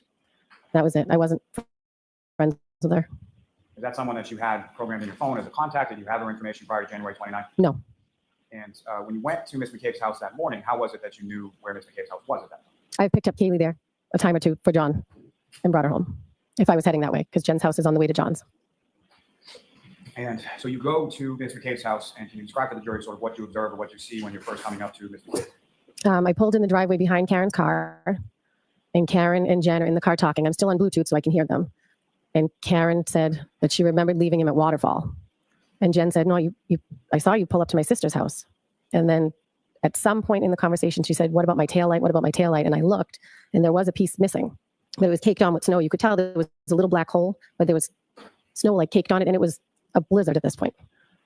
Now, just as far as over the course of this early morning when you're making that drive from your house to Ms. McCabe's house, correct? Yes.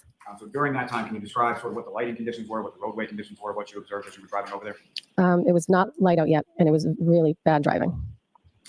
And bad driving in reference to snow, is that correct? Yes. So if you get to Ms. McCabe's house, and during the drive from your house to Ms. McCabe's house, you're speaking to both Ms. McCabe and Ms. Reed? Yes. And with reference, I think you've said a couple times as far as a Bluetooth. So as far as what you're hearing on the other side of the conversation, is it just one person, or are you able to hear sort of everything that's going on in the car? I could hear everything. It was like a regular phone call in the car. From where you were, your impression was it was hooked up to the speaker of the car? Correct. And when you get to Ms. McCabe's house, or what you were just testifying about as far as the tail, when is it that you're making those observations? In Jen's driveway. And so about how far away from the defendant's car are you the first time that you see or your attention is drawn to this tail? I was parked right behind them in the driveway. And can you describe which part of the vehicle you're looking at as far as which taillight that you're observing this damage? The right passenger. And so from there, as far as Ms. McCabe's driveway, you make these observations. Where is it that you go from there? Say it again. So after you're making those observations and you're overhearing that conversation, or you're having that conversation with Bluetooth, where did the three of you go? We went to Meadows, to John's house. And how was it that each of you sort of got from Ms. McCabe's house to John's house on Meadows? Jen drove Karen's car, and I followed behind in my car. And when you arrived there, where did you go? Where did you park? I pulled in, I think I pulled in right behind. She pulled her car sort of in front of the garage bays, and I pulled in the driveway behind her. And when you say she, do you know who was driving? Jen McCabe, sorry. Driving in Ms. Reed's in the front passenger seat. Correct. and you're driving your car behind. Correct. But what kind of car did you have? A Ford Explorer, Do you recall what color it was? dark gray. And as far as Miss Reed, do you recall what kind of vehicle she had at that point? A Lexus SUV, Recall what color that was? black. Now, with respect to Mr. O'Keefe, do you recall what kind of vehicle John O'Keefe had? He has a Traverse. And do you recall what color that was? It's like a beige green. Your Honor, with the court's permission, if I could ask to publish what's been marked as exhibit number 2. Okay.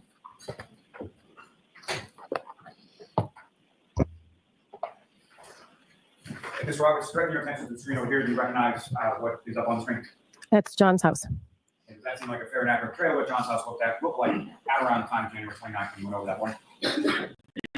Much snowier, but yes. I said it was much more snow, but yes.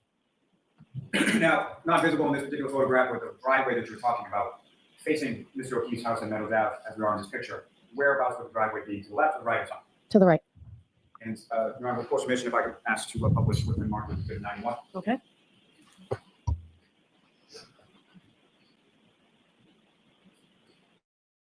And again, Ms. Roberts, do you recognize what's up on the screen? That is John's car. And what is it that's behind John's? Behind a basketball hoop? No, I'm sorry. That's correct. Not the rear of the vehicle, but sort of in the photograph behind on the other side of the passenger side of the vehicle. Oh, the garage doors? And there are 2 garage doors, one on the left, on the right. Is that correct? You're familiar with this house? We've been over it a number of times when Mr. O'Keefe lived there. Correct. And as far as, what, if anything, were you familiar with as far as Mr. O'Keefe having regarding sort of security around his house? Security, he has a Ring camera that was in the driveway and a Ring camera that was at the side door. And with regard to the garage itself, as far as you've been in there as well? Yes. And so what is behind the left door of the garage? His big old blue convertible. And on the right side of the garage, what, if anything, is in behind it? Nothing. He's got all organized stuff and kids sporting. I don't know if he parked in there or not. Now, as far as how Mr. O'Keefe kept his garage, kept his home, was there a particular way in which he kept it? When he lived there, Neat freak. I'm sorry, what was that? He was a neat freak.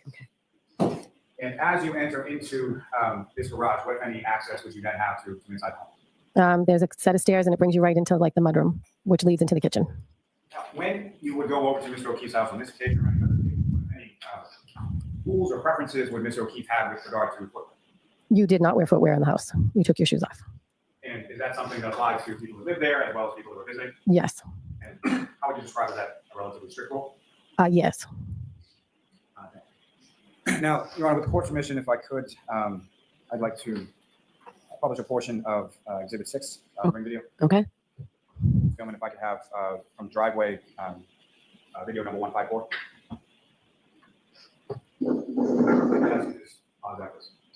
So, Ms. Roberts, do you recognize what's up on the screen? Yes, that's Karen's car and my car, and John's is in the background.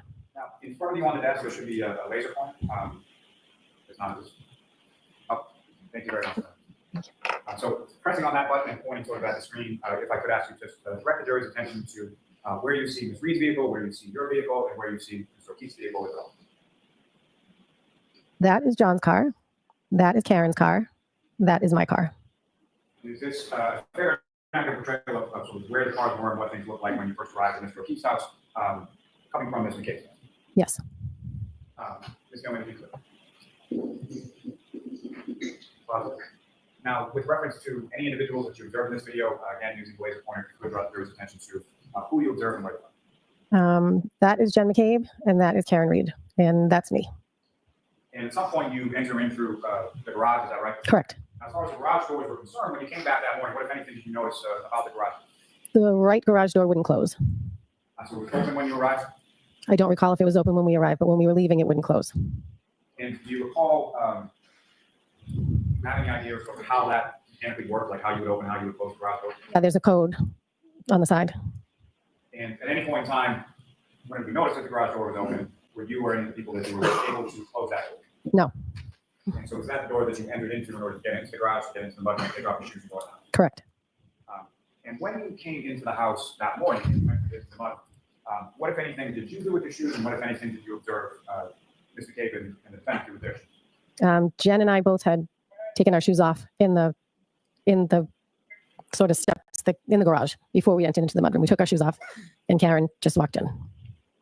And Ms. Gilman, if you could just. Right. I absolutely hate this, right? They concocted this about, oh, let's say that, you know, John's a clean freak and we took our shoes off, Karen didn't. Oh, that means she murdered him. I would look at that and go, why the fuck did you not take your shoes off? Why the fuck did you take your shoes off? If you are worried about your friend or family, as Toothless McCabe says it, you wouldn't be taking anything off. You'd be running into that house just like Karen did, looking everywhere for him. So this whole thing about this narrative about, oh, we took our shoes off, we're so respectful. Well, that shows me you don't give a fuck about John in that case. Or the other case is you know where John is. Like Jen, you know where he is, Jen. He's outside 34 Fairview. So yeah, take your shoes off because you know he's not in the house. But Karen's reaction here is the only genuine reaction. I don't think anybody would take their shoes off and be respectful when you've got a partner that's missing. You do everything you could to find them. Fuck the consequences. Yeah, they can give me a row afterwards. Do you know what I mean? It's just like so stupid narrative. And you know, they sat in the kitchen making this story up, thinking, do you know what, this would be class if we just say we took our shoes off. That means she didn't. She murdered John. That is so stupid of a narrative that they made up. Jeepers. You rest up, Dennis Sweeney. Dennis Sweeney, the legend of the Sweeneys. Rest up now. Don't overdo it now. Don't overdo it, Dennis. And good luck, die bar tonight. To stay conscious of guilt. Get the fuck out of faces with that. I know. Don't take the time. Exactly. Get in the house. And if I'm there, I'd be like, what the fuck are you doing with your shoes on? I'd rather have a bollocking off somebody than, you know, not be in a rush.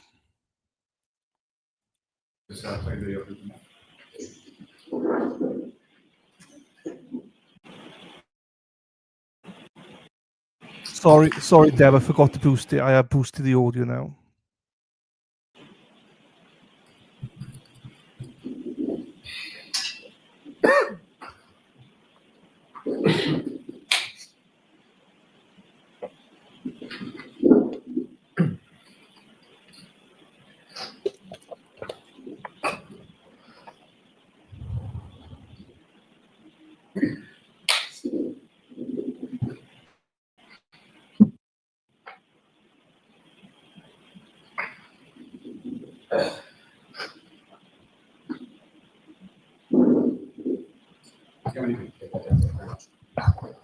Now, Ms. Roberts, with reference to the Ring video security system that Mr. O'Keefe had at his home, if you know, do you know who had access to that? I do not. You obviously, do you know whether or not Mr. O'Keefe had access to that? He did, yes. Okay. Do you know how or what device he used in order to access it? I only know he had it on his phone. How do you know he had it on his phone? Because he would check it all the time to see if the kids were home or dropped off or. That's something you did in your presence? Yes. Now, with regard to, at some point when you get to the home, beyond the sort of initial observations you made in Mr. McCabe's driveway with regard to the right rear passenger taillight of Ms. Reed's vehicle, what, if any, other observations did you make, or what, if anything else, did you do with reference to that area of the vehicle? Karen did point it out at one point in the driveway. She said, my taillight, look at my taillight. And I looked at it and I said, you told me you don't remember anything from last night. She said, do you think I hit him? Do you think I hit him? And I said, no, I don't think you hit him. I think you probably hit something, but let's just go in the house and look for him. And so as far as your recollection is concerned, that sort of interaction that you had of looking at the taillight, when did that happen? I don't know if it was when, well, it obviously wasn't when we got there. It was what must have been when we were leaving to go out to look for him. When you what? I'm sorry. I wasn't sure if it was when we arrived or when we were leaving to go back out and look for him. But now that I've seen the video, it's obviously when we came back out of the house. Okay. And who was present for that? Who was present? Yes. Jen McCabe, Karen Reed, and myself. And as far as where Ms. McCabe parked that vehicle, at any point in time that you were at the house, did that vehicle move at all? And by that vehicle, I mean Ms. Reed's vehicle. I don't think so. So where it's parked in that video is essentially where it stayed as far as you know. I believe so. Now, with reference to those observations, or when you were looking at the rear passenger taillight area of Ms. Reed's vehicle, how close to the vehicle were you when you were making those observations? Right in front of it. There was one piece, like a rectangle encapsulated, like whatever was broken. I remember there was one piece of metal sort of sticking out. So if it was an encasement for a light of some sort, I remember looking at it and the piece was sort of sticking out and I thought someone's going to catch their sleeve on that or something. And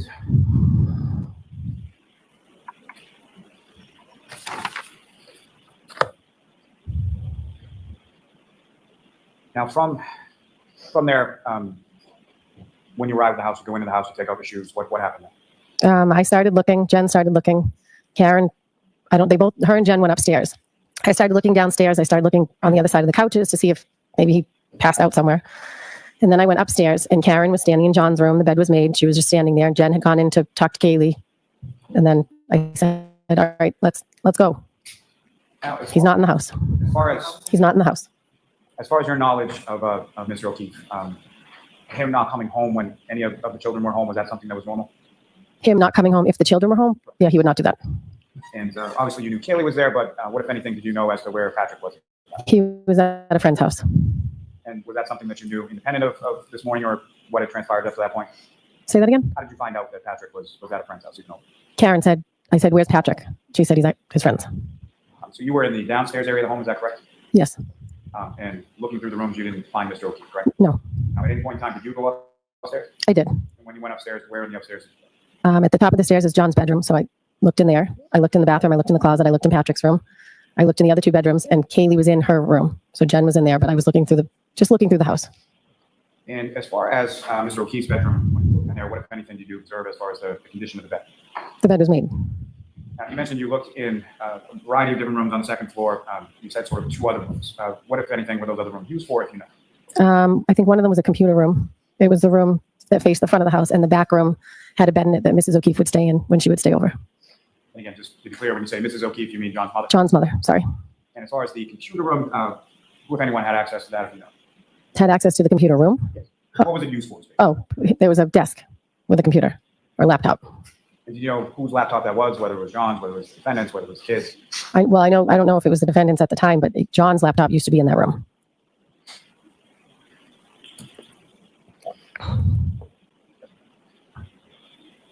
Your Honor, with the court's permission, I would ask if I could publish just a couple more photos on the screen for Mr. Robert. Okay.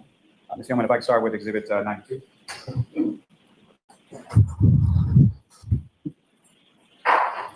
Ms. Roberts, directing your attention up to the screen, do you recognize what's depicted in that photograph? That's Karen Reed's Lexus. And specifically, if you could, using the laser pointer in front of you, direct the jury's attention to where you observed damage. That's where the metal piece I was describing was. As far as what's depicted in this photograph up on the screen, is that consistent with what you observed in Mr. O'Keefe's driveway and Mr. Cape's driveway when you saw it that home? Well, caked in snow, but yes. So absent the snow, yes. Yes. And Ms. Gilman, if I could have the next exhibit, number 92. Again, Ms. Roberts, you recognize what's depicted in this photograph? Yes. Essentially a closer-up image of the same area, correct? Yes. And what's depicted in this closer-up image, is that also consistent with what you observed in Mr. Cape's driveway and Mr. O'Keefe's driveway that home? Yes. Now, Your Honor, with the court's permission, I would ask again if I could publish a portion of what's been marked as Exhibit 41. Okay.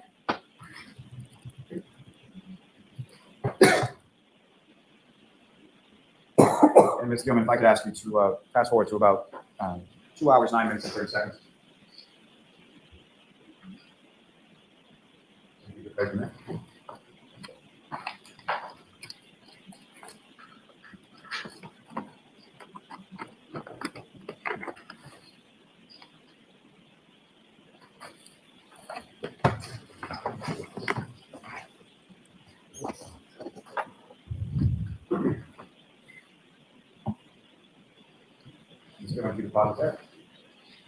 Ms. Roberts, direct your attention up to the screen to recognize what's on the pause portion of the screen for this video. That's John's house. And Ms. Gilman, if you could press play again.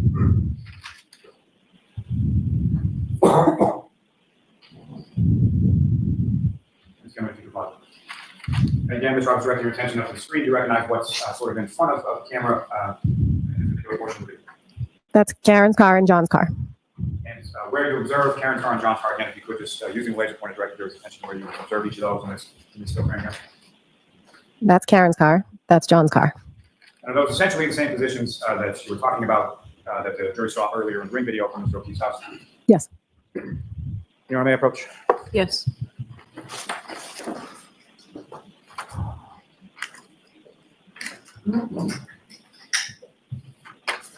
Do you want this up on the screen or down? Up for now. Okay. But just a moment. So I'm going to show you just 2 photographs. Ask you to just look at those when I'm finished. Okay. Do you recognize those? Or do you recognize what's depicted in? Do I recognize what? What's depicted in each of those photos? Karen's car. And may I approach, Ron? Yes. I will seek to introduce you to the next exhibits. Okay, is there any objection? No objection. All right, thank you. Your Honor, while those are being marked, may we approach? Hold on. Sidearm. Yes, please. Okay.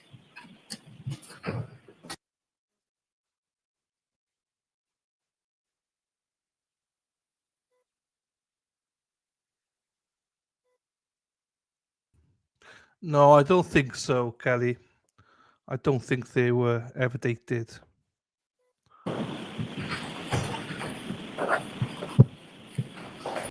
This one. Hang on. Dennis, this one.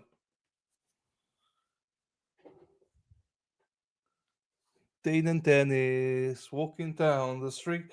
The same one, Dennis?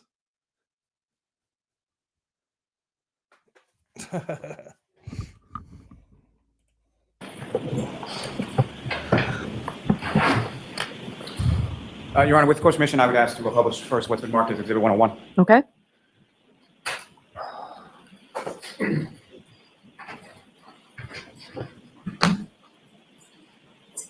And Ms. Roberts, what's up on the screen now is Exhibit 101. You indicated that's Ms. Reed's vehicle in the same position where Mr. Cave left parked on the property, correct? Yes. This is appear to be a still shot from the same video that you just saw in the prior. Yes. Ms. Gilman, if I could have Exhibit 101 now.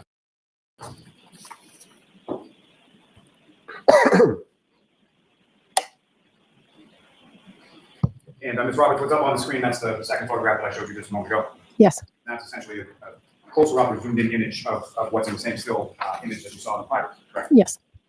And again, if you could, using the laser pointer, just direct your attention to the damage that you observed on the right rear passenger tail light of Ms. Reed's vehicle that one. Okay. So you can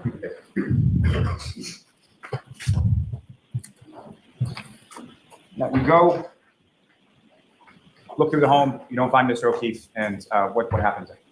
Then I said, let's go look for him. If he might be walking home, or if you thought he got hit by a plow, let's just, and Jen and Karen wanted to go back to 34 Fairview where they were at Jen's. Jen said she saw her pull up to 34 Fairview the night before. So Karen really wanted to go back there. I was the one that said, no, let's drop a car off, go to Meadows and look through the house. And then we'll start looking if he's not in the house. So that's what we did. We got in the car and we were going to head back to Jen's sister's house. And so this conversation, as far as the defendant, as you're testifying, really wanting to go to Fairview, when did that occur in relation to when you got to Ms. O'Keefe's? On the way from Jen McCabe's house to John's house in the car. So this is over the Bluetooth as you're driving? Yes. Karen said I left him at Waterfall, and Jen said, no, I saw you pull up in front of my sister's. And so after coming out of Mr. O'Keefe's house, you exit the same way that you entered? Yes. Come out the garage door, get into your car? Yes. And if you could describe to the jury, sort of where was everybody seated in your car when you did? I was driving. Karen was in the back seat, and Jen was in the passenger seat. And as far as Ms. McCabe's sister's house, at the time, did you know where that was or who her sister was or anything like that? I didn't even know she had a sister. And you know about how long a drive or how far a drive or what the route was that you took going from Meadows to her sister's house? I think we went main roads because we were looking to see. I mean, I don't know what we were looking for, but we were looking for him. I don't know if we thought he was walking home or if he got hit by a plow. So we went main roads. We pulled out, I think we went Bolivar Street, and then Jen was giving directions because I didn't know where we were going. And to be clear, Bolivar Street, you're talking about, that's Bolivar? Yes. And so then Ms. McCabe is then giving you directions as you're driving, correct? Correct. Now, as you're driving, again, as far as what, if anything, did you see as far as plows or how were the roads treated at that time? What, if anything, did you observe in reference to that? It was bad driving. There were plows out, but it was really bad driving. And the visibility as you were driving from Mr. O'Keefe's house to Ms. McCabe's sister's house, how would you describe the visibility? It was very poor. It was in the middle of a blizzard.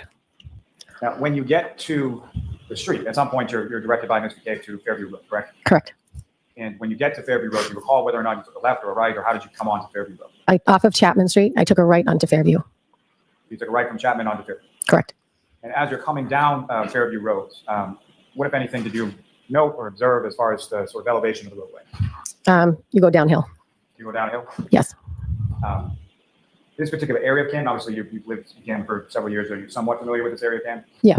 And how is it that you were familiar with the area of Canton prior to this date if you've never been to Mr. Case's house? The commuter rail is right near there that I would take to work. Are there any schools in that area as well? Yes, the John F. Kennedy School. And you mentioned that your son played baseball, correct? Yes, and my son and John's nephew also went to the home daycare across the street from the JFK. Now, Your Honor, with the court's permission, I would ask to just publish a brief portion of what's been marked as Exhibit 12. Okay.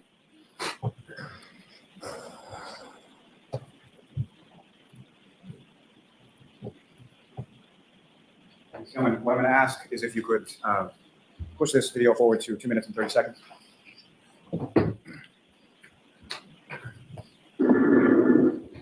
I'm sorry, give it a minute.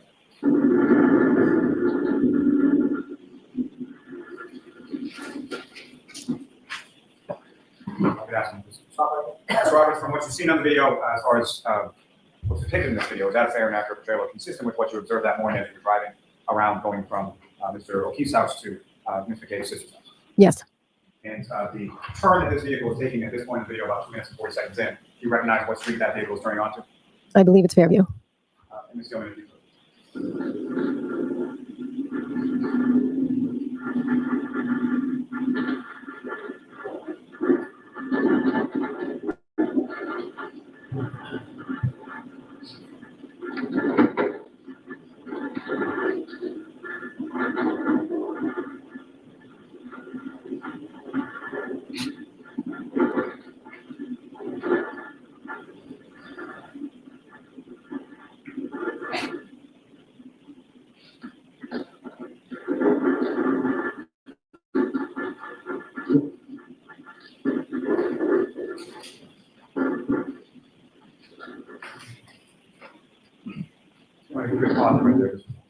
Now, Ms. Roberts, as you're driving from Mr. O'Keefe's house to this address on Fairview Road that you've never been to before, what's going on inside the car? Karen was frantic. She wouldn't put her seatbelt on, and I was getting nervous because we're driving in a blizzard. She kept leaning in between the two seats. I think at some point she was texting in the back seat, and then she'd be leaning. She was just frantic the whole morning. And as far as her screaming, do you recall anything specifically that she was screaming, or what, if any, sort of conversation was going on in the car as you were driving? There was some conversation about a woman I didn't know that was Bella's mom. And she said, Bella's mom never liked me. I think Bella lived near Jen's sister, maybe. I don't know. Some conversation about Bella's mom, and Karen said she didn't like me. And do you recall where you were in your travels when that topic of conversation came up? No, I don't recall. Now, in reference to following that, what, if anything, did you say in regards to any other sort of women? Any other what? Following that conversation in regard to Bella's mom, who you didn't know, what, if anything, did you say or introduce into the conversation? Fairview Road runs along Spring Street, I think it is. Spring Lane. So Spring Lane and Fairview are both off at Chapman Street, and there was a woman he dated that lived on Spring Lane. So when Jen was telling me where her sister's house was, I said, I don't know where Fairview is. And she said, it's near Spring Lane. And I said, oh, where the dance instructor lived. John had once dated a dance instructor. And then Karen said, do you think he could have gone there? Do you think that's where he could have been? No, I was just using it as a reference point. She said it's near Spring Lane. And I knew that the dance instructor lived on Spring Lane. And just to be clear, when you say the dance instructor, this would be for his niece, Kaylee? Correct. And you indicated that the two of them, being Mr. O'Keefe and the dance instructor, had dated at some point in the past, right? Yes. How long ago was that? Oh, it was when Kaylee was little. She was probably like 5. So almost 10 years before this day that you're driving away. Now, as you're driving along and driving down Fairview, what is it that you're doing? What, if anything, do you observe Mr. Cave doing? And then what, if anything, do you observe the defendant? Well, we were looking for John walking or wherever he may be. So I'm driving and looking on both sides. And I think Jen was looking on both sides. And Karen she would be in the back seat, then she'd be in between us, then she'd be in the back seat, and then in between us. And as you came down the hill on Fairview, what, if anything, what happened then? Jen said, my sister's house is right up here. And all of a sudden, Karen said, there he is. Let me the F out of this car. And she started kicking the door. And how was she kicking the door? With her feet. How was she kicking the door? How hard was she kicking? Pretty hard. I mean, she wanted to get out of the car, but it was locked because once you start driving, the back doors lock. So I looked over and I didn't see anything. And I looked at Jen and I said, she's crazy. And I unlocked the door and I sat back and watched. And she ran over to a mound of snow. And so as the time you're driving down the road, have you seen anything, as you're driving down, sort of looking at the side of the road, have you seen anything on your side of the vehicle? No. And when you say she gets out of the vehicle, is it your side or passenger side where Mr. Cave is? That The driver's side. so she gets out of the driver's side of the vehicle on the back passenger, correct? Correct. And how quickly does she go sort of from your car to where she ends up? She ran over to the mound. And at that point in time, even when she runs over, could you see what she was running over to? At some point, I realized it was the shape of a body. And when was that you realized? When in this sort of sequence were you able to realize that? That was in seconds. Once she ran over to his body, I said, "Oh my God!" And she lifted up his shirt and started to lay on him. And when you stopped to let her out, where were you in relation to that mound of snow or what you learned? I think my car was like in the middle of the road. I just stopped. And in relation to where the mound of snow was, had you driven past it at that point? So where was it? Yes. So it was located behind your vehicle? Yeah. Ms. Gilman, if you could, I would ask just to play on that for about 6 minutes and 30 seconds.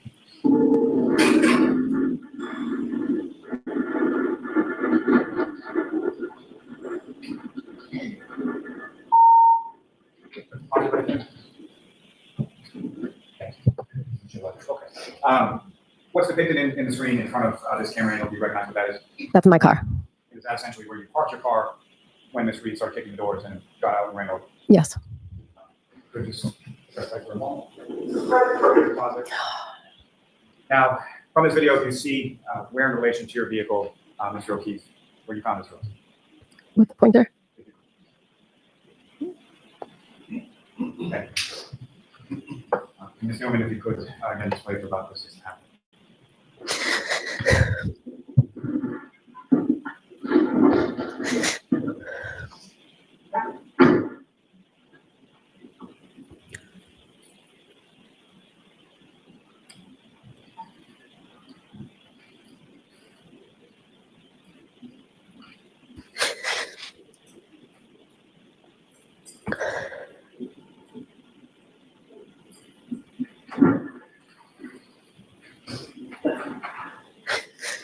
You have a problem? What? Huh?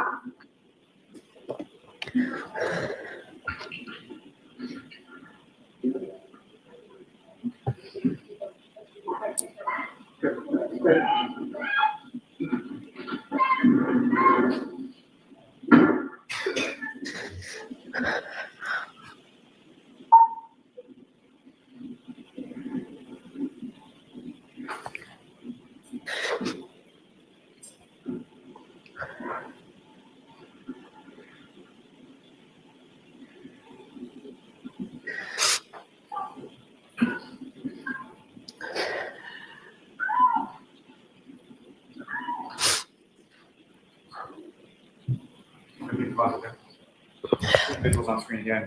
They're just using laser pointer directors to see those arms. That is Jen McCabe. That's Karen Reed. That's me. It's going to play again.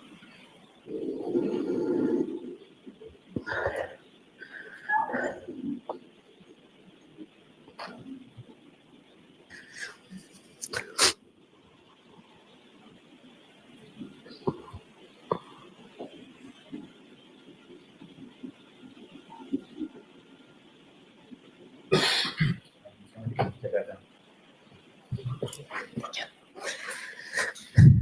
Roberts, in relation to what you just saw in the video, as far as at some point the rear sort of tailgate or hatchback on your SUV, that was in the up position, is that correct? Yes. And do you recall why that was? Because I was having Jen get the baby blankets to wrap around him out of my car. And is that something that you just sort of have in the back of your car at all times? Yeah. Now, at any point in time in that sequence, did you call anybody or have any sort of phone calls that you made that went to voicemail at that time? Did I? Yes. I don't know. And so nothing that you recall, is that correct? Correct. And did you observe Ms. McKay make any phone calls that just sort of went to voicemail and she left her phone in your car? Objection. Sustained. Let me take back sort of when you're pulling. So as far as the conditions when you pull up and the defendant's banging on the door and gets out and runs over to Mr. O'Keefe, what's depicted in that video, obviously without your vehicle being in the middle of the roadway, is that a fair and accurate portrayal of what the road looked like and sort of what you saw upon your arrival? Yes. So after the defendant gets out of the vehicle, what did you do? Where did you go? When I realized it was him or someone, I ran over and I dug his head out of the snow. And you recall, you recognize the person in the snow as Mr. O'Keefe. Once I dug his head out, yes. And you recall how his body was positioned as far as how was he on his stomach, on his back, on his side? He was on his back, And so you brushed some snow away from his head, is that correct? off his face. And when you were brushing the snow off his face, what, if anything, did you observe about his face or the condition of? Sorry, I'm interrupting. I don't know where we are. My tacos are here, so I made tacos. So there you go, bit of sweet corn, bit of peas, bit of tomato, mince. There you go, that's my dinner for tonight.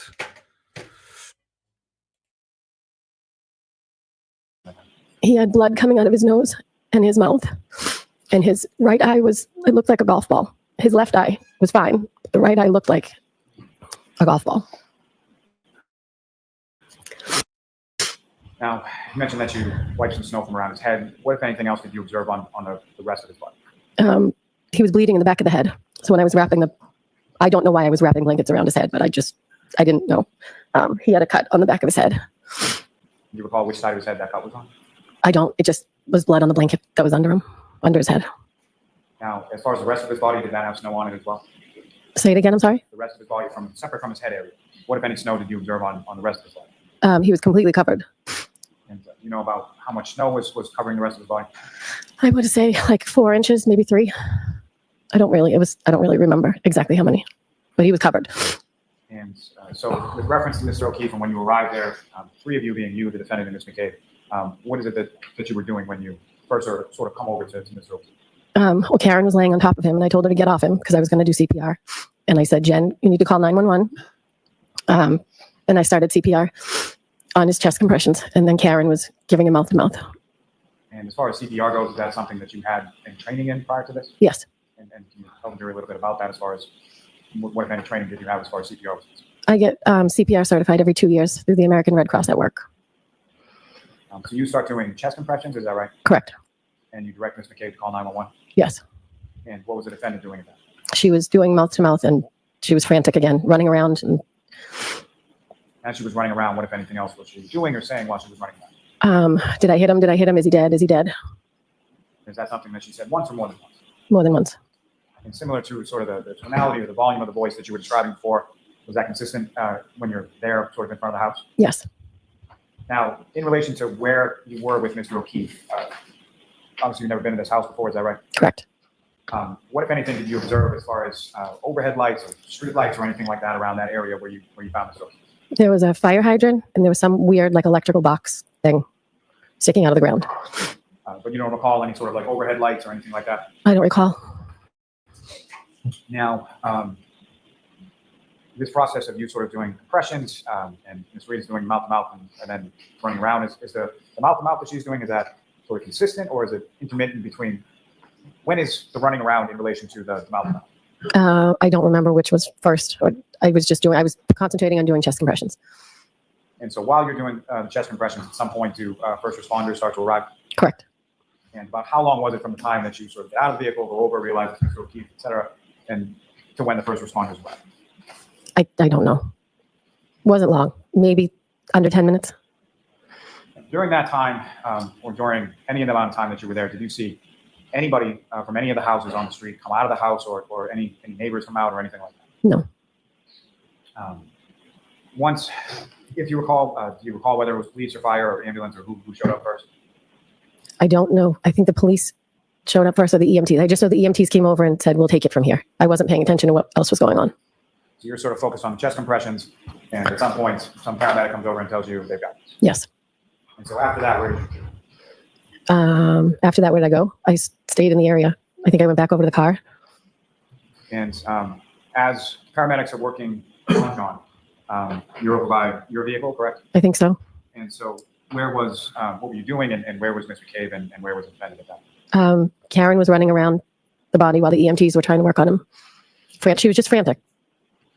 And so you're over by the car, and Ms. Reed is running around over where Mr. O'Keefe is? Yes. Where was Mr. Cave? I don't know. She was somewhere around the car. So closer to you than to where Mr. O'Keefe was? I don't know. Where Mr. O'Keefe was, if you know, where was he in relation to the roadway or the paved sort of pathway of Fairview Road? I don't know because you couldn't tell which was the road and which was the grass. Like you couldn't tell where the road began and ended. So I don't know. Now, you described the defendant sort of running around Mr. O'Keefe frantically. What, if anything, was she saying at that point? Is he dead? Is he dead? Is he dead? And that sort of phraseology or the way she put that, was that consistent throughout? Is that how she stated it? Yes. And again, in that same sort of loud, volume voice at the time? Yes.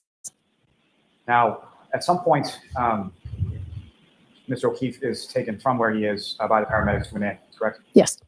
And as he's being taken off the ground, what, if anything, did you observe in that area? His phone was under him, and it was grass.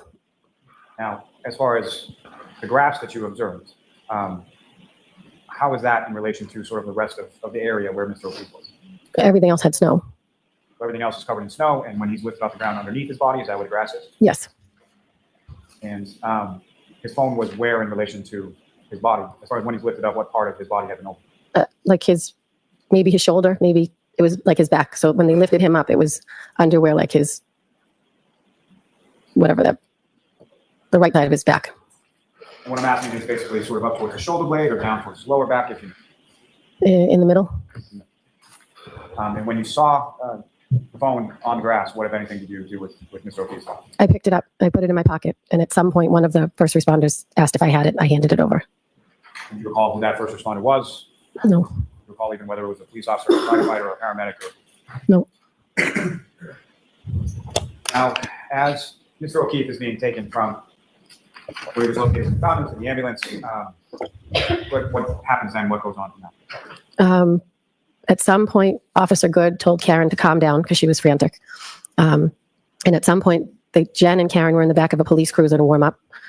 I was standing outside watching the ambulance because I could see in through the ambulance that they were moving things and working on them. And so what, if any, conversation did you have with the defendant and or Mr. Cade in reference to what you were seeing through the back of the ambulance? I said, they're working on him. They're working on him. And at one point, Karen grabbed the front of my jacket and screamed in my face and said, are they working on him? Is he alive? And I said, they're working on him. They're working on him. They wouldn't be working on him if he was dead. And then she had us hold hands and pray. And then at some point, she had blood on her hands and she told us she had her period. So I think she was just in a state of shock, maybe. And what, if anything, did either you or Ms. McCabe say to her when she said that? We said, no, that's not your blood. That's John's. And what happened then? Then the ambulance drove away. And if you know about how long was it from the time that you were told by the paramedic to step away from Mr. O'Keefe, they had this, from that point to when the ambulance drove away? I don't know. I don't think it was long. I watched them work on whatever they were doing in the back of the ambulance, and they got in the ambulance and drove away. And after the ambulance left, where did the three of you go, or where did you go? Where did Ms. Reed go? Where did Ms. Karen, I had her in my car. Jen was going up to the door to her sister's house, and I said to the police, I had been on the phone now. I had called Mrs. O'Keefe. I had called John's mother. I had called John's father. At some point, Karen was on the phone with John's sister-in-law, Erin, telling him John's dead. So I grabbed the phone from her. I said, he's not dead. He's in the back of an ambulance. He's been in an accident.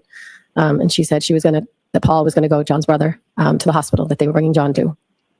So I spoke to I called Mr. O'Keefe. He didn't answer. Next question. That'll stand for next question. You call Mr. O'Keefe and Mrs. O'Keefe John's parents? Correct. At some point, you have a conversation with them, correct? Correct. And do you know why it was that Ms. McCabe was going into the house on Fairview? Do you know why? To wake her sister, I think. And after those conversations, so you grab the phone from the defendant, you speak to Erin O'Keefe, correct? Yes. And following those conversations with members of the O'Keefe family, where is it that you were going to? I asked Mrs. O'Keefe if she had four-wheel drive, and she said no. And Mr. O'Keefe had a van that didn't have four-wheel drive. So I said, I'm going to come get you, and I'll take you to the hospital. All right, so why don't we end this now for lunch? Okay? All right, jurors will take a motion. Because we'll have the jury. If you could just. Yep. Should be closed and leave your books on the chairs. All right. All right, Mr. Lally, whenever you're ready. Thank you. Good afternoon, ma'am. Good afternoon. So if I can take you back just for a moment, I apologize for this, but just for a moment back to when you first, where Mr. O'Keefe is on the grass, and at any point in time when you observed him, What, if any, observations did you make as far as how Mr. O'Keefe was dressed at that time? Was he dressed? Yes. He had jeans on. I couldn't really tell because he was covered in snow, but I know that I think he had 2 layers on because when the defendant lifted his shirt. Do you recall if any one of those layers was like a winter jacket or any kind of heavy coat or anything like that? No. I'm sorry, no, you don't recall? Or no? No, it was not a coat.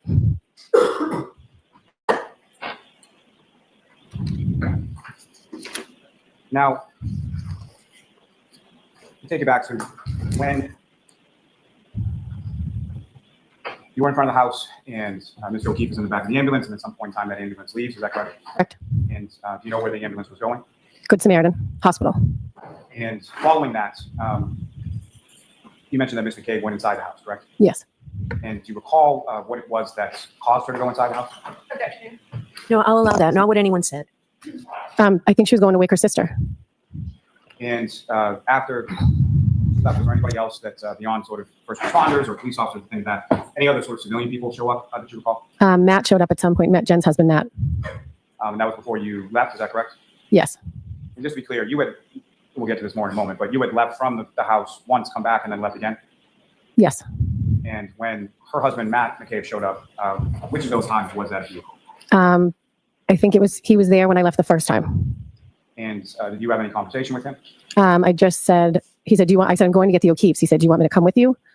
And I said, no. So he went in the house. And when you left, who, if anyone, initially when you left, who, if anyone, left with you? I left with Karen Reed. And as you're leaving your car, you're driving, is that correct? Yes. Where is Miss Reed in the car at that point? Say it again? Where was Miss Reed in your car at that point? In the passenger seat. And as you were leaving, what, if anything, were you doing or talking about, or what was going on when you left that first? As we were leaving, she was saying to me, if anything happens to John, I'm going to kill myself. You need to take care of these kids. And how did you respond to that?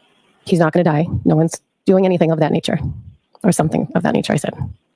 And as far as you're driving away, Chapman, and you're facing towards Cedar Crest, is that right? Yes. And so when you left, are you following in that sort of same direction towards Cedar Crest? I took a right onto Cedar Crest. And then where did you go from there? And then I got to Dedham Street, and I went to take a right. And then Officer Good let me go to pick up the O'Keefes to take them. I had to give him my phone number so that he could get in touch with me if he needed to. So he did call, and he said, do you have Miss Reed with you? And I said, yes. And he said, please bring her back. Her parents have called in a suicide. They said she's saying she's suicidal, so they wanted to be sectioned. And so coming back to that in a moment, but before you had left the scene, you hadn't talked to any police officers or anything at that time, correct? No, other than my name and phone number, but no. So you gave them your information and then said, I have to go pick up you. Yes. So you get that call from Officer Good, and then you come back to the house, is that right? Yes. And during any of that time, you recall the defendants, I know you had mentioned she spoke to Aaron O'Keefe. Was there anybody else that the defendant spoke to or talked to while you were with her in the car? She spoke to her mother.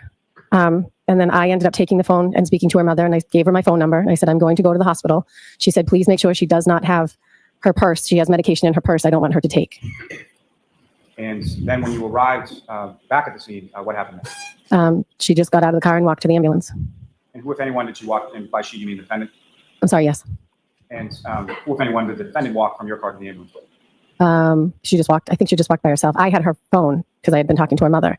So then one of the first responders came over and said, do you have her phone? And I said, yes. Her mother said, make sure she does not have her purse. And then following that conversation with one of the first responders, where did you go from there? I went to go pick up the O'Keefes.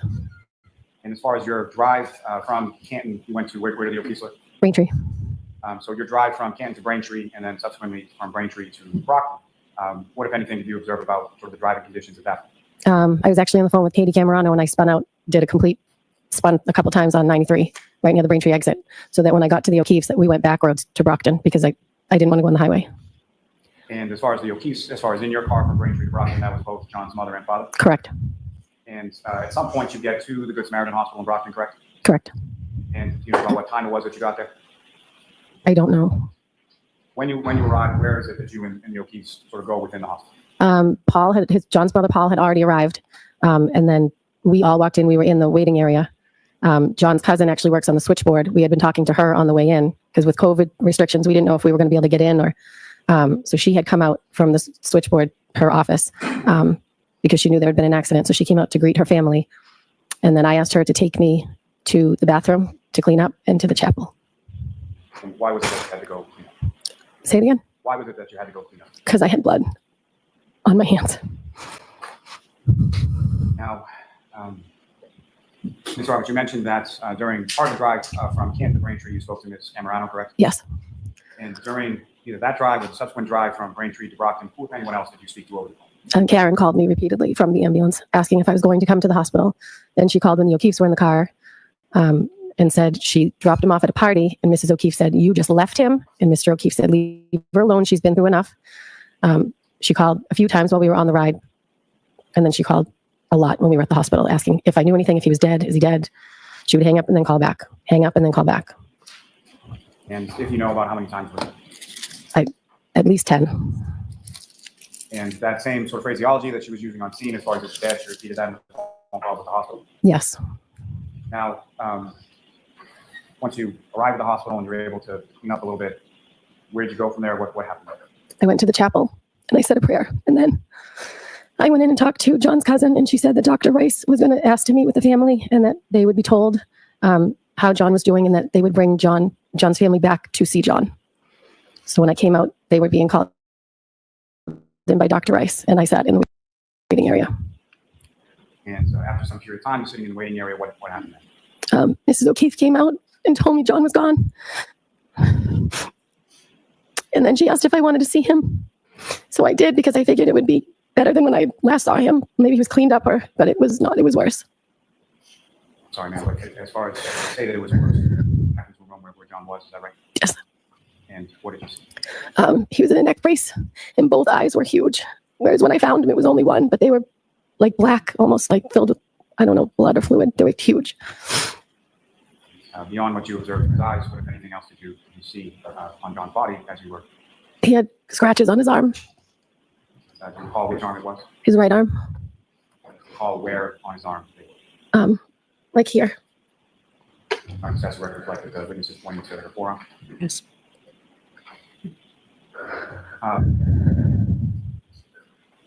Following that, as far as going in to see John, what happened there? We came back out to the waiting area. Mrs. O'Keefe wanted to get his necklace off, but I couldn't get it. So her and Paul went back in to get the necklace off. And Karen had called me at some point from the hospital and said, "My father's going to be coming. Can you just keep a lookout for him?" So I said, so when Mr. Reed, her father, walked in, Mr. O'Keefe recognized him and he said, "That's Karen's father." So I went over and I said, "Mr. Reed, Mr. O'Keefe would like to speak to you." And then I just stood there. I didn't know what to do. And at some point, did you leave from the hospital? I did. I took Mr. O'Keefe in my car and Paul took Mrs. O'Keefe in his. And where did the two vehicles, I dropped Mr. O'Keefe off at John's house and then I went home. And without getting into too much detail as far as the road conditions that you described earlier, how were they? It was absolutely horrible. I told Mr. O'Keefe, if you see a front door in your vision, we are about to hit a house because I can't see where we're going. And my windshield wiper broke. Now, so you dropped Mr. O'Keefe off at John's house on Meadows, is that right? Yes, And Ms. Reed's vehicle, was that still there at that point? I think so. I don't recall, but I think so. And then you went home, is that correct? Yes. Later on that day or that afternoon, what if anyone came to your house to speak to you in regard to what? There were 2 officers, but I don't remember their names. And do you recall which department they were from? The state police. As far as the officers that came to your house and spoke to you, you don't recall their names, is that correct? I don't. Do you recall if either one of them was a Trooper Proctor? It was not. And where in your house did you speak to them? In the dining room. And did they speak to anybody else at your house at that time? My husband. And as far as when they spoke to you and they spoke to your husband, where were you? Starting with yourself, do you know where your husband was when the troopers were speaking to you? I don't know where he was, but he wasn't in the room with me. And same as far as when the troopers were speaking with your husband, where were you? I was not in the room. Following that, did you have occasion to speak to any other troopers or members of the state police at any point in time afterward? I've only spoken to Michael Proctor one time. It was from Den's house. And when was that, if you know? I don't know, maybe a couple days later, because Jen and I were re-going over what everything had happened. Mrs. O'Keefe had advised us to make a timeline because she said this could be a while. You guys aren't going to remember something years from now. So sit down and write down what you remember. And I, at that point, said, when she first called, she said he was dead. And Jen said, "I don't think you told them that." So Michael Proctor called, or she was on the phone with him, or I don't even know. And I said, "Could I speak to him?" So I told him so that somebody had it documented. So as far as Trooper Proctor was concerned, that phone conversation, is that the only contact that you have with Trooper Proctor? Yes. And if you recall, was it February 1st or so that you met with some troopers at Mr. Cape's house? State trooper who? At some point, did you meet with troopers at Mr. Cape's house? Yes. And if you know, was that on or around a couple days later, like February 1st or so? I don't, yeah, maybe. I don't know. I can't be sure. Were either of those troopers that you met at Mr. Cape's house, were either of those troopers Trooper Proctor? No. And do you recall where within Mr. Cape's house you spoke to them? In the living room. And beyond yourself and the troopers that you spoke to, was there anybody else in the room with you when you spoke to them? No. And at some point, either then or subsequent to then, was there any request made by any trooper from the state police in regard to your cell phone? To my cell phone, yes. And do you recall if it was that date or a later date? It was not that day. I think it was the next day. It was within the next 2 days. They wanted to clone my phone. And did they advise you of anything or give you any form that you had to fill out and execute prior to doing that? Yes, I had to fill out a form. And as far as your phone was concerned, were there any restrictions or anything that you gave to them as far as what they could look at or what they could clone or what they could do with your phone? No. And as far as how sort of that process works, as far as a cell phone extraction or anything, do you know anything about that? No. And do you recall how long it was that you were without your phone at the time you handed it over to them whenever you got it back? Well, they took both of our phones at the same time, and we didn't get them back for like 7 or 8 hours. And just to be clear, when you say both of our phones, you're Jen, who else? Jen's phone and my phone.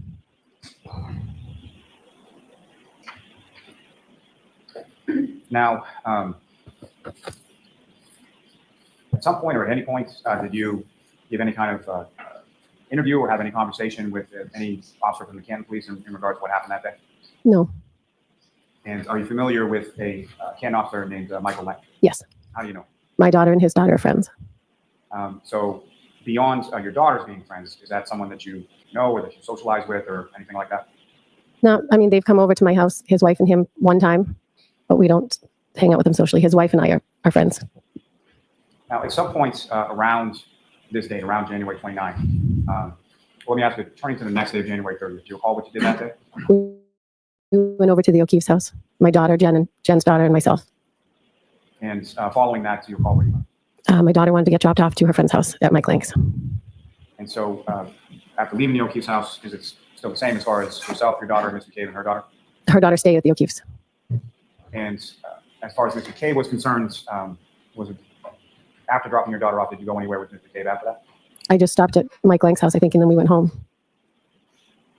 And so when you got to your daughter's friend's house, who, if anyone, did you speak with? Mike's wife came out to the car to see how I was and how the O'Keefes were, and so she talked to us for a little, just asking how everyone was. And if you know, ma'am, do you know about how long that conversation was? I mean, I'm a talker, so it's probably a while. I'd say at least 45 minutes. I am sorry. Right. The fact that she just said that I'm a talker, like if you're a juror, you're sitting there going, what the? Why do they keep repeating? Why do they put these buzzwords in and stuff? I'm a talker. What are the chances that she would say that about herself? After Gemma came and said, she's a talker.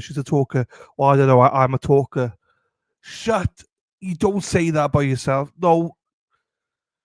Shut up, Kerry. Oh, this is so annoying.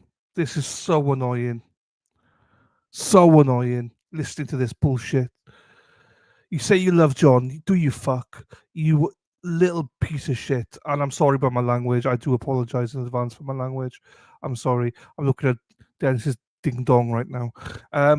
But how can you sit there and say I'm a talker? So rehearsed. So bad.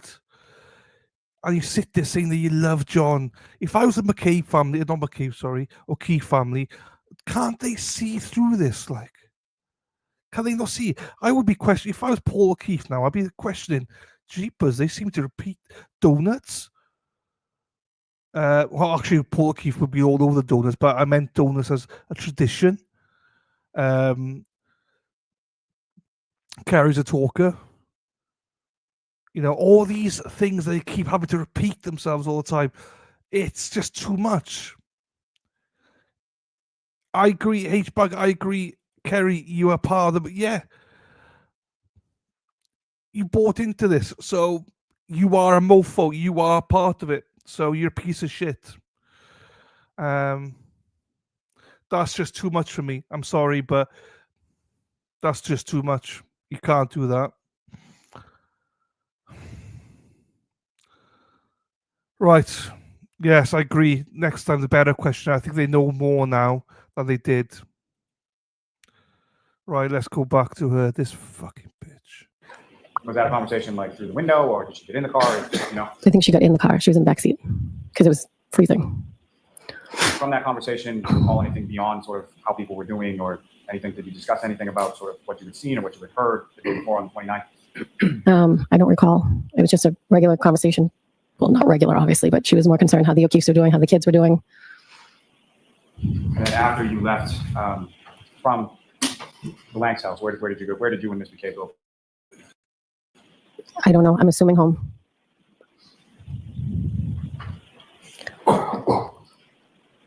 Can I have a moment? Yes.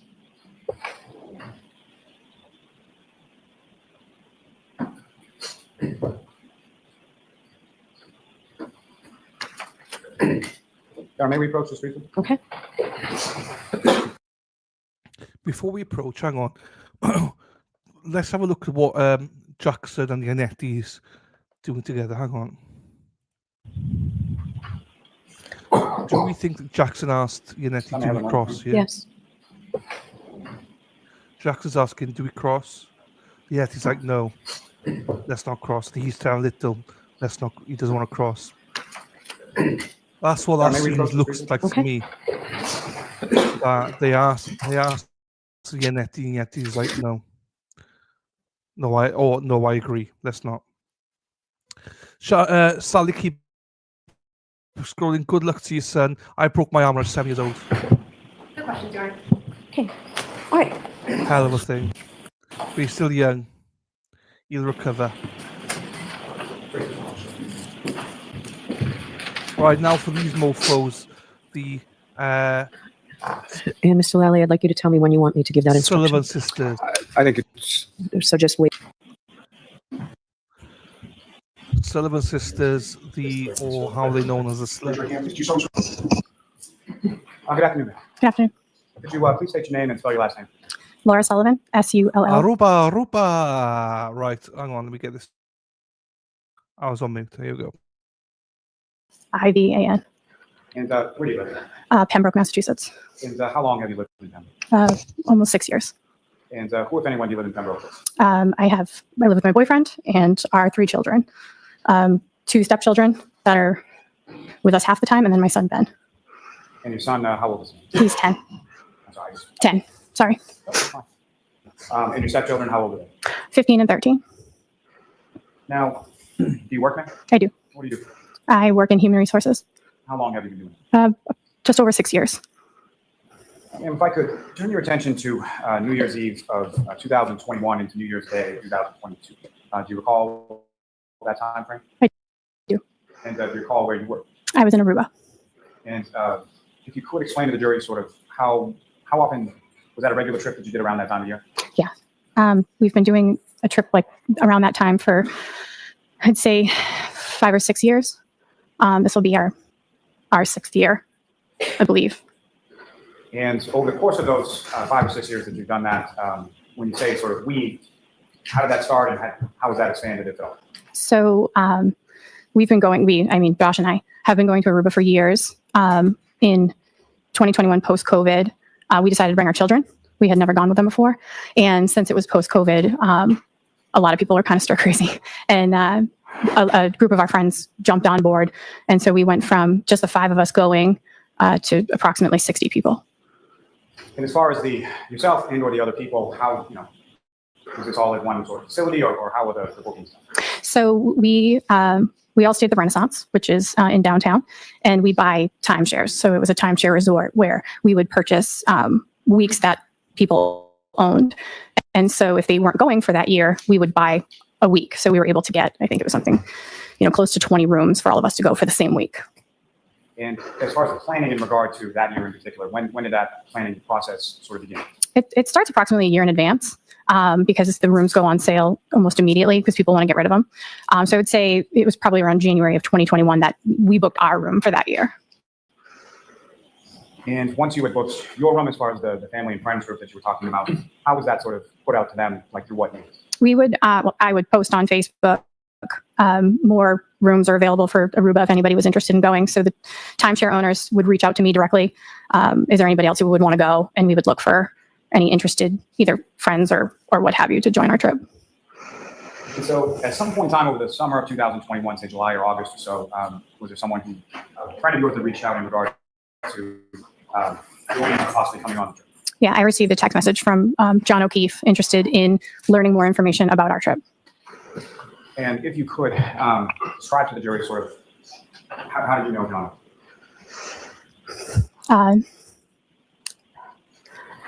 I met John in May of 2013. I met him at a bar in South Boston with, he was with Pat Rogers at the time. Post meeting John, I started dating Pat, and my son's father is Pat Rogers. And Stop you there. Yep. So as far as John O'Keefe and your son's father, Pat Rogers, did you know or did you come to know sort of what they did for a living? yeah, they were both Boston police officers. And did you know sort of what the relationship was beyond co-workers of Mr. O'Keefe and his wife? Yeah. They were best friends. So at some point following that meeting in 2013, you began to date Mr. Rogers, is that right? Correct. And what happened? So in July of 2013, I became pregnant. And in November of 2013, Pat committed suicide. And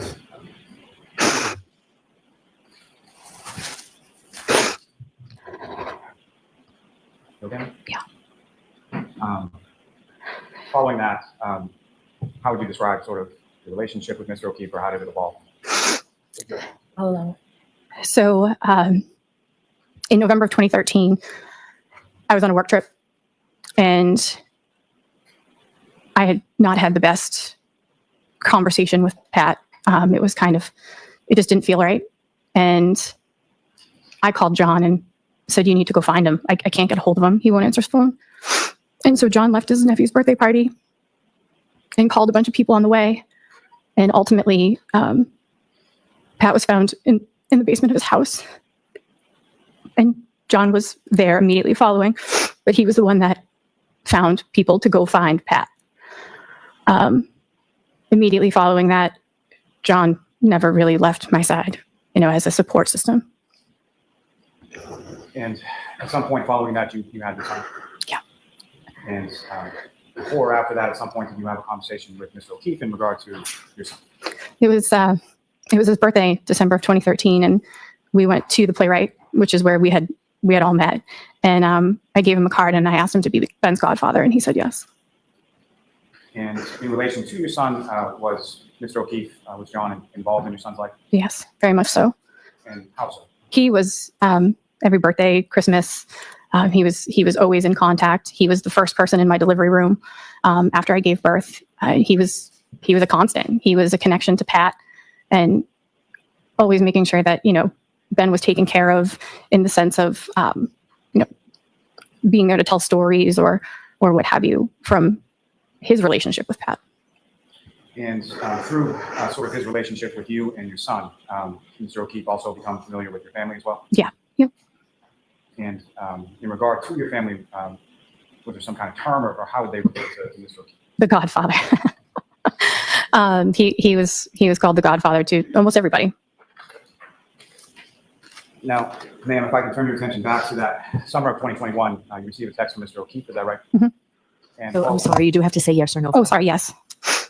after you received that text, did you reach out to Mr. O'Keefe? Yes, I gave him a call because I was excited. I was immediately excited. I gave him a call, explained to him that we had a group of rooms. We were going with, I don't even know the number at that time that had, signed up to go, but it was a lot of kids. It was all of our friends, and that they would have a great time. And from that, did he give you any sense or say anything about who from was it just yourself or like who was coming along? He had mentioned that it would be the kids, and he said Karen would be joining him as well.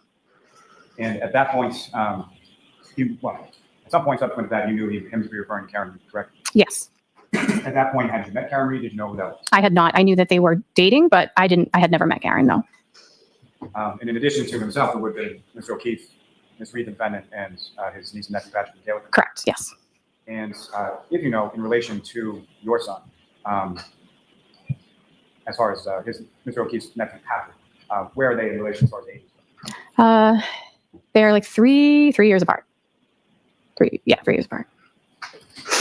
Now, when you have that phone conversation with Mr. O'Keefe, what if any interest does he show as far as going through it? After asking a couple questions, I could hear Karen in the background, and he put Karen on the phone, and that was the first time I had spoken to her. He basically said, just talk to her so you can answer her questions. Do you recall what kind of questions they were, or what it was about? She was interested in the room setup, how many people could sleep in a room, and how the room is set up. You have a king size bedroom, and then there's a kitchen area, and then there's a living room that has a pull-out couch. And I explained that it's a 4-person occupancy room, and you could get a roll-away bed as well. And following that conversation, when was the next time, if at all, that you had any conversation with Mr. O'Keefe and or Ms. Reed in regard to the room? So during that conversation, Karen mentioned that she needed her own bathroom and she needed her own space, and that she wanted 2 rooms. And so I put them in contact with a woman that I knew had 2 rooms for them to, figure that piece out. I don't handle any of that. I put people in contact with whoever owns the rooms. I put them in contact with the woman who had the 2 rooms, and I know that they had, paid her relatively quickly. I mentioned to John that the rooms, I couldn't promise that the rooms would be next to each other, and they weren't. They were on opposite sides of the hotel, but they got 2 rooms. And when you say opposite sides of the hotel, where sort of where those rooms were in relation to each other, and who stayed in which room? So the pool and lobby is in the center, and then the hotel comes like this, and there are pool walkout rooms on the first floor of each. And Karen and John were on this side, and the kids were on this side, and they both had walkout rooms. And as far as sort of front door to front door, do you know about how far away they were from each other? I would say, steps wise, maybe 200.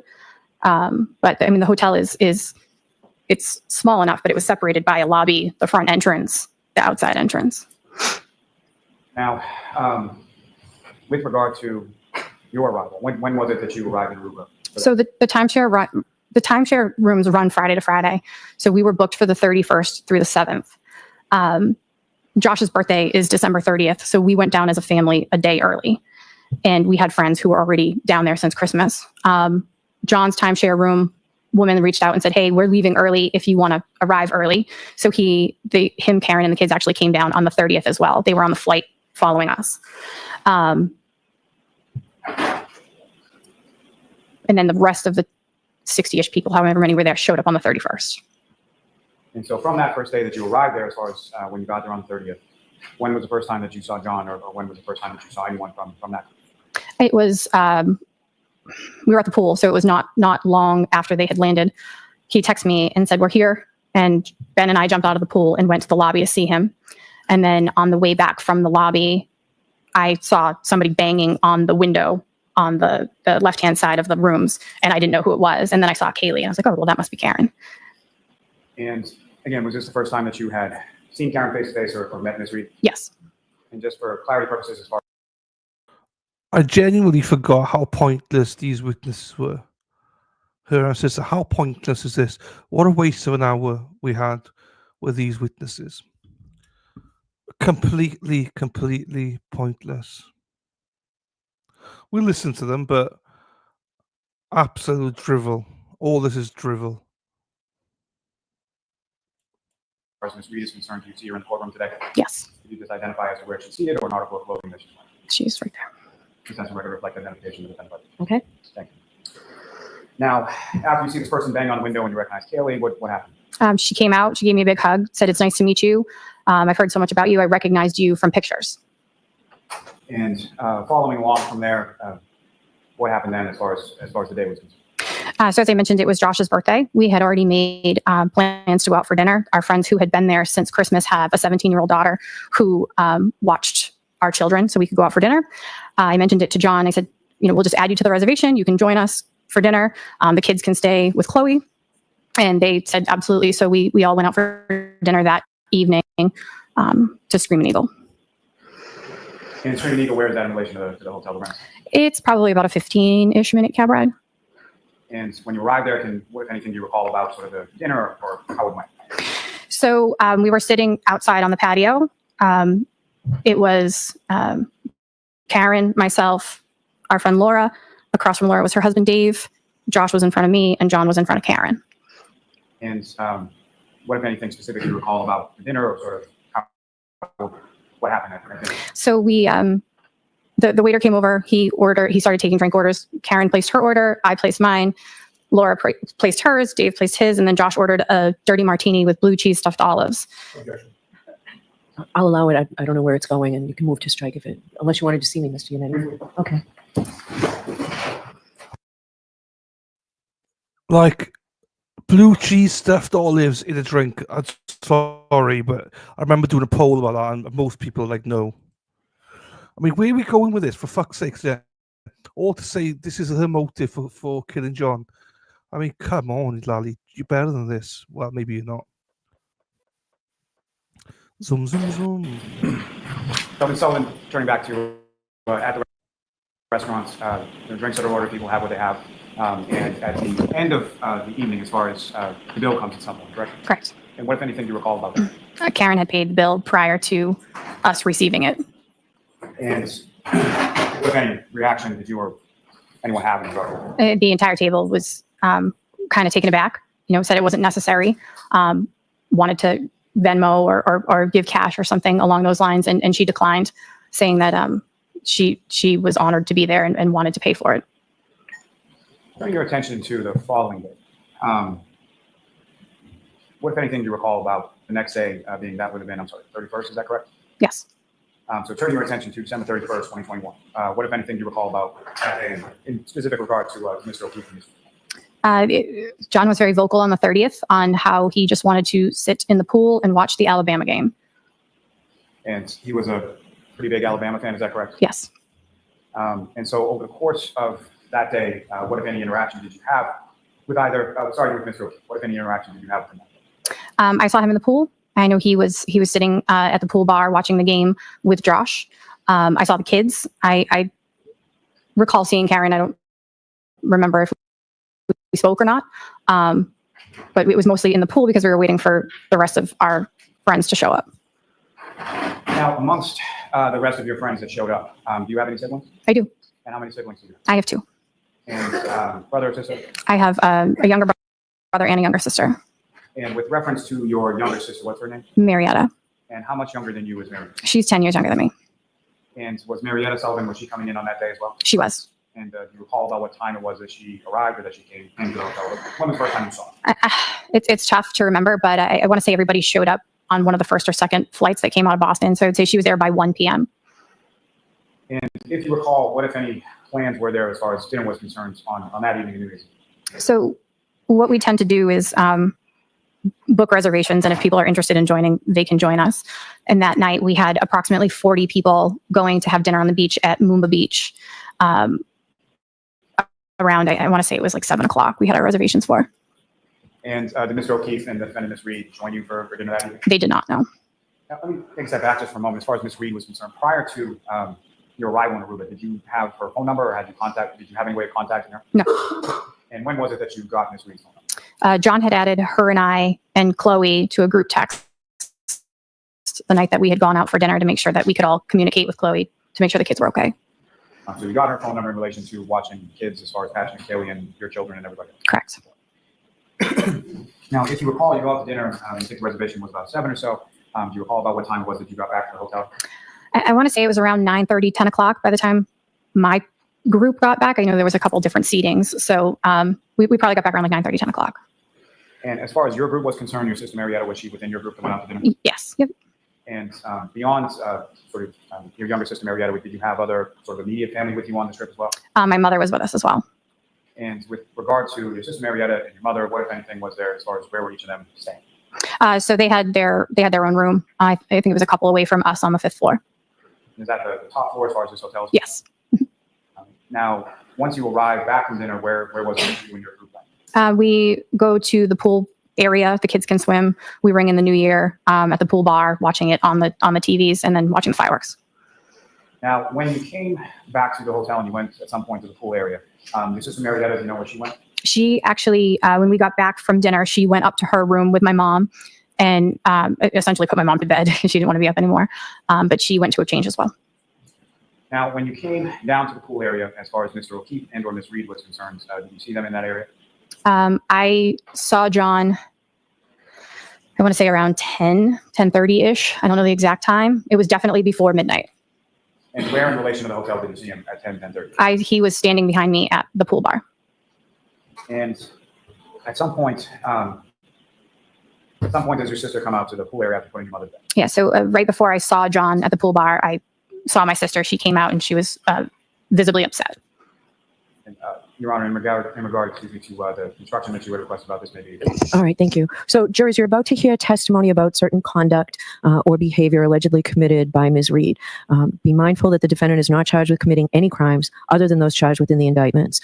The witness's testimony may not and indeed must not be considered by you as any evidence that the defendant has a bad character or as evidence that she has a propensity to commit the crimes with which she has been charged. You may not take the defendant's prior acts as a substitute for proof that the defendant committed the crimes charged here, but you may consider the acts solely on the limited issue of the state of mind of the defendant and the nature of her relationship with John O'Keefe as it might go to motive or intent. You may not consider this evidence for any other purpose. Specifically, you may not use it to conclude that if the defendant committed the act or acts, that she must also have committed the offenses with which she's charged. You can only use the evidence for the limited purpose of how it goes to the defendant's state of mind, the nature of her relationship with John O'Keefe, as it may go to motive. And just for the records, my findings are the same that I made at sidebar previously. So, go ahead, Mr. Lally. Thank you. Now, with regard to, at some point, your sister comes out to the pool area where you were, is that right? Correct. And do you know where Mr. O'Keefe was at that point? I do not know. And when your sister comes out to the pool area, what happened? She said, Yeah, that's sustained. I thought you were doing something else. When your sister comes out to the pool area, how would you describe her demeanor when she comes out? No, I'll allow that. she was frustrated. And at some point, did you have a conversation, without regard to what the conversation was, at some point, did you have a conversation with her about something that had just happened? Yes. Now, following that conversation with your sister, at some point subsequent to that, Mr. O'Keefe come back out to the pool area? After I spoke with her, yes, he came out to the pool area. And you know about how long a period of time it was between the time that your sister came out to the pool area and Mr. O'Keefe came out to the pool area? I mean, I would say approximately 20 minutes, but I don't really know exact timing. Now, when Mr. O'Keefe came back out, did you have any conversation with him? I did. And can you describe that conversation? All right, is this the instruction that you were talking about instead of the other one? All right, so jurors, I have another instruction for you. So you're about to hear evidence of statements made by John O'Keefe. Is that accurate now, Mr. Lally? Yes. All right. These statements are being admitted only for a limited purpose of establishing John O'Keefe's state of mind. You're not to consider this testimony as proof that the defendant has a bad character or propensity to commit crimes. The testimony of witnesses recounting conversations with Mr. O'Keefe can only be used as they go to the defendant's motive or intent on January 28th or 29th, and only if you find that the defendant was aware of Mr. O'Keefe's state of mind at the time of the crime and would be likely to respond to it. There need not be direct evidence that the defendant learned of Mr. O'Keefe's state of mind, so long as you reasonably can infer from the evidence that she did learn of it. Okay, Mr. Lally. Yes. Yep. So, Ms. Sullivan, if I could take you back again. So Mr. O'Keefe comes out, you have a conversation with him. Can you describe to the jury what that conversation was about? I turned around and I was pretty shocked to see him. I said, "What's going on?" And he said, "Nothing." I said, "Did Etta and Karen have words?" And he said, "I don't know." And I said, "Well, that's not what Etta said." And I asked him if everything was okay. And at that time, his phone was lighting up, and it looked like calls and texts, and it said Karen on his phone. After you make that observation, what did you say to John? I asked him if he needed to take it, and he said, "Yes, she's crazy. I got to take care of this." And was that the last time that you saw him on New Year's Eve? It is. Now, turning your attention to the following day, New Year's Day, did you see either Mr. O'Keefe or Ms. Reed at all on that day? I did not. I saw the children, but we didn't see them that day, no. Now, turning your attention to the following day, being January 2nd, what was sort of the plan as far as what was going on that day? Our hotel has a private island. The hotel we stay at has a private island, and we rented all 8 of the cabanas between the 60 of us that were there. And when the cabanas went on sale, I had reached out to John and asked him if he wanted me to get him one. And he said, sure. So I booked one for him, and he paid me for that cabana. So we all went out that morning. And it was probably around 10 o'clock in the morning, and they weren't there yet. And so I sent him a text and I said, are you coming, or do you want me to sell this cabana? Because there was other, couples there. At least he could have made, the money back. And he asked me who was there. And I said, everybody. And I named off a couple names. I'm not really sure, but I said, everybody's here. And when you said that, how did Mr. O'Keefe respond? He said, well, apparently I made out with your sister the other night, according to Karen. Now, is that the first time that you had heard that? Yes. So fair to say whatever you had heard from your sister on December 31st was not that? Objection. No, I'll allow that. Correct. And what was your reaction when Mr. O'Keefe told you? Objection. I'll allow it. I was shocked. I immediately found my sister and said, did you make out with John? Objection. Sustained. When you went to talk to your sister, who was it that your sister was with when you went to talk to her about that? I don't recall who was standing near her. Maybe my mom. I don't know. As far as your sister was concerned, at that time, was she dating someone? Yes. The person that she was dating, was that person on the trip as well? He was. Yes. And was that person that she was dating was on the trip as well? Were they at the Cabanas on that day that you? They were. Yes. Now, as far as you have some conversation in regard to your sister, and then at some point you go back and have further conversation with Mr. O'Keefe. Yeah. I said, I texted him back. I said, I just talked to Etta. She said, absolutely not. That did not happen. Objection. Move to strike. That's sustained. I'll strike that.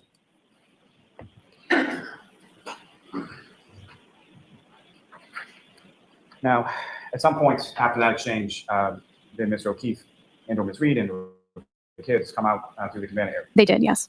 And at any point, how would you describe sort of how Mr. O'Keefe and/or Ms. Reed was acting when they came out to the cabana? But Karen immediately went in the water. I just recall her being like floating in the ocean for a good chunk of the day. John was hopping around from the different cabanas talking to people. One of my favorite pictures of him is with my son from that day. Did you have any conversation with Mr. O'Keefe once he came out to the cabana area? No, we kind of just kept it light. We didn't really talk about anything that had happened. I was just kind of trying to stay out of it for now. And following sort of the cabana situation or the cabana day, what happened then? Suppose that day, I think I saw John one other time. I saw him in the pool. It was the one time that him and I were alone. He didn't seem like he was himself. I'll allow it.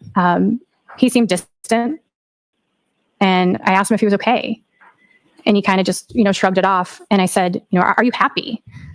And he kind of, just rolled his eyes and shrugged it off. I said, well, something along the lines of life is too short to not be happy. And he goes, well, Laura, it is what it is. And I did ask him if he wanted to talk about it. I said, do you want to talk about it? And he's like, not really. And so following that exchange in the pool area, when was the next time that you saw them? I'd spoken to him. We all went on the Jolly Pirate. We had all bought tickets in advance. So we had basically rented the whole boat for everybody to go. Had bought 4 tickets and we had gotten a bus from our hotel and he didn't show up for the bus and wasn't answering my calls or my texts. And then we finally got down to where the boat was. The boat was about to leave and he messaged me. He's like, not going to make it. Kids slept late. And so I didn't think anything of it. Then after that, I saw him and Karen the night before they left. And they ended up leaving a day or two early so that the kids could get back to school. And when you saw them, where was that in relation to the hotel? Right outside the hotel is a marketplace that has a bunch of restaurants and arcade. I was sitting at the 5 o'clock somewhere bar that looks into the arcade with my best friend Val, and my friends Dave and Laura and Karen and John walked up. What, if any, conversation did you have with either Mr. O'Keefe or the defendant at that time? Karen grabbed me and she said, hey, I'm sorry. I thought I saw something that I didn't, and I would like to pay for some of your sister's room. And how did you respond to that? I said, it's absolutely not necessary. Just an apology will do. And did she persist in wanting to pay for the room? She did. And how so? She just said, I will apologize, but something along the lines of, I want to pay for some of her room. Can I just have her room number? I don't remember if I gave her the room number or not. I don't really know. And with regard to that trip, when was the next time, or when was the last time that you saw her? So the day that they were leaving, I saw him by the pool. He came up, he gave me a big hug. He said, I love you. This was a great trip. Thank you so much. And I said, well, you're definitely in again for next year. And he said, absolutely. And that was the last time I physically saw him. And so that conversation, just turning back for a moment, as far as with regard to Ms. Reed, you know what day that would have been, as far as in relation to when they were leaving, early January, Thursday? I want to say it was the 5th. I want to say it was January 5th. Now, after Ruben, did you have any conversation with Mr. O'Keefe after that? I talked to him via text a couple times about a couple different things, but one of them was, as I mentioned, we start planning a year in advance. And I said, rooms are coming available. Are you in? And he said, let me recover from this trip first.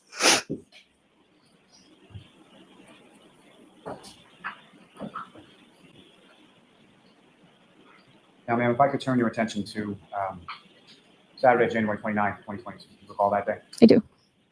And at some point that morning or during that day, did you get a call?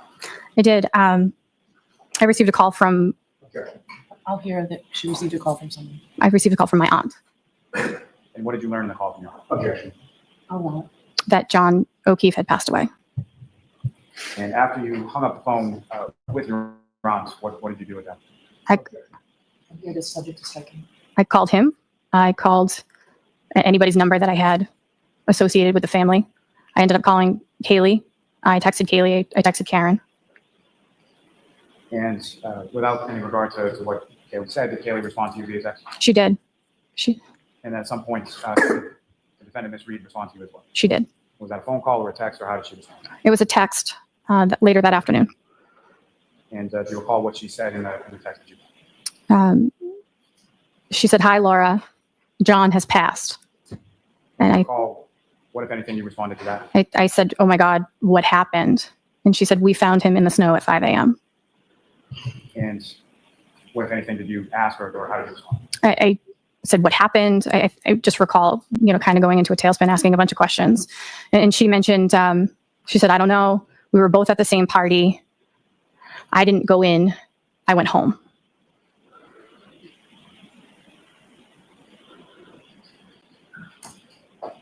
Let me have a moment. Yes.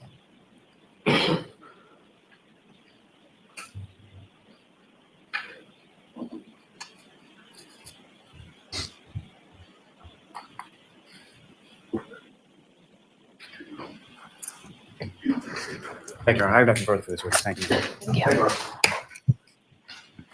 Good afternoon, Ms. Sullivan. Good afternoon.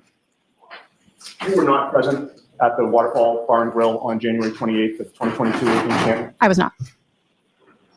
You were not present at 34 Fairview Road in Canton on January 29th of 2022. It's not. Yet you'll agree with me that Michael Proctor, the state police trooper, visited you at your home all the way in Pembroke, Massachusetts on February 8th of 2022 Yes. to interview you. Yes. Nothing further. Anything, Mr. Lally? Just briefly, as far as Trooper Proctor coming to your house, was he alone, or who, if anyone else, was he with when he He came was in? he was with another trooper, Okay. Do you recall who that trooper was? Trooper Fanning. Nothing further on. Your next witness, Mr. Lally? Yes, Your Honor. We'll call Ms. Marietta Sullivan. Counsel, I'll see you while we're waiting for this witness.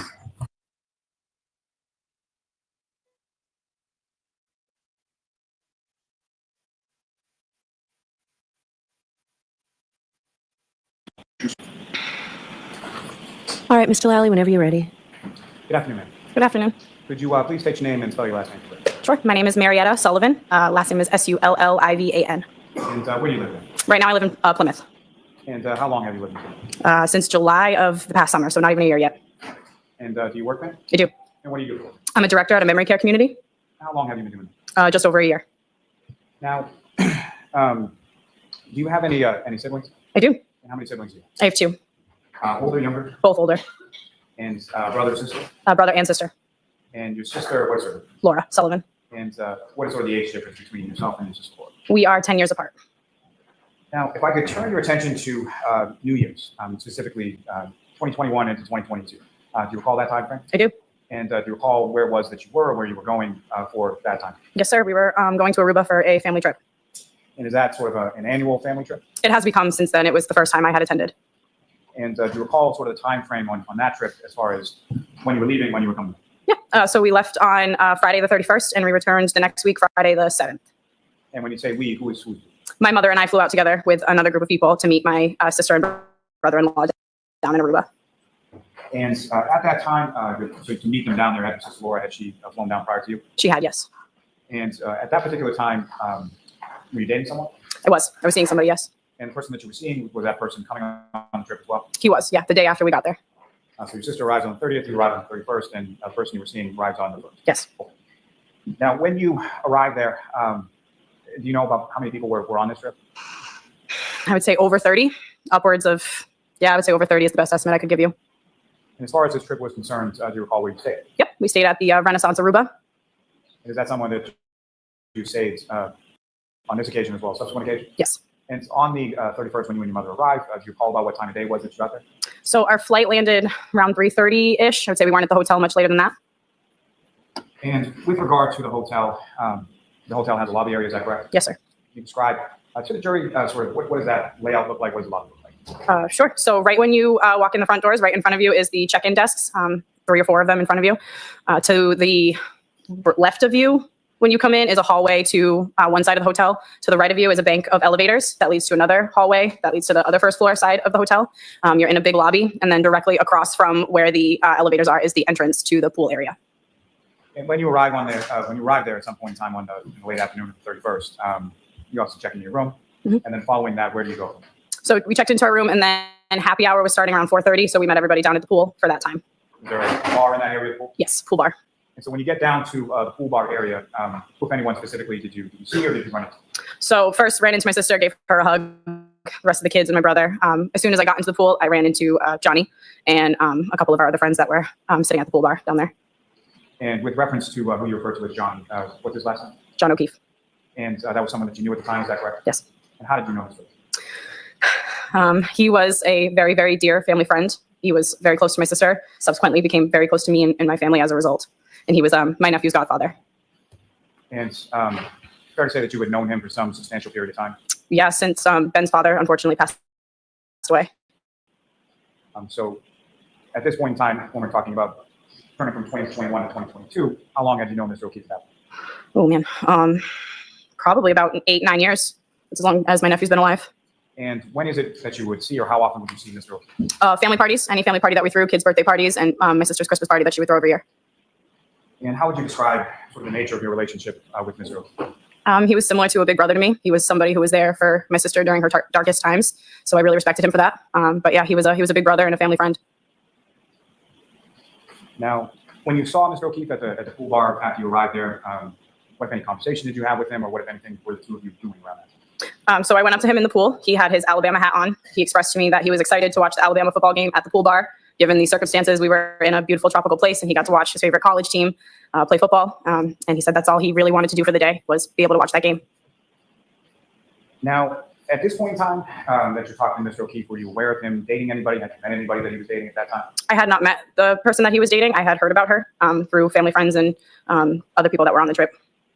So as far as the other sort of family events that you would see Mr. O'Keefe at, Ms. Reed or his girlfriend at that time wasn't there with him? No.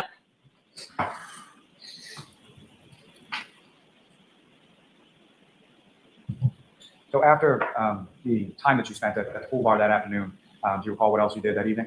Yep. So most of us in the group had dinner reservations. I believe they were around 7 p.m. and we were all getting ready to leave the pool bar to get pick up around 6:30. And as far as a fairly large group that went out to dinner that night? Yeah, most of us. And was Mr. O'Keefe part of that group that went out to dinner? He was not. Do you recall about what time it was that you got back to or returned to the hotel? Most of us got back a little after 9. Taxis were kind of crazy to get, so a little after 9. And when you got back to the hotel, where did you go? I went upstairs to check on my mom. She had gone in a bank of taxis before me, so I went upstairs to make sure that she was up there and safe and in the room. And so however long you spent up in the room with your mother, at some point you come back? I did. And when you came back down, by down, I mean, do you recall where you were staying in the hotel? Yep, so we were on the 4th floor of the hotel, so I took the elevator up and then I took it back down to the lobby. And at that point in time, when you're getting back from dinner and going up to the room and coming back down, were you aware of where Mr. O'Keefe and his niece and nephew were staying? Yeah, I knew where they were staying, yes, room-wise, yep. And where was that in relation to the lobby? 1st floor. So lobby's on the 1st floor, their rooms are on the 1st floor? Yes. So when the elevator gets down to the lobby level, you get out, is that correct? Mm-hmm. And what if So you have to say, okay. You just have to answer yes. Yes, sorry. That's okay. So the elevator gets down to the lobby, you walk out, who, if anyone, do you see when you come out? So when the elevator opens up, the first person I saw was the attendant standing behind the desk. I didn't see anybody else in the lobby with me until I stepped out. When I stepped out, I looked to my left and I saw Johnny coming in through the first set of outside doors. Now, as far as Mr. O'Keefe was concerned, was there any other sort of term that you would use to refer to him? Johnny or Godfather. And, Your Honor, I think this may be the appropriate.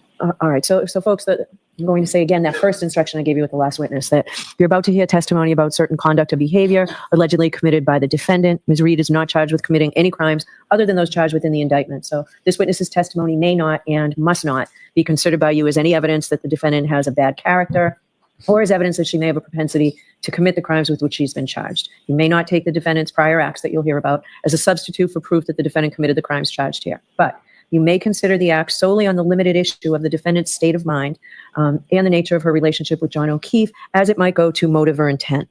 You may not consider this evidence for any other purpose. Specifically, you may not use it to conclude that if the defendant committed these acts, that she must also have committed the offenses with which she's been charged. You can only use the evidence for the limited purpose of how it goes to the defendant's state of mind, motive, and the nature of her relationship with John O'Keefe. And for the same findings that I made at sidebar. Procedure? Yes. So you walk out of the elevator, you're by yourself, correct? Mm-hmm. Yes. And you see Mr. O'Keefe. Could you see where Mr. O'Keefe was in relation to the lobby or where he was coming from? He was coming from the outside doors into the lobby. Is that where the pool bar is located? Opposite side. Opposite. Yes. And when you see him come in, who, if anyone, do you see with him initially? Nobody with him. And what, if anything, was he doing, or how was he acting sort of when he came? So he sort of stumbled in. I came out of the elevator and my initial response to him was, "Whoa, you okay?" I actually said, "Whoa, Godfather, are you okay?" But yeah, he was stumbling into the lobby. And did you go over to him at that point? I did. I went up to him and I gave him a hug. And what happened then? I pulled back. He was glassy-eyed, looking above me. We never made eye contact. He was looking above me. It looked like he was looking for someone. I asked him, "Where are you going?" assuming that he would be coming to the pool bar to meet us. He kept looking around and he indicated that he was going that way and pointed toward a bank of rooms to our right. And I said, "Well, you should go that way." And I stepped back and I guided him toward the area that he was going. Now, as far as the bank of rooms to the right, you indicated that you were familiar or aware of where Mr. O'Keefe was and where the children were. Is that correct? I know they were on the first floor. I'm not 100% positive as to where exactly their rooms were. And if you know, did you know whether or not that Mr. O'Keefe was staying in the same room as Patrick and Kaylee at that point? I didn't know if they were staying in the same room or not, no. So you point him in that direction, and what happened? So I pointed in that direction. He walked off. I continued out to the pool bar. When I heard very loudly his name screamed across the lobby, very angrily, and it made me stop in my tracks. And when you stopped in your tracks, what happened? I started to turn around to come back in. So once you go out to the pool bar, you kind of go around a corner and you go out of view. So I turned around to go back in. As I'm going back in, I hear someone yell, "Who the fuck was that?" And as I come around the corner, I see Mr. O'Keefe walking toward a woman. And he said, excuse me. He said, "Calm down, that's Laura's little sister." And what happened then? When I came back around the corner, I said, after Mr. O'Keefe said, "Calm down, that's Laura's little sister," I said, "Hi, nice to meet you." That's when Miss Reed's head snapped up and she very loudly told me to go fuck myself across the lobby. And I said, "Yeah, fuck you too," and walked away. And just to be clear, when you say Miss Reed, this is someone that you became familiar with as on the hall? This was my first interaction with her. I had never been fully introduced to her at all. I just had seen her sitting by the side of the pool when I had been talking to Johnny earlier in the day.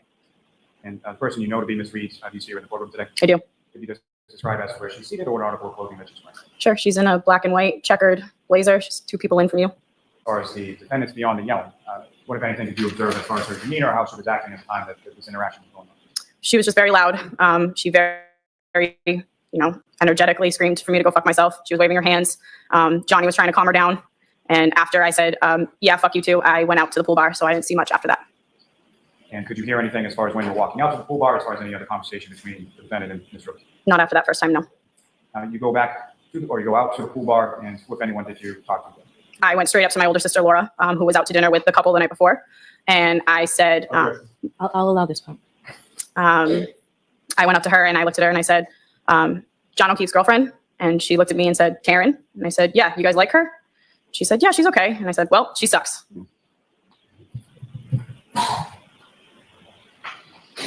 Now, following that, at any point in time later in that evening, did you see either Mr. O'Keefe or Ms. Reed? Which was the day that we rented cabanas on the island. I'll see you at sidebar quickly.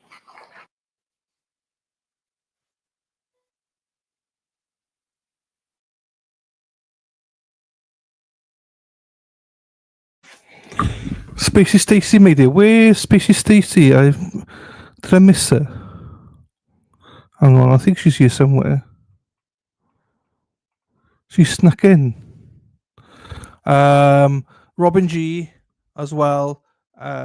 Tracy V asked you a question earlier on about whether you go in tomorrow night.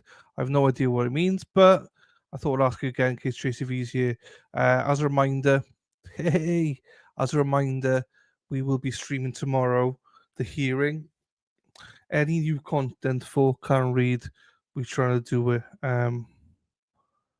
ad free as a little bit of a thank you for your support as people. Die bar, there you go. Robin G, there you go. Question from Tracy V, there you go. She'll be there, Tracy V. Hello, my darling. Hope you're well, Stacey. See you tomorrow morning, Lady Di. So yeah, meet Dina will be on first thing. We're doing a dual stream as always with Resist the Silence. Both themselves and myself will be live at the same time. So please like and support both of us. And then we'll be doing the trial coverage as well.